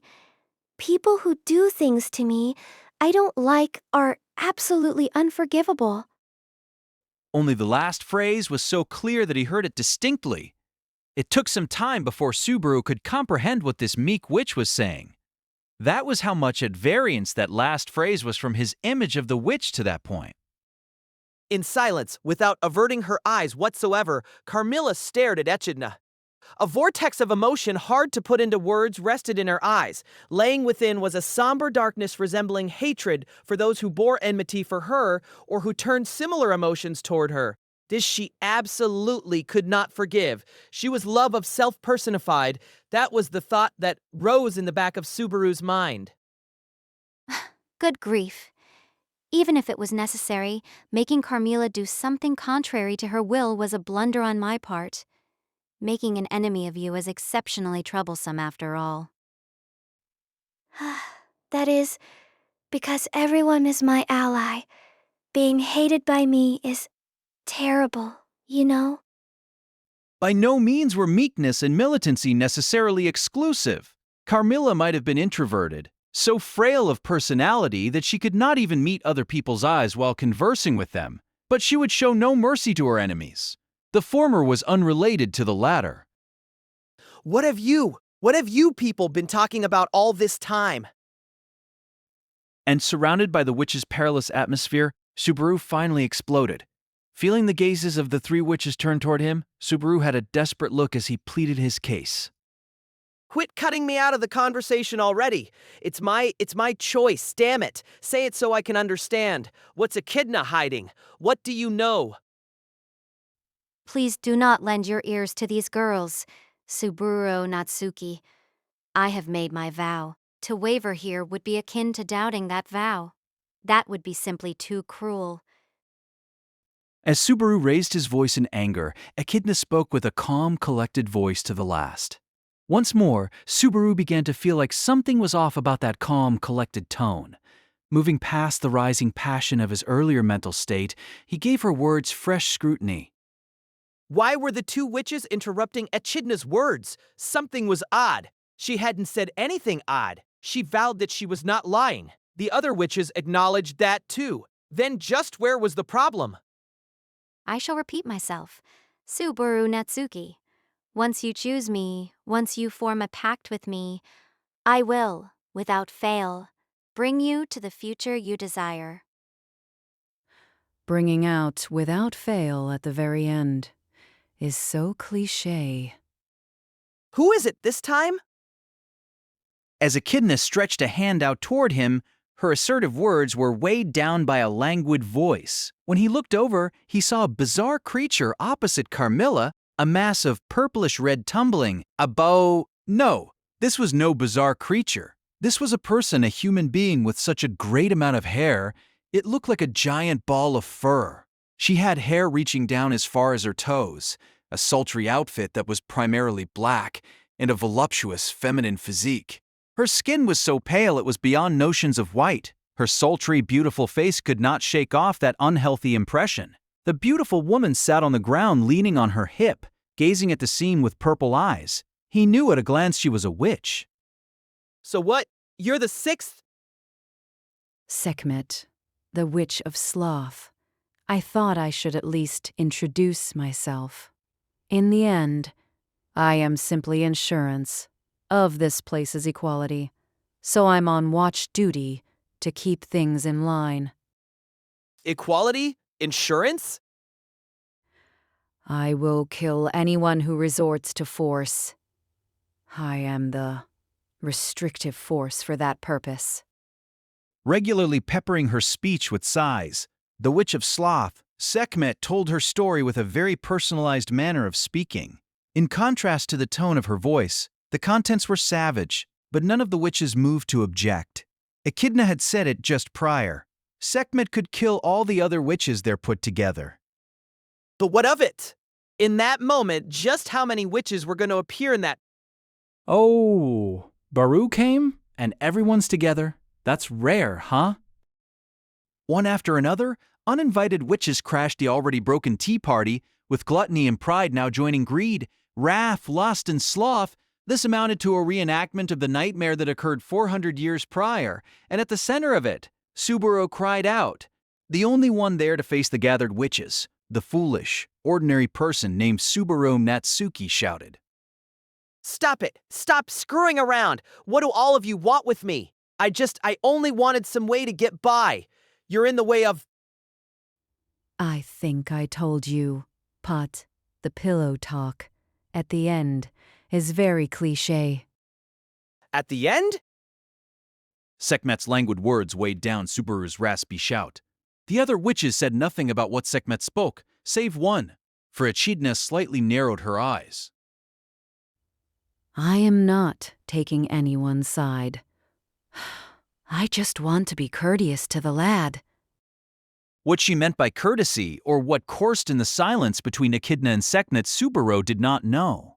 However, from what Sekhmet had said, the words of the witches to that point, and from Echidna's responses and demeanor toward them, Subaru's contemplations finally led to a single hypothesis. The hypothesis that floated up drove none other than Subaru himself into silence. It was extremely difficult to accept. Accordingly, Subaru hardened his cheeks and looked at Echidna. Echidna, you said, without fail, you'd bring me to an optimal future, right? Yes, I did indeed. That is a fact. There is no mistake. I shall fulfill this pact. Between my intellect and your special nature, it shall be accomplished without fail.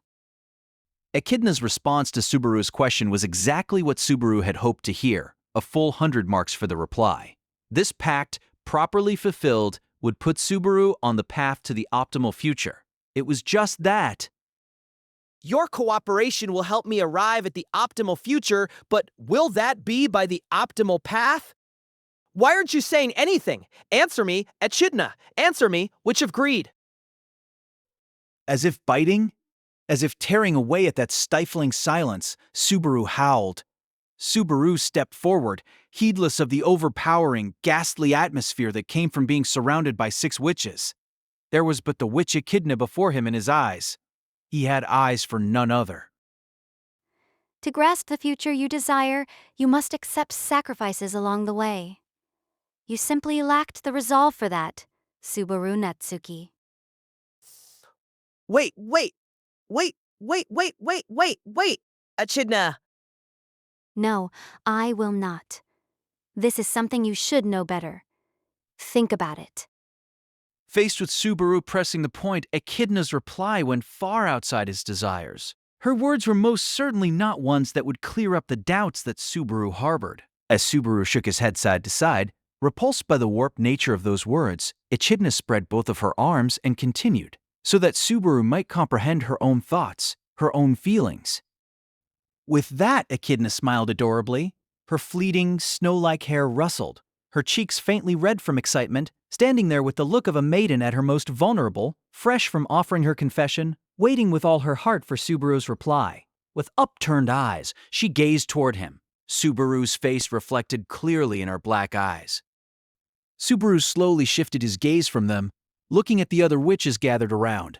The 5 witches besides Echidna were each in various states, watching and awaiting the result of Echidna's confession in their own way. Sekhmet, languidly. Carmilla, disinterestedly. Daphne, with a repulsive smile. Typhon, tilting her head with a mystified look. For some reason, Minerva alone had a face ready to burst into tears. It was funny. He was tempted to laugh. Not that he actually did. Echidna, What is it? you'll be using me? She'd be using him. Such words were repeated over and over as Echidna had spoken. Echidna nodded unreservedly in response. I will.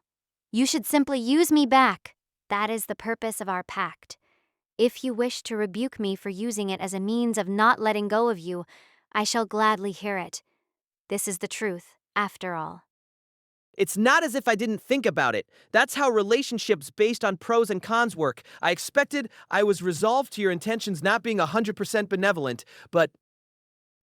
In front of Echidna, Subaru covered his face with his hands. He turned his face toward the sky in a simple lament. But this is just too much. Echidna had an aura of bewilderment at the tenor of Subaru's trembling voice. That settled it. Everything that had accumulated between their first chance encounter and that very moment lost its color and collapsed. Across their introduction, the tea party upon their reunion, the false classroom in the trial, and the obstructions in reality, her presence and her words had saved the broken-hearted Subaru many times over. It was those bonds that had brought him to the determination to form a pact. Cruelly, all those things had come back to mock the foolishness of Subaru Natsuki.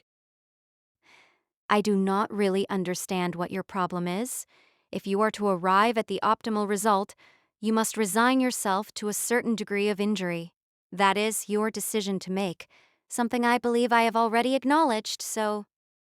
Me resigning to... Not that I've resigned to it, but that's dancing to your tune, ain't it? Unsurprisingly, you find that hard to accept. In the end, it is you who must draw the conclusion. I am merely aiding you to do so. If you wish to place the responsibility for that with me, that would put me in a bind. That's a horrible thing to do, don't you think? Pursing her lips, Echidna made a pouty face as she protested. It seemed like a childish display of emotion out of place enough to make one laugh, but it only served to deepen Subaru's misgivings. Those doubts had been there from the beginning. Now they had only grown stronger. She acted so unwitchy, and many times the gap between the subjective and the objective had instilled ease rather than discomfort. However, at the present, that foreboding he felt strengthened, enlarged, and took definable form. There's no sense of seriousness anywhere in your attitude. Everything you do and say feels superficial. When you laugh, even when you're angry, your attitude is frivolous and childish. Even right now, when it's time to be angry, you're just pouting. It's not an issue of being open-minded or something. That attitude of yours, your attitude is strange. I mistook that for you being someone easy to get along with, but that's not actually it. Echidna, you're someone who can't understand other people's emotions. His fleeting encounters with Echidna to that point, the words they had exchanged, all of them changed to the color of sepia. He believed all those traits made her likable. But as a result of those shallow displays of emotion, he'd come to know better. And faced with such disparaging words, Echidna's expression still did not change. It was not the proper response. This is another place you should be getting angry, see? Is that so? I should have taken this moment to make my voice coarser and shower insults upon you then. I see. I will make a note of that. If we should meet again, I shall put that knowledge to good use. When Echidna replied with those words, all emotion vanished from the witch's face. All emotions worthy of the name vanished, and a witch appeared in their stead. For the very first time, Subaru truly set eyes upon the Witch of Greed. In front of Subaru, cowed into silence, Echidna snapped her dry fingers. As she did so, the purportedly destroyed hill and plain were restored, and the chair and table smashed to pieces returned to their original form. The tea party had 7 chairs arranged. Having provided one for Subaru and each of the witches, Echidna closed one eye. First, would you sit? I would like to speak a little more about pacts. In a situation like this, you're still optimistic I'll form a pact with you? Don't tell me you would reject me over such a minor difference in outlook. I cannot call being temporarily carried away by emotion a wise thing. You should make the realistic, rational choice. Echidna's sound statement made Subaru close his eyes and breathe deeply over and over.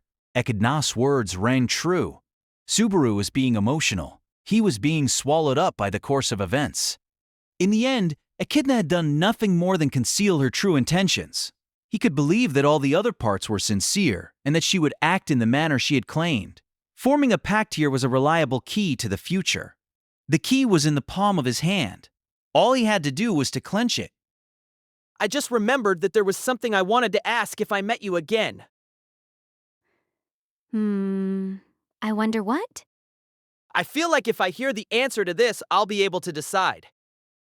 Echidna was waiting for Subaru to present his question, and so Subaru asked the witch a question relating to Echidna that during the loop that had begun with the sanctuary remained a mystery, namely, You know Beatrice, don't you, Echidna? Of course I know her. I am deeply related to that girl's birth. What of it?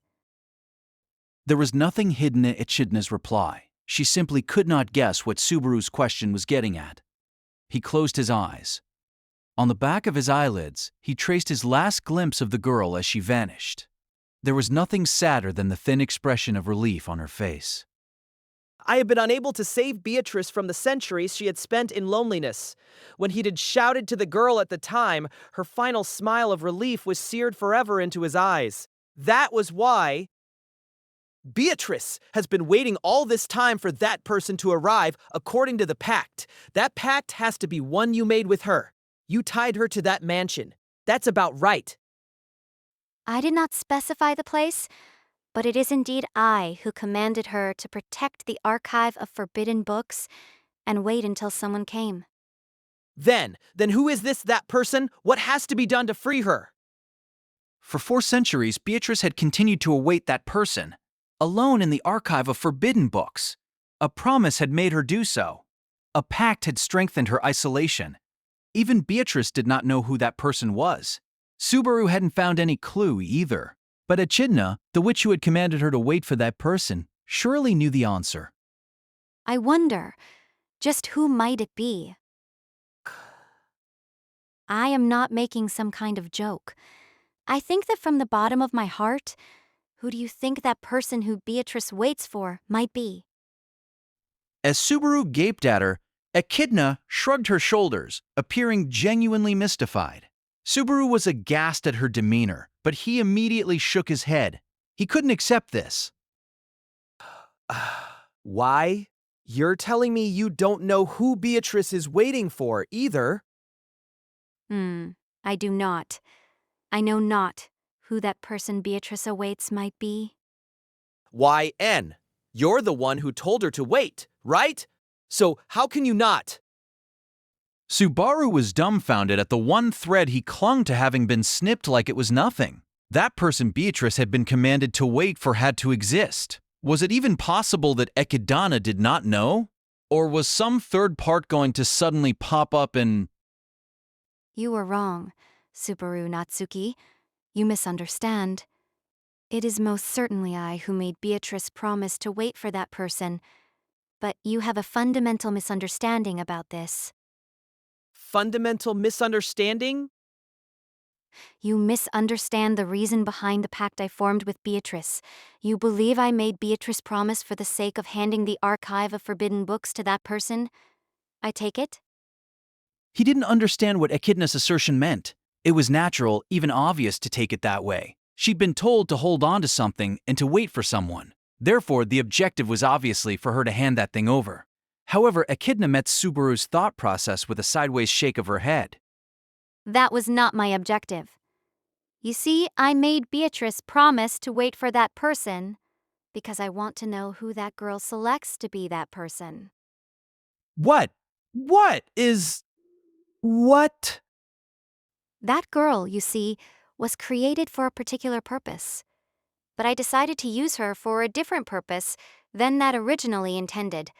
That is why I sent that girl far from the sanctuary.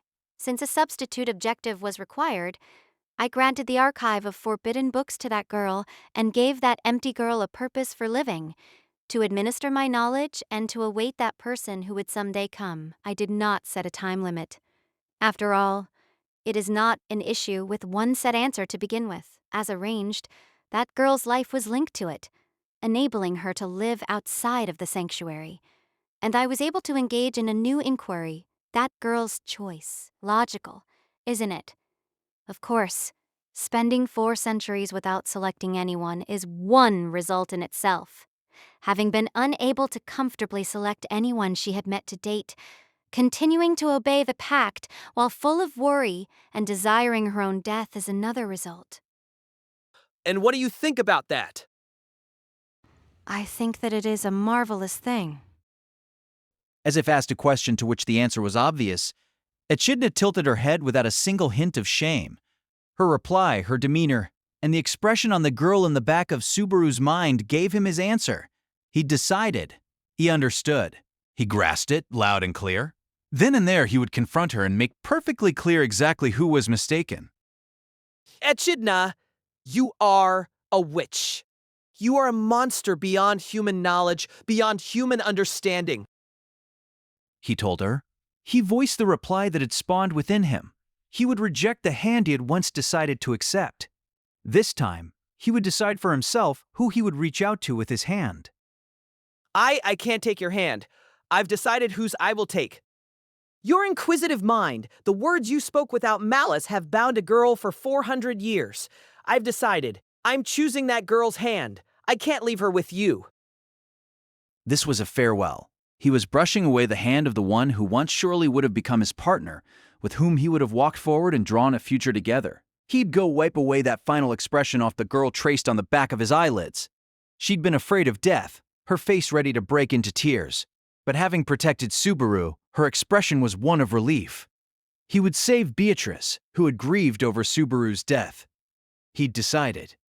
That decision made Echidna narrow her eyes. Countless thoughts ran through her black pupils. She was perhaps meaning to say something to Subaru that would make him change his decision. However, before she could, a change arrived. A sudden change desired by none present had occurred.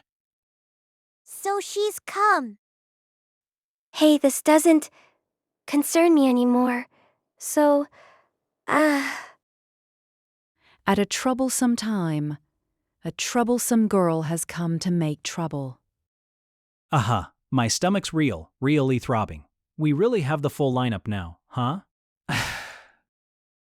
The spectating witches displayed various reactions to the change taking place.